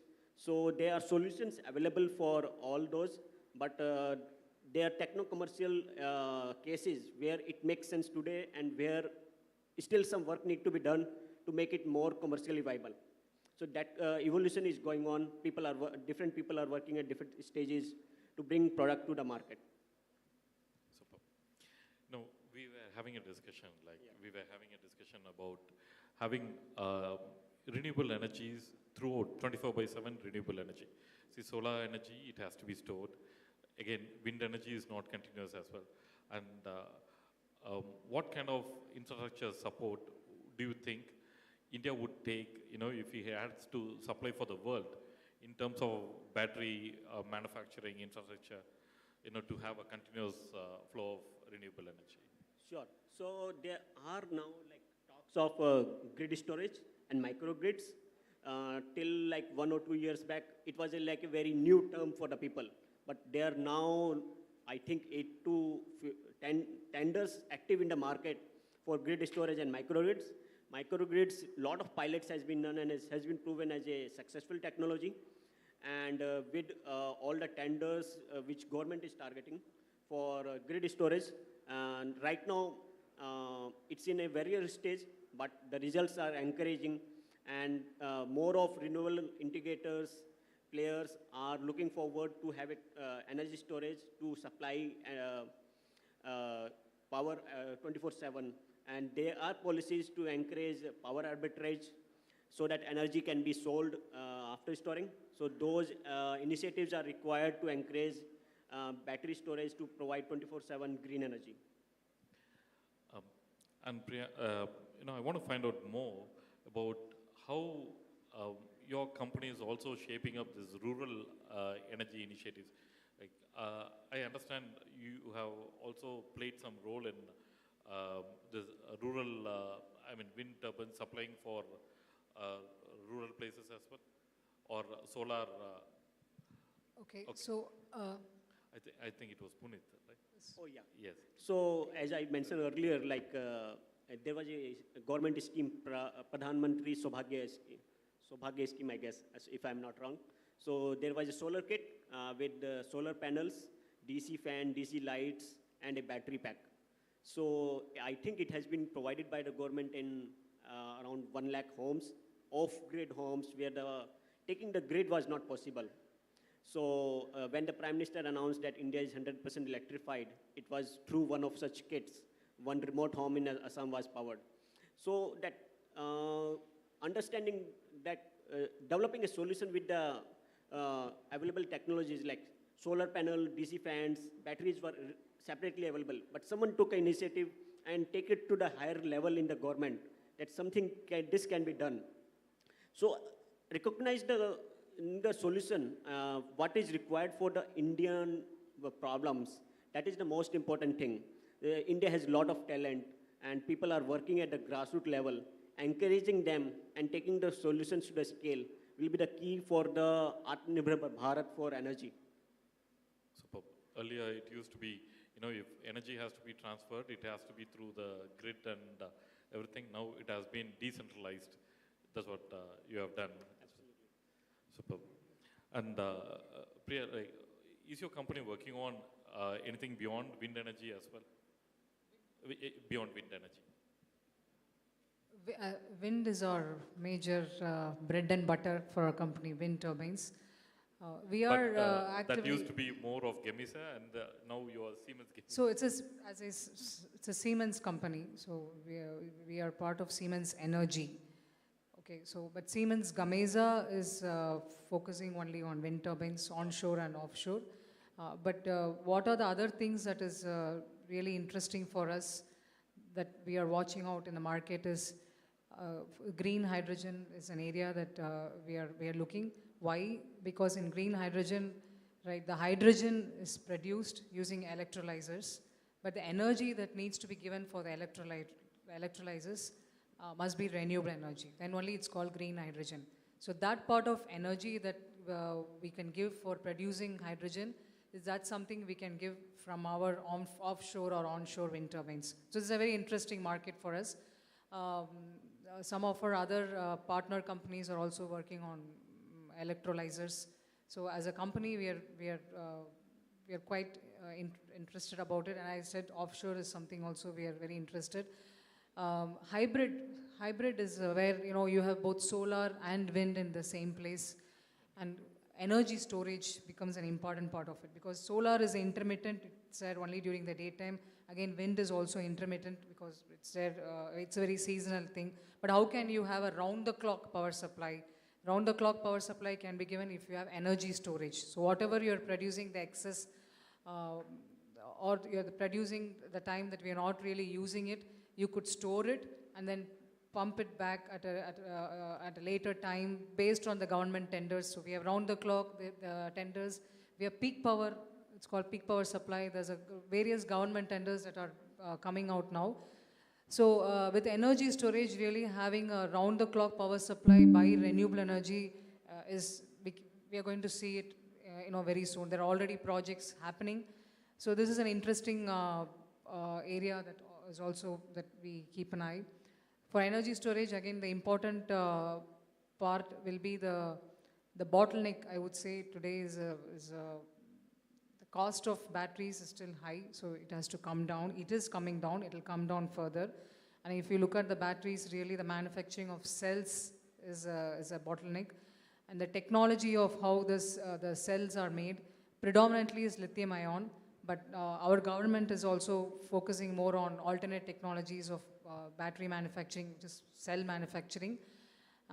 There's a lot of policies are being announced for manufacturing in India. So all youngsters out here from the backside, if you're from the technology background, this is an area that you can think of alternate to lithium-ion. Is there any battery technology that we can pursue? That's a very the world needs it, so that's something people should start focusing more on it.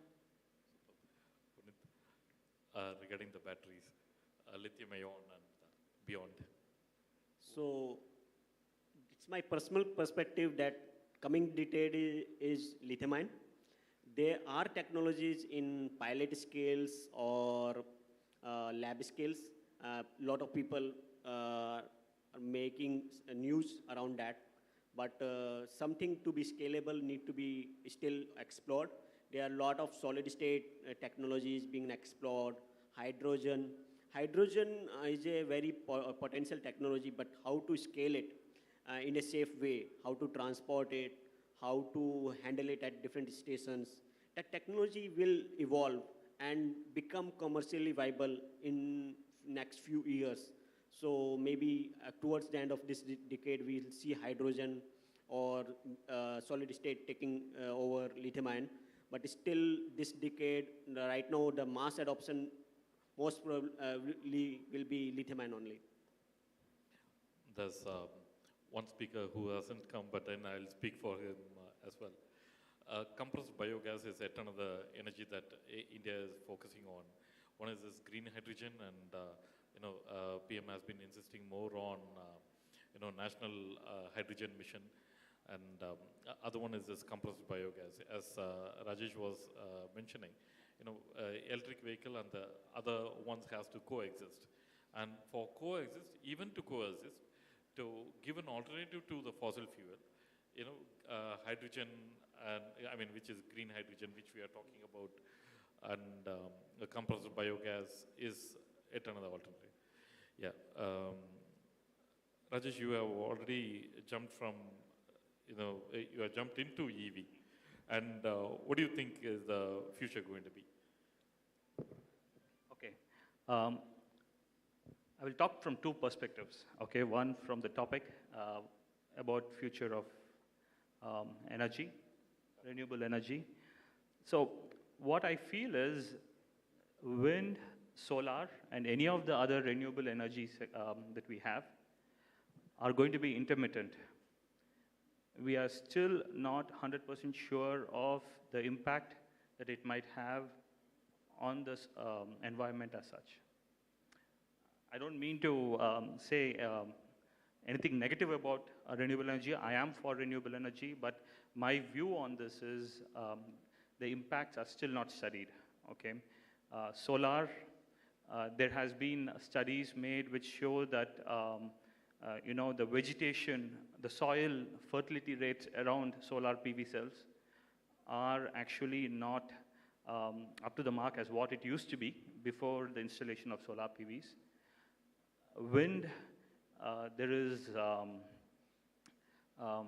wind, the differential between the wind in the place where the solar blades are and where above the windmill, there is a difference in the velocity of the wind.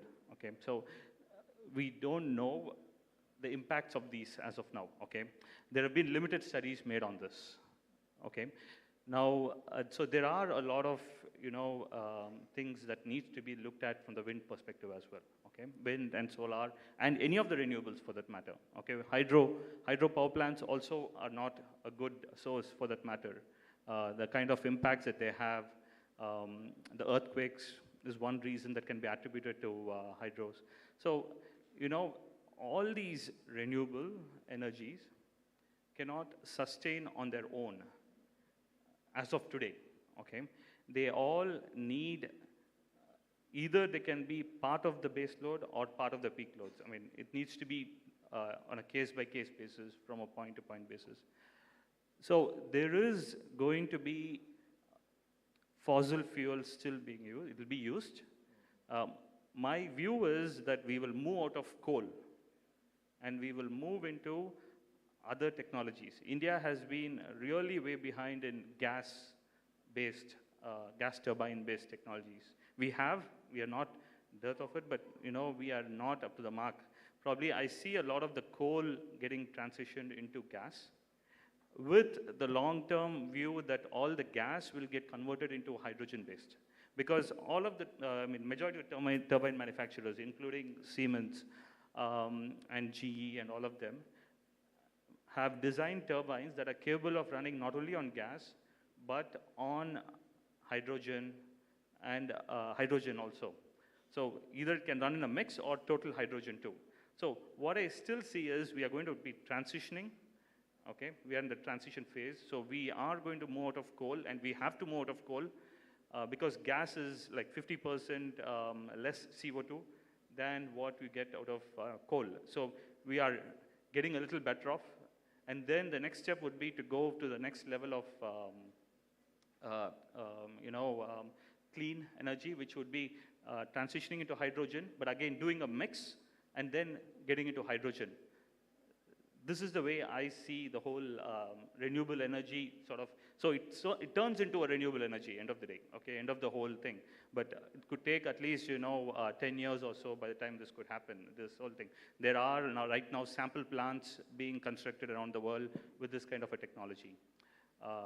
Now, this is on the renewable energy side of things that I see. Now, when it comes to electric vehicles perspective, I agree with Puneet on this. Solid state batteries, I'm really passionate about it. I see that to be really a good way to take things forward. I see, they are, the biggest Achilles heel about batteries today is the electrolyte, okay? The thermal runaway that you usually have. Theoretically, and of course even experimentations to some extent, have shown that solid state batteries would come out of this kind of situation. There is also other things also. Solid state batteries can be fast charged. They have high energy density. Power density is also good. Then also, you don't have thermal runaways. Life is fantastic. So, it's just like, solving all the problems that we have today with batteries and in the whole scheme of things, EVs as well. So my big bet is on solid state batteries. My view on hydrogen, we are still too far off. I would rather see solid state batteries taking a step ahead over hydrogen. When that happens, solid state batteries will conquer is what I think. The whole the whole mobility space is what my view on this. Okay, so that's what it is. So I see solid state batteries as the next level that's going to happen. Okay. Superb. And you mean to say still, as Priya was pointing out, for all the youngsters, there is still a lot of things to be improved even in this renewable energy space. Like how, Netherlands, Amsterdam, they have created buildings under the river, actually, under the canals. All those buildings that doesn't need a light for, say, cinema theaters or all the darkroom buildings, they have built it. So like that, you mean to say the solar panels has to go on the roof rather than going on the field? You nailed it, actually. So what happens is, solar panels on the ground is okay for the time being, but on the roofs is a perfect thing. Okay, that would probably sort of make things better off. Is what's my view on this. Yeah. Super. There's still a lot many improvements that we could expect in this field as well. Yes. Yeah. The future. Future, right? So I'm going to slightly contradict you. Okay. You were telling that probably there are some adverse effects that may be not yet understood. So going with what you just said, right? Yeah, maybe there's not enough data, but even if there is data, I strongly believe the adverse effects of having renewables versus adverse effects of not having renewables, it's going to be much, much lower. So I would rather have renewables and have renewables grow and not think about, oh, what is going to have an impact. Yes, there are impacts, right? I agree with you. We still don't know what happens to the agricultural area around it. But there are strong regulations in our country on what kind of land can be used for solar. It cannot be, anything can be used for solar. So there are some regulations around it. Yes, we can tighten those areas as well. Again, wind, yes, there is an impact to the birds. I think there's been some good studies around it. These things should be improved. I totally agree with you. But definitely having it is better than not having it. I agree with you totally. I am for renewables always. Okay. The only thing is, what I'm saying is the studies should be more done on this. But we have no other option. We are going to run out of coal. We are going to run out of all these things. If not now, the life of coal is probably another 150 years. Okay, so it is not a good idea to go with coal on the long run. Renewables is the way. I totally agree. Okay, so we are on the same page. Yeah, the only thing is, what I'm saying is there are concerns with it too. Yes. So those kind of concerns Yeah, I think is what we need that's to try also, to- again, for the audience, that is an area to explore, right? Not enough research is being done. So if you're a student, you're looking for research ideas, that's something, there's so many power plants already established in India. So you could go and do your own research on what's happening, pick up a project with your professor. Those are things that will be very, very useful for the country, and even globally, it will be a very interesting data to understand what's happening. And coming again to the solar, I think solar on the roof is very, very important. In India, utility scale solar, which is solar on the ground, has grown massively. Solar on the roof, not much, but it will grow. It will definitely grow. Residential solar is another area not explored much in India, but that's another interesting market segment. Will grow. We need more support from the government also in that direction. But all of them should coexist. We should have, because we cannot put really large power plants on roof. So we should have areas on the ground where we can put really large power plants that can feed into the grid, but all of them should coexist. So if you see today in the world, 25% of the electricity as of today is contributed by renewable energy. And if you really see it, all this growth has happened only in the last 15 years. Not much before that, 15 years, but it has been a massive growth, especially last 5-6 years, predominantly the growth has been very good. I feel by 2050, this can go up to 100% or close to 100%. So I'm very optimistic about it. So let's see what happens. So we are going in the right direction. We have to keep working hard because it was not an easy thing for the last 15 years to come to this level. Government support, a lot of new products, technology development. So all the hard work that has been done should continue. So if the same hard work is continued, then I think people should be optimistic.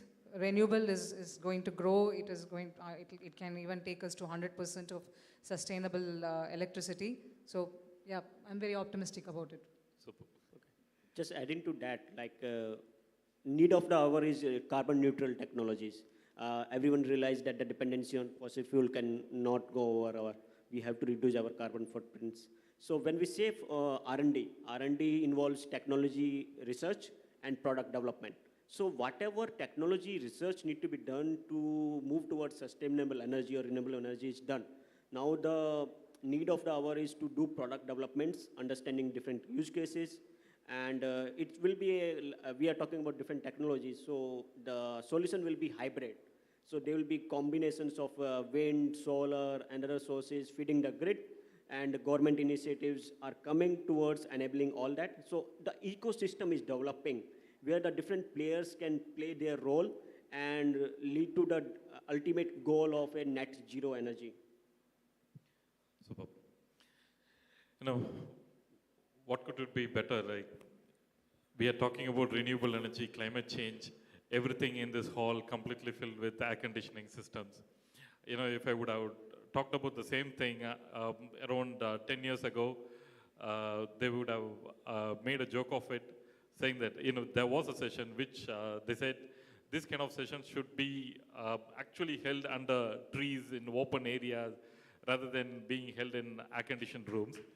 But I think so the time is changing, and more of renewable energy is going to come in to make this place more green.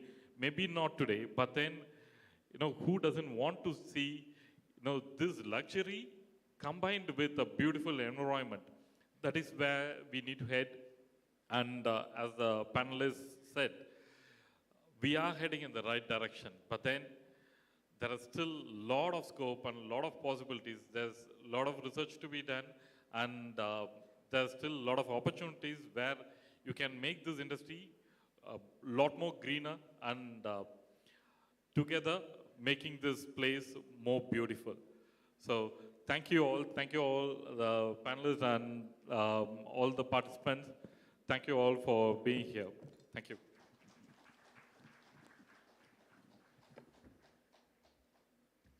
Thank you so much for such an amazing session.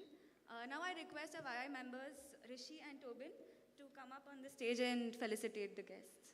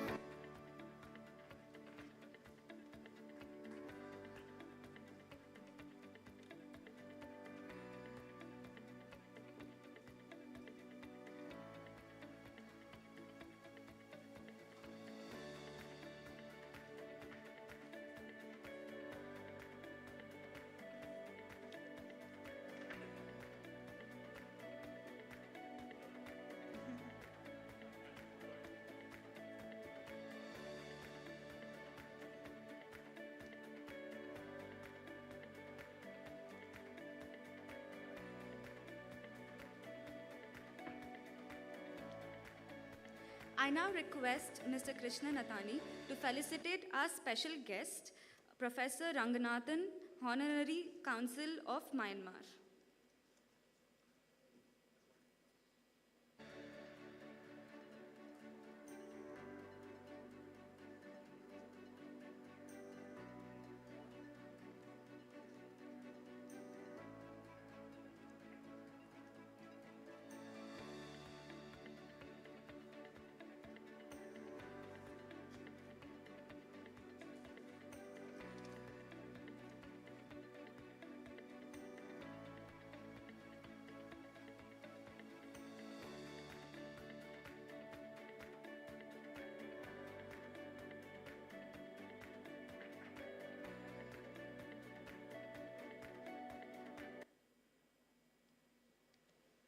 Now we have the most awaited last 50 minutes of YES 2022. Can we have the video, please?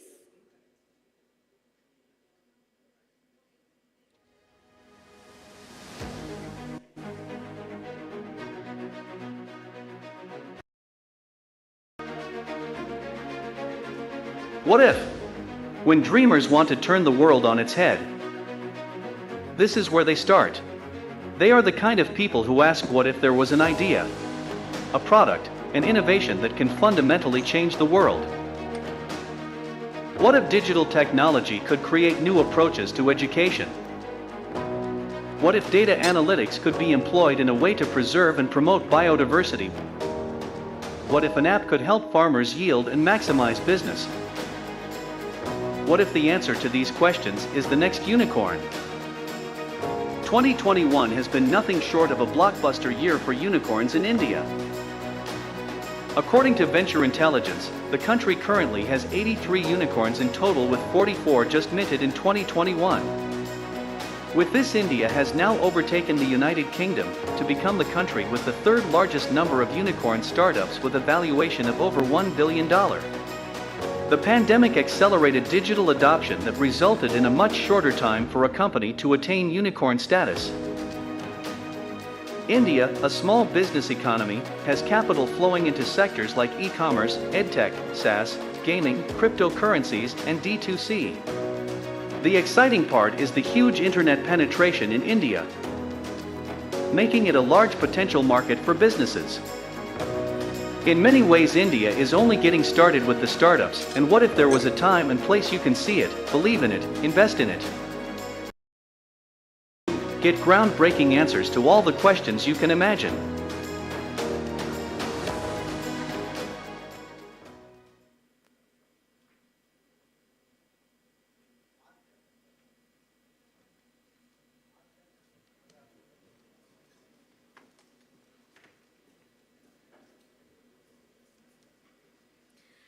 Do we have any guesses who is going to be on the panel today? Yes? Any guesses?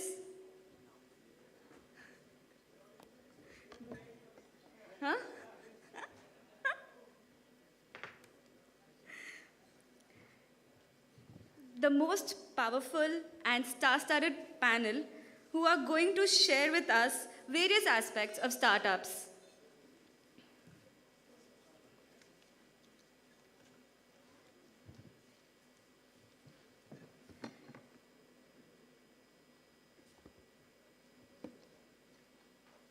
So calling upon stage our session moderator, Mr. Vijay Darshan, Entrepreneurship Chair YI, Director Valai Foods.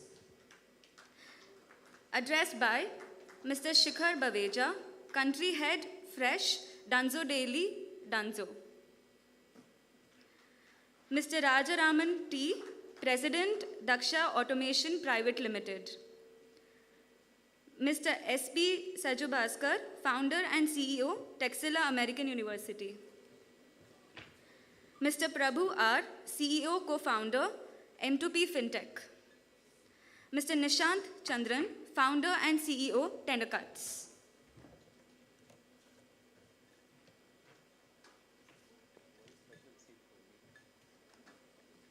Over to you, Vijay.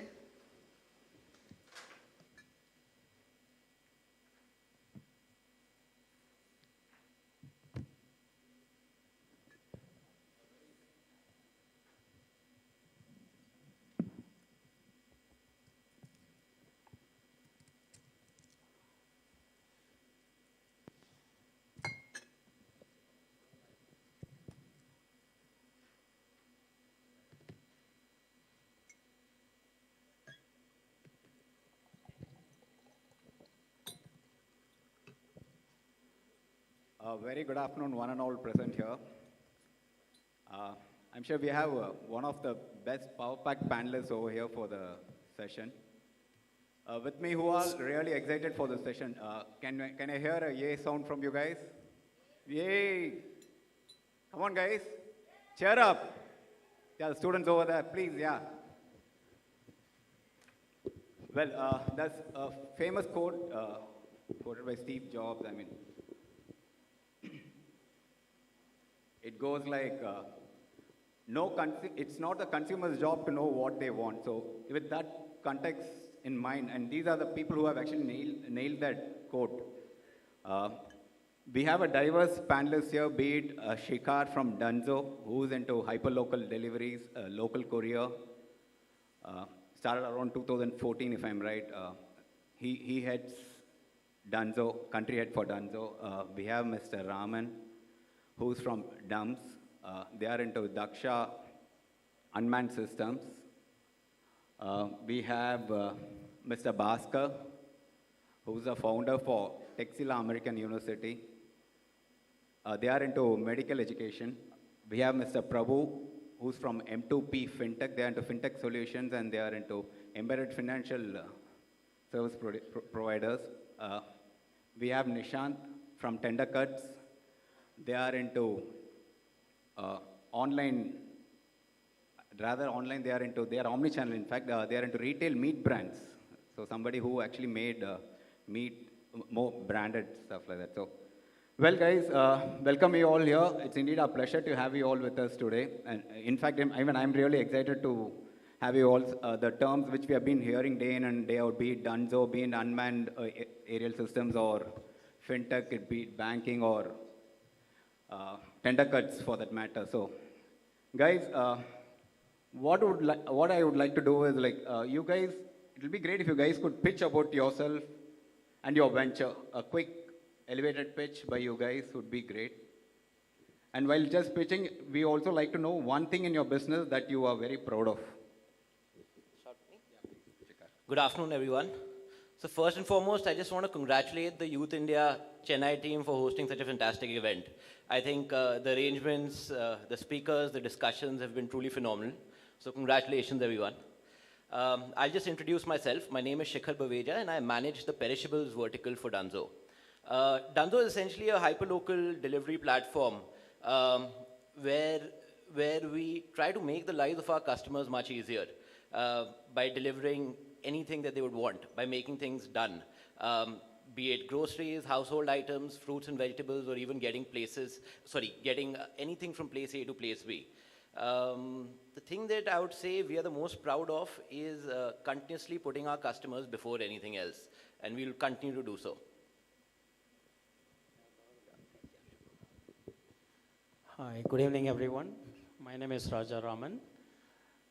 I am part of the leadership team at Daksha Unmanned Systems Private Limited, which is a drone manufacturer, incubated by Anna University here in Chromepet, MIT campus. We design, develop drones for defense applications, for agricultural spraying, for a variety of different other enterprise applications, including surveillance. I'm also an investor in 7 other startups in Chennai and in one in Bangalore, in multiple other technology sectors. I graduated from Pilani in '94. I hope anyone is here. Okay, good. One thing what I'm proud of in Daksha Unmanned Systems is that we are in the business, part of our business is about saving lives. Our drones are used by Indian Air Force, Indian Army, CRPF, and so many other, including Tamil Nadu Police. And we are in the business of saving lives. There's nothing short of that. That makes me really, really proud because we protect the borders to whatever extent possible. Thank you. Vanakkam, YI Chennai. This is Saju Bhaskar here. I am a founder of Texila Education Global Holdings. We run 2 universities, one in South America and the Caribbean and one in Africa and Zambia. So we also on to EduTech, we deliver a lot of public health programs specifically in Africa. We're a company based out of India with focus across the world. One thing that probably we are proud of is we've taken medical education to masses at affordable prices. And I think, our initiative is saving lives. I think will save hundreds and thousands of lives across the world as days to come by. Good afternoon, everyone. My name is Prabhu Rangarajan. I'm a Chennai guy, born and brought up here. Did my undergraduation, post-graduation in Vaishnav College, Chennai. So I'm the co-founder of M2P FinTech. We are a 7-year-old FinTech infrastructure company. When I say FinTech infrastructure, it is the actual technology that lies behind your bank accounts or cards or any mobile apps that you use for making payments. It's an irony that I was pretty weak in Max and I, hold the technology that runs, several banks, right? So that is something that I'm personally proud of, that education is nowhere linked to, what you do in business. And what I'm quite proud of about, the work that I do is we are an integral part of the innovators that are solving for financial inclusion in India. And of course, the rest of the world as well. And the other thing that I'm so proud of is, it has been an immense pleasure to run a startup. We hear a lot of noise. It is absolutely comfortable, and you can do business easily in India. That I'm very, very proud of. Many people who go abroad have a perception that doing business in India is tough. It is really not, right? That is something that I'm so proud of, and I've been able to personally, get back at least 15 or 20 people back from, abroad to work with us or anywhere else. So thank you. Good evening, Chennai. My name is Nishant. We run a brand called Tender Cuts. We are Chennai's largest omni-channel meat company. So we sell chicken, mutton, seafood. So what is that we are very proud of is we are really changing the way India consumes non-vegetarian. So the company has been around from 2016. It's been like 5-6 years. In the last 5-6 years, we have become market leaders in Chennai. We are also market leaders in Hyderabad, and Bangalore is something we launched, and we are very, very fast growing there. Thank you. Thank you, guys. I think fairly most of the companies here are not even a decade. They are less than a decade, and they really make us think the way of conservative doing business, how it evolves. I mean, these startups are really doing great guns now. Well, to Danzo, Shikhar, now that you guys have been through various phases in business, be it the growth phase, and all that. Like you have seen, but from 2014, your last 8 years, you have seen various ups and downs. So what is your take? How do you see growth and profitability against different timelines in your business? As a startup, how do you see? They have to go hand in hand, or when you rush for growth, you don't get profitable? How it works? See, I think there is no definitive answer in terms of what the focus area should be, right? Growth and profitability, growth or profitability rather, are dictated by several market dynamics and of course the phases that you're in. To say that Dunzo was in a growth phase is probably not entirely correct. I think we're still at the very bottom in terms of actually growing.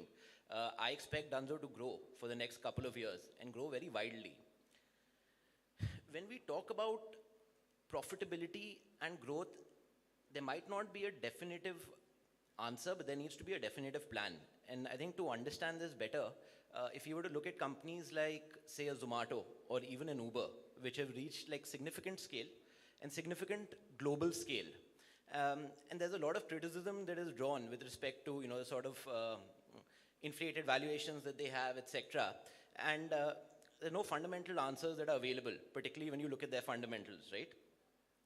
But having said that, if you were to really evaluate these companies, let's say if we were to look at, say, something like a Zomato, if Zomato were to increase their user delivery fee, the fee that, all of us pay when we order, by say about 25%, and were to increase the margins that they take from, say, restaurants by another 15 or 20%, right? They would become phenomenally profitable, right? So there is a definitive plan. There is a way to do it.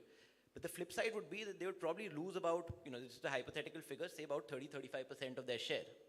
So in today's day and age, Zomato could be profitable at, say, 70% of its scale. So there is a definitive plan. So in a nutshell, there might not be a definitive answer in terms of, whether you should focus on growth or profitability. It's dictated by several factors, but one needs to have a definitive plan. The business model at scale should make sense. You should have certain pivots available to you to be able to optimize the P&L as and when the market dynamics dictate. Okay.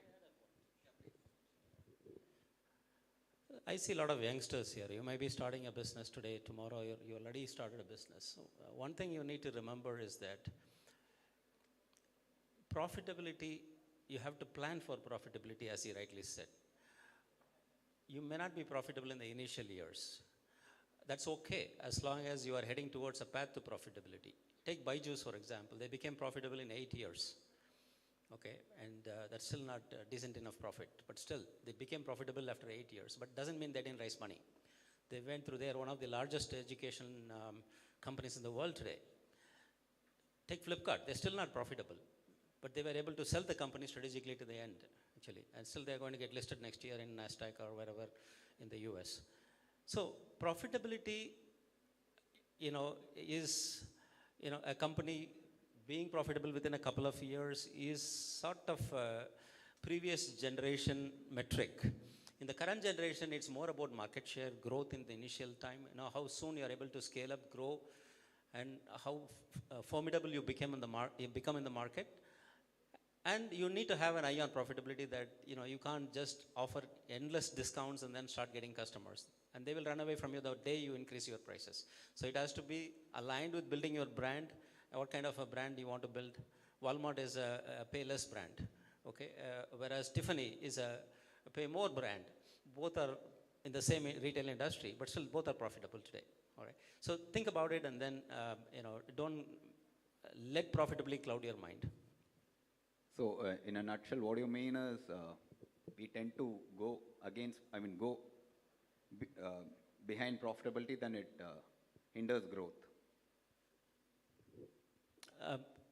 You need to keep your focus very clear on growth in the initial time. For example, you buy a land and you want to grow mangoes. All right, it will take 2 years for the trees to come and then for all other things to happen. For those 2 years, you have to pour in the money for that to happen. But so long as you are not taking care of the land, then there is no point in running the whole thing. So, okay. Well, now over to you, sir. Now that you had been an investor as well, and with your age of expertise, and you have started something in 2016 or 17, if I'm right. So through your eyes, what were the challenges that you faced? Now that you have taken the hat of an investor, at the same time you have also played the role of a startup now. Yeah. So what are the challenges that you have faced, and what are the challenges that you feel startups are actually facing in larger startup ecosystem? I will answer the question as an entrepreneur. I'm not answering it as an investor. The challenges what I faced in the initial days is to get my POC right, proof of concept right. Because getting the proof of concept right is the number one important thing to get funding for your business. Getting the POC right means you are getting your market understanding right, getting your resource requirements right, getting your product right, product features right. Many people talk about minimum viable product and all those things. All those are basically generic descriptions of a business. But what is more important is to get the proof of concept right. That was one challenge I always had, because markets are divided into consumption market and non-consumption market. Who are you competing with? Okay. For example, if there is Redbus, and if I start one more company like Redbus, then I'm competing against consumption with Redbus. But there is a taxi market which was served by travel agents, which was served by so many other companies, including, what is that company here? They had a taxi service with the phone operators. Fast Track. But Ola saw an opportunity of introducing a completely different approach to the same market. And they were able to rope in all the people who were not customers, who had the need, but they were not customers of Fast Track. That's a non-consumption market. Today, CT scans are about 20 lakh rupees. If you invent a CT scanner tomorrow, which is only, let's say, 2 lakh rupees, then every clinic here will include a CT scan into their annual health planning. That is a non-consumption market. So getting the product market fit is a big challenge. Once you get that right, money will follow, investors will follow, everything else will follow. Then remaining factors which can probably bother you are social factors. For example, you may not get well with your partner. You may not get well with your investor himself. You may have issues because your lifestyle will change once the investor steps in. So those are things which are manageable, all right? Well, thank you, sir. To add to your point, being one among very few, as in like not much of companies have been into unmanned systems. Yeah. So very few companies have been into unmanned systems. For usually a generic business, it's usually easy to benchmark. But how do you benchmark your business or startup? Like, what is the crest with which you keep moving forward? Because usually startups is more imaginative, your aspiration, your thoughts, your ideas. Yeah. See, one of the benchmarks we always need to have is to look at how the market is currently doing things, all right? Currently, how are they? For example, I'll take one product of ours, which is an agricultural drone used for spraying pesticides. Now, I cannot compare myself with another drone company. For me, the metric is how big is the market? What are all the boom sprayer market look like? So they have these backpacks and then they keep spraying that. And there are a whole set of other people who go on tractors and spray pesticides. So what is the environment look like in the market where I'm entering into with a new product? And can this product perform at the same level as that? So I need to keep benchmarking my product against the current methodologies. So I cannot go in search of another drone. There is a classic example. You may want to go into YouTube someday and then look at the McDonald's example of selling milkshakes by Clay Christensen of Harvard. Fantastic example. McDonald's doesn't compete with another McDonald's. It competes with bagels, burgers, bananas for your breakfast, all right? So that's why they invented the milkshake. So likewise, you need to look at the end application for which you are inventing a product. And then you have to benchmark against how much of penetration you have done in that market space compared to where it is right now. In my marketplace of agriculture, there is a heavy labor shortage. The price at which they spray today is 500 to 800 rupees per acre. We brought it down to 180 rupees per acre using drones. So these are the kind of metrics you constantly chase. And we brought down the use of pesticides from, if you say 100 ml you are using, now you'll use 70 ml. 30 milliliters of pesticide is now reduced in your food, whichever field is using a drone today. Because those are all the metrics one needs to chase. So make sure that we are progressing in the right direction. Brilliant, brilliant. Thank you, sir. Over to Bhaskar. Bhaskar, now that you're one of the early startups, I think you started in 2010, if I'm right. So 11. 2011. Okay, so what is your take on bootstrap? You feel a startup, it's better to have a bootstrap of startup before we're getting into external funds, or you can straight away jump into funding and stuff like that?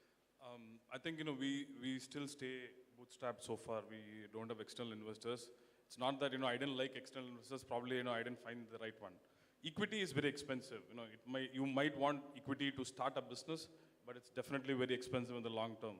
So I believe personally, if you are able to bootstrap, if you're able to, I think most of the companies that grew have all profitably, quickly have also bootstrapped, because you don't have external pressure of an investor that sometimes is unbearable. Right? So personally I believe if you have the capability, bootstrapping is the best opportunity. But it also depends on what is your product, what kind of scale you want to go to, and what market share you want to grab up fast, and how your market dynamics is going to play. Like, will somebody eat you as soon as, as you get out there? So it all depends on, it's very industry specific. Since we are in the both physical education and edtech, I had the comfort level of bootstrapping ourselves and growing out without an external investor. So you're looking at VCs in future? We have been approached by a lot of equity companies because we are expanding in Africa, because medical education is a huge shortage in Africa. The number of doctors available per 1,000 is in fact at minus levels, right? So definitely we are looking at equity funds to expand into multiple campuses in multiple countries. But I think we are at a stage, where we have a lot of, where we can command better equity for what we have, for the value. Okay. Now that you quoted a point, like might be you have not met the right investor or something like that, just like to put it to you, like, what is that one reason or few reasons which stops India from bringing out more unicorns or startups when compared to US or China? India for that matter, or even Tamil Nadu for that matter, when compared to other parts of India? What stops companies? I think, one was access to capital. In the earlier days, now it's more easier, but when we started, access to capital was difficult. And also access to capital in space where we are is also a challenge. Right? So if I could just add to that. Please. So I think, we believe that, China and let's say the US are doing a much, much better job, right? But I think the rate of growth in India is substantially higher. Just to put things in perspective, it took Infosys about 18 odd years to become a unicorn, right? Whereas something like an Udaan only took about 14 months. So I think the dynamics are changing. Even if you were to look at 2021 as a year, there were almost about 2x the number of unicorns that were produced in India as compared to China. So of course, the base in China is obviously much higher, substantially higher. People say that there are almost about 30 million startups registered in China. This is just a figure, which is almost the same as the population of Nepal, right? There are about 10,000 startups that are coming in every day. The number of incubators in China are almost 15x as compared to that of India. So that's why the total number of unicorns, and fortunately or unfortunately, that's a measure of success, are definitely more in China. And that's because of the base effect. But let's say 10 years or 15 years down the line, I personally feel that these numbers will start to reverse. Maybe just to add, also the mindset of Indian entrepreneurs. Initially we don't want to lose control. That was the initial mindset. But now people, the youngsters having seen companies growing up in valuation so quickly and growing to scale so quickly, I'm sure the mindset is changing, as you were saying. And if I may add, sorry. So I touched upon ease of doing business, right? Like that is one key factor which will drive more people to take the plunge, right? Ease of doing business is a key factor. And then he touched upon access to capital. It is over the last decade or so, the access to capital has, improved multifold. When there is enough conviction with the founding team that what they are doing is the right thing, and they would be able to kind of access money if they put in place the right ingredients, that is the kind of confidence with which they can start, even though they don't have capital to put in, right? So access to capital and ease of doing business are two factors. And of course the mindset, right? So the mindset, if you see, we are a society where there are, a lot of youngsters here. by the time we go to the third semester or fourth semester, a guy or a girl getting campus placed is, the entire family is so proud of, right? Whereas if, let's say, the kid wants to do something bring up a company on what he's studying in, right? The family is worried. That has to change, right? But for families which are traditionally doing business, the kids are always expected to join a job, right? That has to change. That is a fundamental change in mentality which will happen over a period of time. We'll have to give it a generation for it to change. I'm sure in my parents' generation, it was a no-no. In our generation, it is okay. In the future generation, it might be like... Can we put a time frame to it through your expertise? I think it's a generational thing. If we are able to put in a decade of good 2030, India would have sufficient infra. Can we say something like that? Right. Can we put yeah, a time by frame to it? 2030, I think attempting to do a startup, dropping off from college and attempting to do a startup should be okay. Today, if you drop off from college, it is like a taboo, right? So that has to change. In the US, kids do that. Most of the large big tech companies that you see, Google, Facebook, Amazon, all these are, built by people or the co-founding team who were dropouts, right? Yeah, can I add one more point? Yeah, please, quick. There are 1,068 unicorns approximately, give or take a few, worldwide. Get the numbers right. About 50% of them are America-based, US-based.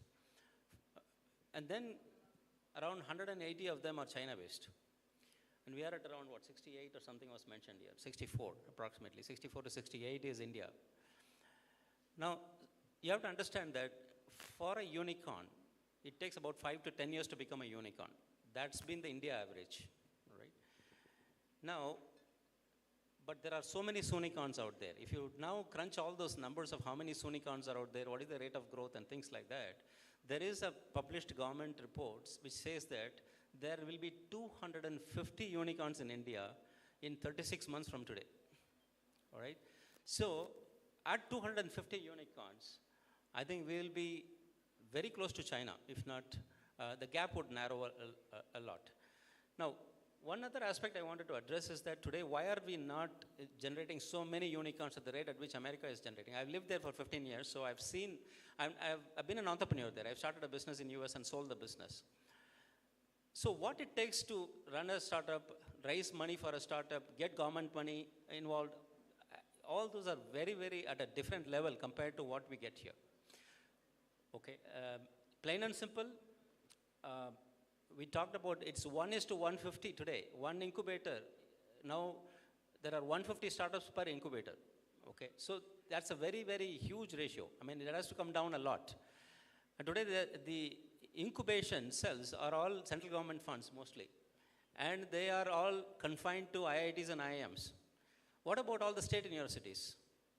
State universities don't have those funds. They have those funds, a little bit of those funds, but not good enough to form a very proper incubation cell and then run it. So it has to cascade into those networks. I meet people asking for money day in and day out. Now, last week a gentleman, a professor came from a private university with 7 PhD students, and he has got 7 patents. And he doesn't have 1 rupee from any of this, and all those are in health tech. And those are one of the amazing patents I saw. The problem is that that money is not available to people, innovators in other parts. Actually, it's all confined to few locations today. All those has to change. Well, thank you. Over to Prabhu. Prabhu, now that you guys are into fintech solution provider, and there are n number of biggies in that space already. So, what is your take? I mean, is the idea of the startup is what makes it successful, or the size and backing of investor? Well, in fact, I would like to differ. It is neither, right? Ideas are, everybody has ideas. It is the execution that eats the other two for lunch, right?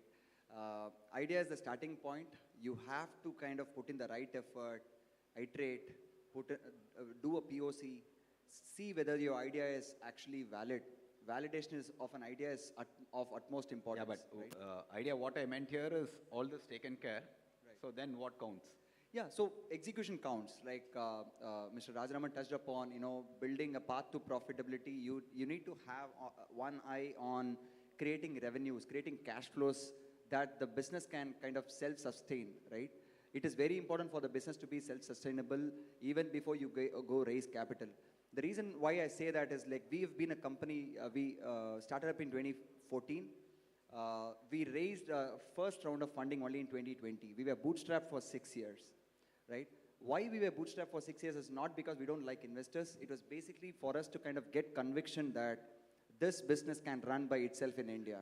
And we raised funds only to expand globally and venture into other streams where it was capital intensive. So the core business, in fact, there are several groups of families in Tamil Nadu. If you see, they are very, very good in terms of the way they do business. TVS Group is one. The Murugappa Group is another testament, right? The way they do business, the idea is there.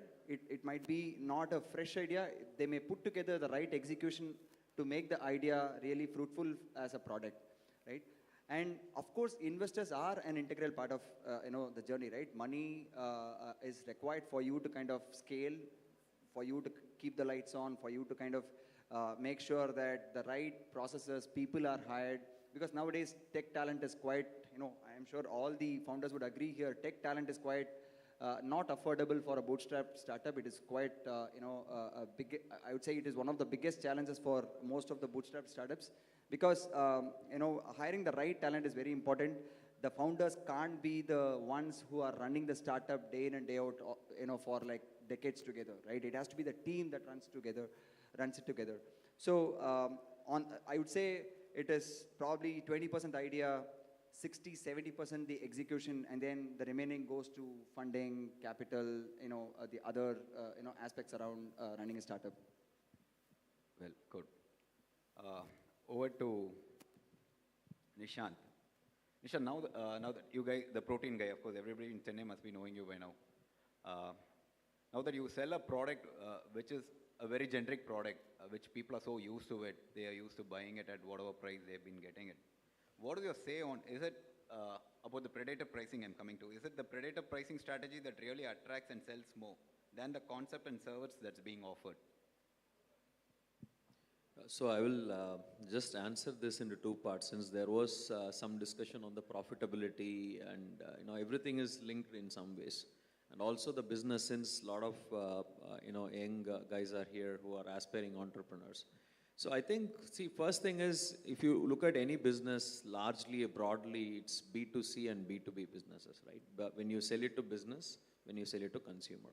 So I think some of the gentlemen in the dais do B2B, we are B2C, Dunzo is B2C. And either, again, if you look at B2B, then there are SaaS businesses, there are service businesses, etc., etc. First, understand whether you're a product or a service business. Now, coming to consumer, I think some of the gentlemen here were touching upon multiple things. So the way I look at consumer businesses, there are, broadly two types of play. One is platform play, another one is brand play, right? So what does it mean? For example, someone like Dunzo is in the platform play. I mean, you can't find many, Ola, Uber is a platform play. Amazon, Flipkart is a platform play, right? I mean, there can be maximum of 2 people in a platform play. And there can be be one as well. For example, if you look at Google, Google is winner takes all. I mean, nobody knows what's the second search engine, right?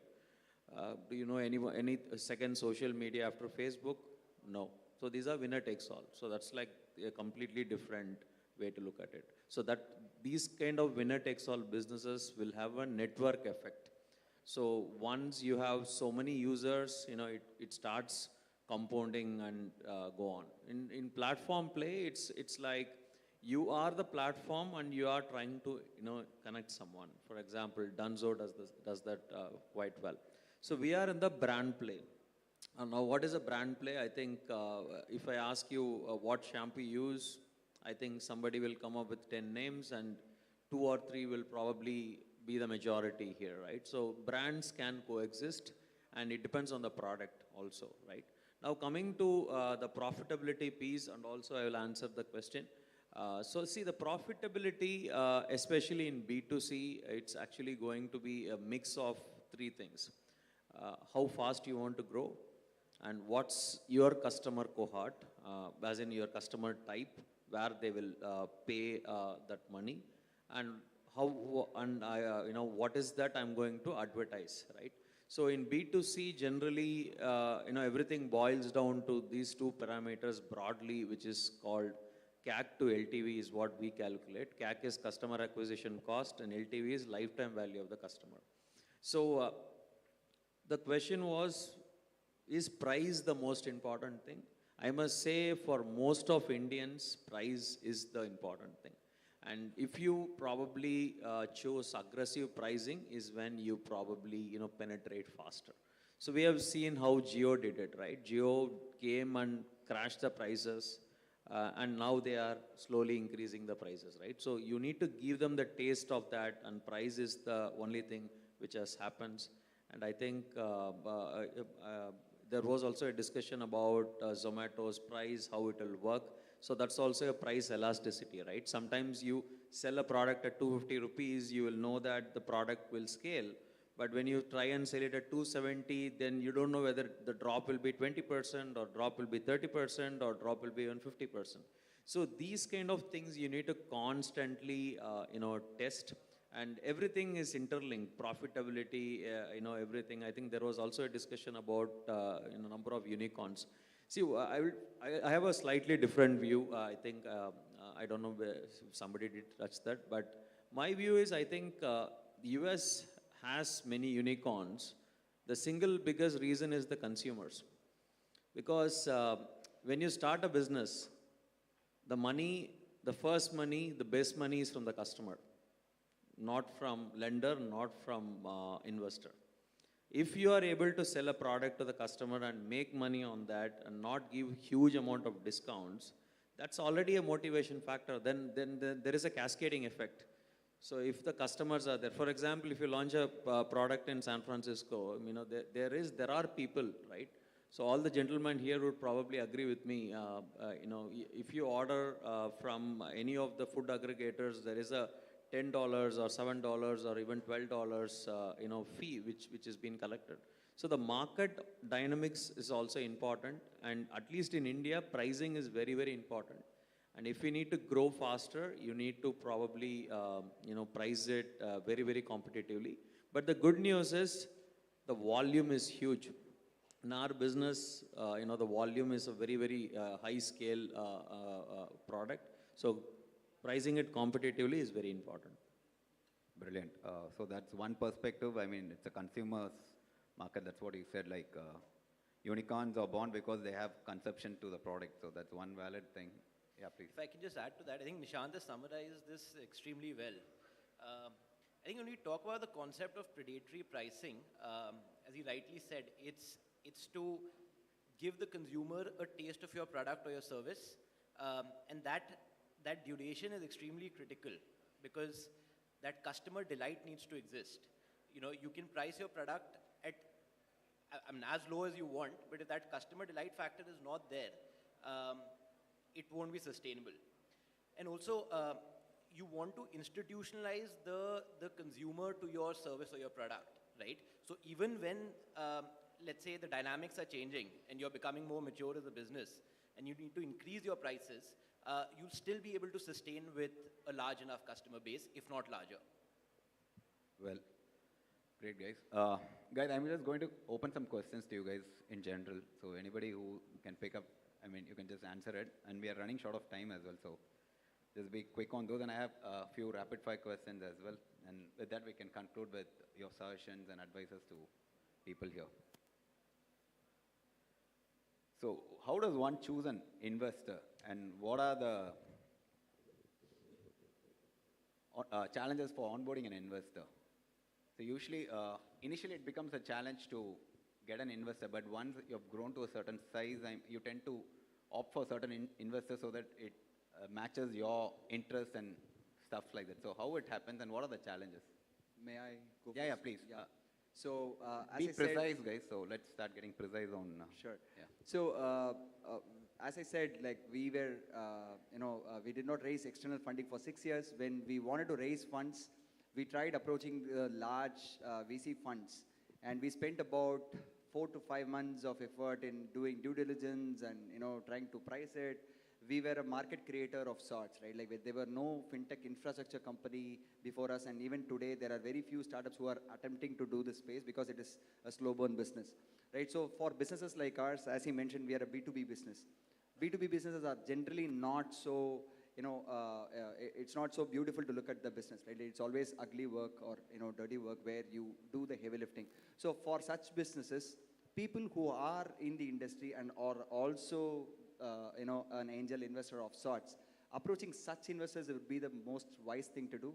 In fact, we got such an advice from, one of our investors. His name is Amrish Rao, who's the CEO of Pine Labs. So when we met him in, an event like this, we were just approaching how do we, approach fundraising. And he said, like, why don't I write a check for you? I can get you the investors who had backed me. And what you guys do is something that I understand well, not many investors would understand well. So the moment that backing of a industry veteran is there, right, the follow-on rounds are much, much easier because there is somebody who the investors can first talk to, do a reference check, and then they can start, with the second or third step in that investment cycle rather than starting from scratch, right? That had helped a lot. So, to summarize, going with people who are industry stalwarts or in the specific domain that you're in, it's a very, very good approach to start with. Yeah, so it's better to choose your investors as well. Right, right. You need to know who would, be able to kind of, when you pitch the idea to them, it should resonate well with the investor. It shouldn't be like just a blind pitch. Yeah. Got it. See, I have a slightly different view. At least for Series A, you might not have the luxury of choosing the investor. I will be very honest. They will choose us. We did that for seed. So yeah, right. Series A, of course. I think Series A, simple, whoever gives you the money, take it. Series B, you can run a beauty contest. Series C, you can probably do something else. Absolutely. Absolutely. But I think for us, it's always important that they should understand the business. That's very important because once they invest, then they're going to sit on the board and they're going to talk to you. And sometimes when they have, for example, we always look at consumer businesses. Now that's a broad thing. We don't get into the depth of it. The reason is when we talk about certain things, the intelligence they bring in from sitting in other board meetings will naturally help. Super. Can I, first and foremost, you determine whether you want a debt capital or an equity capital. If it's a debt capital, then you have different types of sources. Like, for example, you can go to, so the costliest form of capital is your equity. It looks like the cheapest form of capital, but it's actually the costliest. You are giving away part of your company for money. The next cheaper version is where you go and leverage your asset to raise some money. Actually, it could be a bank loan or a venture loan. VCs give loans too. So you could get it for an interest, pay it off, and then move on. The cheapest form of capital is your friends and family. All right, if you can convince them to invest, there's nothing like it actually. So, so bootstrapping equal to friends and family funding. Then thereon, if you want short-term funding or if you want asset-based funding or inventory funding, working capital funding, go to a bank. If you really want large amounts of funds because you have a huge opportunity to grow and you don't want to miss it, then equity would be a right way to go about. And I'm talking against myself, but. Right. So for youngsters here, probably first you have to look at bootstrap. So that's the stages he's been saying, like next banks, then you have more aspiration, your business can take growth, then might be you have to look into angel investors and all that parameters comes into picture. Well, this is for the panelists again. Guys, we just left with another 5 minutes. So many companies across sectors are being overvalued, valued on shaky metrics, and venture capitalists are more bullish than ever. But is there a reason to it? Method behind the madness, or does India have a startup valuation bubble? And will it require a course correction in future? So yeah, we again had, sorry, I'm taking the questions first, but yeah. Quickly, so so we again had this pricing related kind of conversations on and on and on. And it turned out that not many understand what valuation is about, right? It's not like the tundu potu pesrathu in Tamil, right? It's not exactly that. The valuation is, it's more or less like an agreement between two parties, and only the two parties understand why they agreed on that pricing, right? They see, the investors see value in the business. What we need to understand is that the investors are managing predominantly most VC funds are managing funds of others like LPs and other partners. So the investors have to have the conviction to kind of put in the money at an X price and see if they can make that 5x or 10x over a period of time, right? So that's exactly what they're doing. They're effectively buying a commodity that is the startup's shares, right? And on the other side, the startup shouldn't be, feeling, kind of left out because of, a very low entry price, because the follow-on rounds will also have such an impact. And based on the pricing, the kind of dilution that they do will also have an impact. So valuation is always an agreement. If you are able to kind of, understand what is the right, measure, it is good. And valuation is also always future-proof, right? Like it is So basically. does it require a course correction? Is that what you trying to say? Or and because Yes, most it of is. the companies which are valuated are not profitable as well. Absolutely. So valuation is about if a company is making 100 crores of revenue and they are valued at 1,000 crores, which means it's a 10x on the revenue valuation. It is a conviction for the investor that the company will grow 10x in the next 4-5 years, right? That's the conviction on top of which they are putting in. So the valuation is at 1,000 crores, but the company's revenue is at 100 crores, right? So that math has to be kind of agreed upon. Yes, if I put in the capital, you will be able to do a 10x. That's the kind of conviction. I think one can summarize it by saying that it's equal parts science and equal parts art, right? Some of the models, such as let's say your DCF, discounted cash flow model, etc., are not entirely complete in today's day and scenario. So, which were completely quantifiable. So, I think that's my view on it. Okay. See, So I have a word on valuation, just if you don't mind. Quick, sir. Valuation it depends on how big the market you are addressing and where you are in that market. For example, YouTube was valued at $1.65 billion when it was acquired. Everybody cried, actually. But today, it's generating $1.5 billion every month, right? Flipkart was valued at $16 billion when it was acquired by Walmart. Ashwath Damodaran, a guru in valuation, wrote that Walmart had the costliest facelift ever, okay? That was the language he used. But today, it is valued at $60 billion 3 years later. So it's a different ballgame altogether. Valuation is completely based on the ability of a company to, capitalize the market, how quickly you can grow into that market. If you can show those characteristics, your valuation tend to be higher. Does it need a course correction? I don't think so. Because today's investors, including angel investors. Question, but I got your point, sir, but is there a bubble, valuation bubble? Are we overvaluating companies? Oh, no, I don't think so. We are actually undervalued right now. If you I ask think me, India is kind of fair enough. India, I'm talking about India. I'm not talking about the world. Yeah, Okay. We are undervaluing our technology. See, I'll just add to that question. So basically, there is a valuation metric, and then there is a premium attached to it. That premium is completely driven by the market for a large extent. If the investors have a lot of liquidity, then people will come and chase you and start, it's a fear of missing out situation. Okay. If that liquidity is not there, then what happens? It's a supply-demand kind of thing. Now, if the Feds increase the price in the next 2 months, that is what everybody is feared of, the markets will crash. I mean, the fundamentals of the company has not changed at all. It has remained the same. So there might be some small things, but I think, as he said, in India, you still have so much more, right? I mean, for example, if you look at a company valued in the US compared to India, the multiples are naturally much higher. In fact, the total addressable market is much, much smaller in US in spite of that. Okay. So it's something to do with the market. Thanks, Nishant. Next question, it's just a rapid fire question. Can funding happen by chance? Yes or no? It can. I think it happened with him. It can happen. It can happen. Yeah. So not necessarily Very always rarely it has to be happens, I guess. meticulously planned. It very rarely happens. Mostly it is like pretty determined. So done, got it. So which is the most important factor to be a successful startup? Access to funds or the business idea? Idea and execution. Idea. I think understanding the customer is important. Yeah. I think we should chase value, not the valuation. First, once you have the value, valuation will automatically come in. Creation of value. Okay. Why do startups fail? Number it from 1 to 5. Lack of funds, a wrong business model, founders, investors, time. Combination of everything. Founders. You just number it 1 to 5. Okay, you need to. Funds, business model, founders, investors, time. Time as in the right time you enter the market. Business model, I believe. So 1 to 5, you guys could number it. Why do startups fail?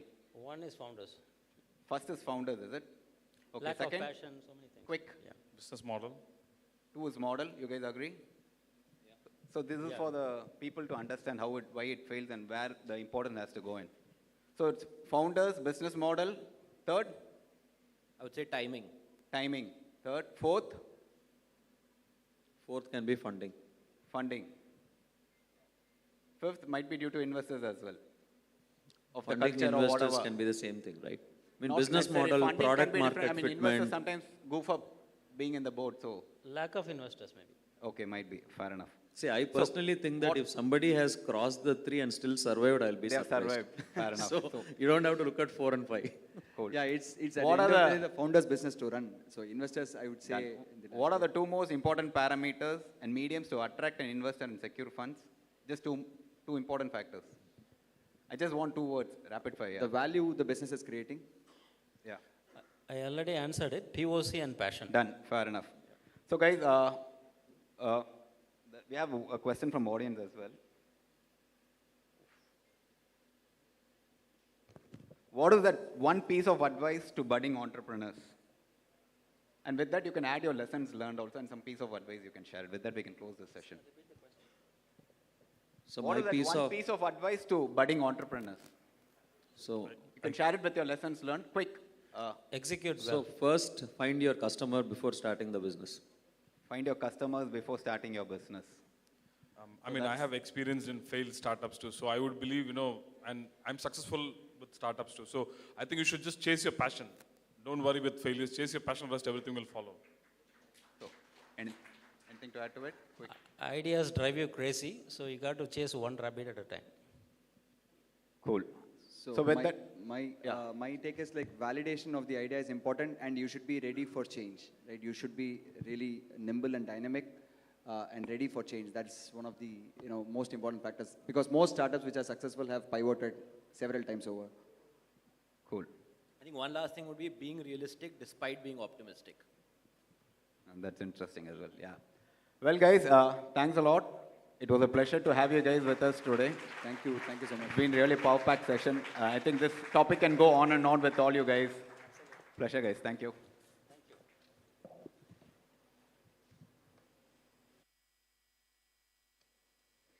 Thank you so much for this power-packed session. I would call upon our YI members, Shimona and Ritesh, to felicitate our guests.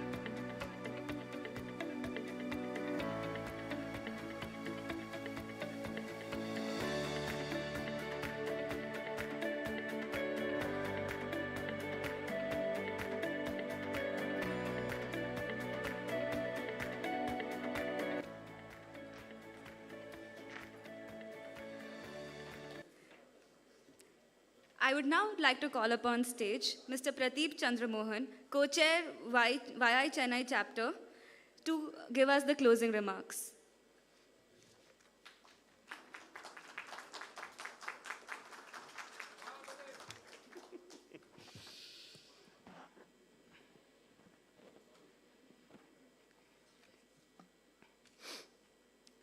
Good evening, guys.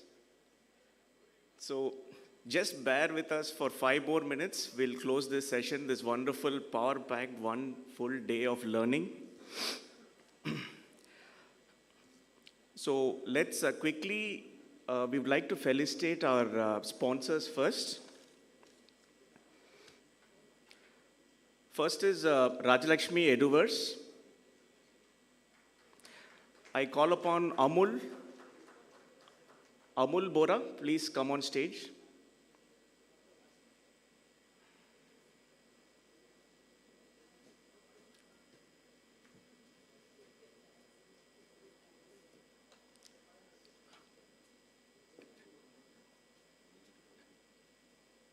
And anyone from Rajalakshmi Eduverse? Please come, please come. You go there.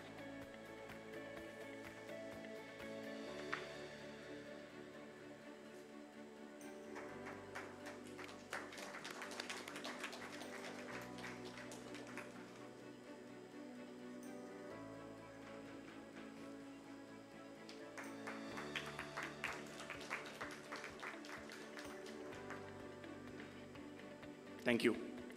Next is Ipope, and I call upon Pradeep to come on stage. Pradeep Gadia, come. Please, ma'am.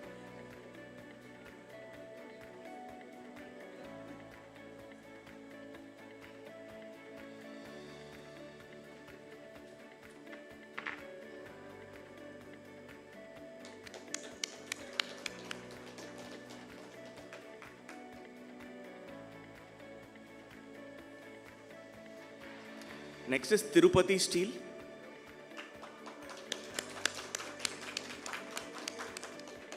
And I call upon Akash.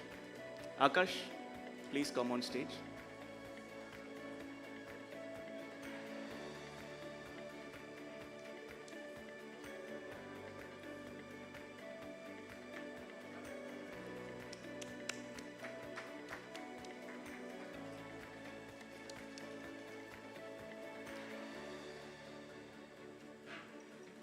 Our next sponsor is Pratik. I call upon Tarun. Tarun, please come on stage. Sapna.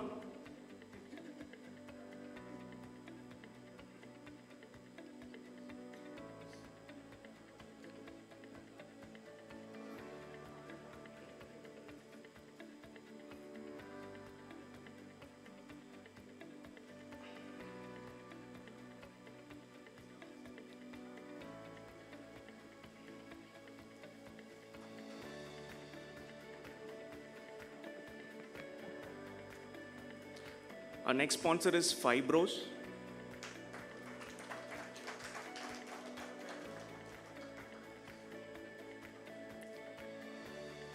Anyone there from Fibros?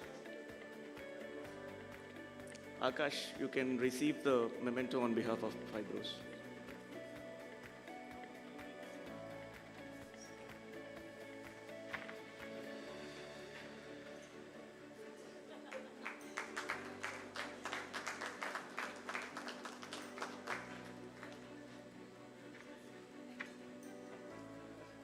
Our next sponsor is SPR.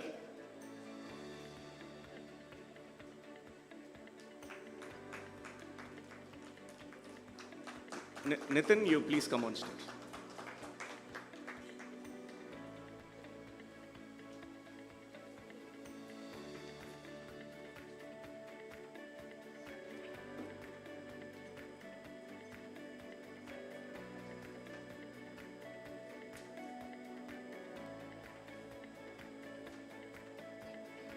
Our next sponsor is Jinglebit.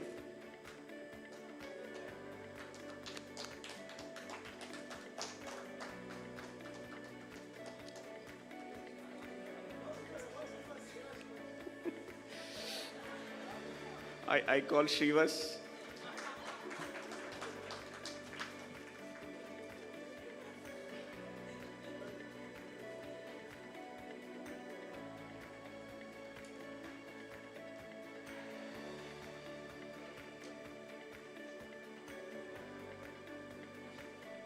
Our next sponsor is Kesar Gift Mart.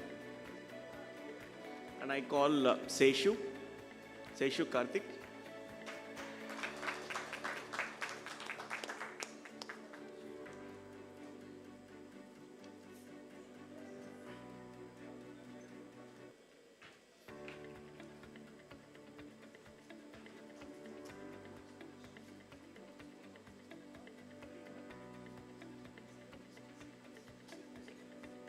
Thank you.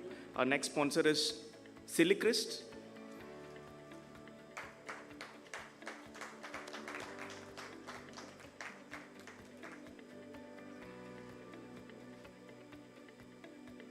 And I call Nitin. You're also Nitin. So Nitin to Nitin.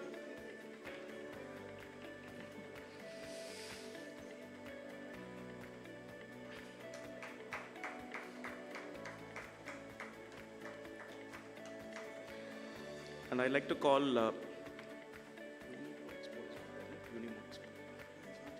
Canit.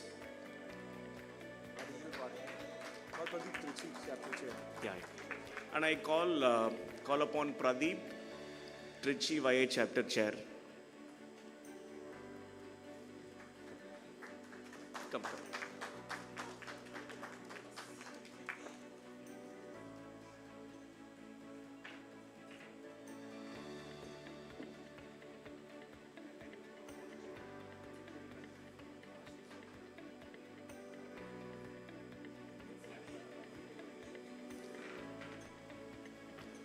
Our next sponsor is Pray Lady.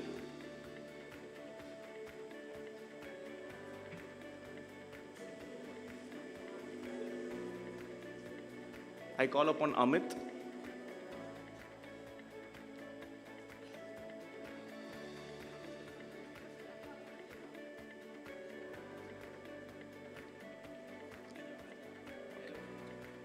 So Akash will receive on behalf of Pray Lady.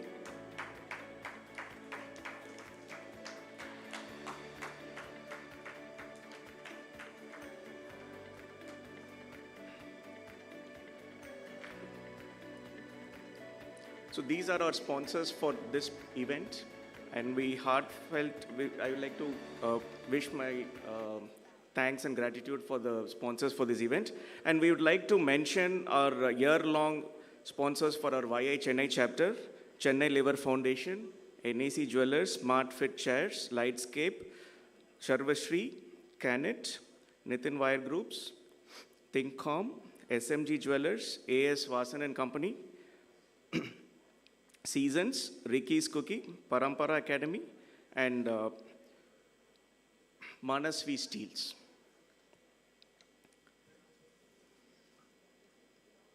And we also wish to thank our alliance partners, Jito Chennai chapter and Agra Trade, for supporting us with this event. And we wish to extend our gratitude to all the Yuva nodal officers and all the Yuva college volunteers for being there today. And I think this event is also for you guys, Yuvas. So I hope they all enjoyed and had a good takeaway today. And I thank the CII staff, the hotel staff, the decor, the media, and the government. And let me come back to the main part of it. So, how the idea of YES started. So this this idea of YES was put forth to us by the convener and the co-convener 3 months back. So always YA Chennai chapter wanted to do a marquee event in entrepreneurship, bringing the young entrepreneurs together, bringing the industry leaders together, and bringing the youth, especially the college students. So we were brainstorming on what can we do. So that is when the YES was born. The idea is it should be an entrepreneurship event, and it should focus on young entrepreneurs. So we want youth to take up entrepreneurship, and we want their contribution for the development and growth of our country. So that was the idea of YES. And the entire team worked on this round the clock for the last 1 month, and I hope they pulled it out very good. So thank you for the entire team, and let me quickly mention who are the key people involved in the YES Committee 2022. First, thanks is for the convener, Hari Shankar Meganathan, for coming up with this idea of YES. Co-convener Shrivas Anantharaman. The stage decor committee headed by Amul Bora, Nitesh Gupta and Ritesh Parekh. The stage management committee, Amit, Trishla and Lakshmi Sneha. And on our MC for the forenoon session, Vaishnavi Rajan. And for the MC for the afternoon session, Trishla. The hotel F&B panel headed by Nitesh, Raj Jabak, Ritesh and Piyush. And the delegation team headed by Karthik Raghavendra, Rishi, Nandita, Sneha, Divya, Srinivasan and Vimal. And the registration on the day of the event managed by Varun, Mitesh, Tobin and Vimal. And the LED part was managed by Nikki, Seshu and Rishi. And the speaker hospitality is managed by Akash, Vishal Bora, Shweta Kochar, Roshan Kumar, Shimona, Vidhan, Kavya, Vaidesh, Nandita, Aditya, Chandini and Ishwar and Surya. So thank you. And last, the accommodation team was managed by Rohit and Ramesh Surana. So thank you guys. I think you guys really pulled it off in 1 month's time. Such a big event the team was able to organize. And a great thanks to, last but not the least, all the 32 or 33 speakers or the panelists for supporting, for being with us today. And I think we almost had 95% turnout from the speakers. So we had speakers coming from 6 different cities, including our YI moderators. Most of the YI moderators are past chairs of their chapters. So we thank you very much, all the YI moderators and the speakers. Sorry, Pradeep. I would just take another 1 minute. I'm sorry, I'm just going not as per the agenda. So, as Pradeep said, yes, there was a lot of planning for YES 2022. Big round of applause to all of you people to make it here. So, we had around 600 people participating today. And to start with the first edition of YES 2022, yes, we have done it together. And a special thanks to all the college students out here. I need a big cheers from you people. Yeah. To be the backbone to you people who have been handling the stage today morning till this evening. Thanks a lot. Please come here. So they have been working tirelessly to make sure that things are done perfectly. So these are college students, part of our Yuva committees. Thank you very much. And rest of them who are there, we were there in the registration, who were in charge of panelists and a lot of stuff. Thank you. And wholeheartedly also thank our CIA Secretariat, Mr. Arun Roberts, sir, and Ms. Sophia. Thank you very much for the entire support. And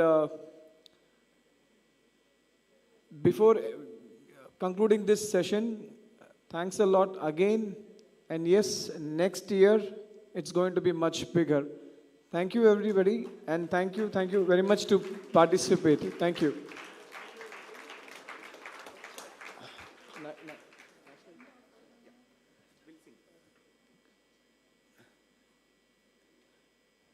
I'm sorry, I just forgot to mention the, as Pradeep mentioned, convener and co-convener, the biggest thank to Raj Bharat, our chapter mentor.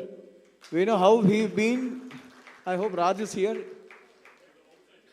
Okay, he's there outside. Thank you, everyone. And I request everyone to please stand up for the national anthem.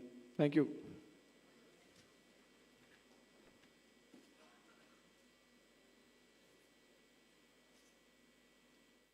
Jana Gana Mana अधिनायक जय हे भारत भाग्य विधाता पंजाब सिंध गुजरात मराठा द्राविड उत्कल वंगा विंध्य हिमाचल यमुना गंगा उच्चल जलधि तरंगा तव शुभ नामे जागे तव शुभ आशीष मांगे गाहे तव जय गाथा जन गण मंगलदायक जय हे भारत भाग्य विधाता जय हे जय हे जय हे जय जय जय जय हे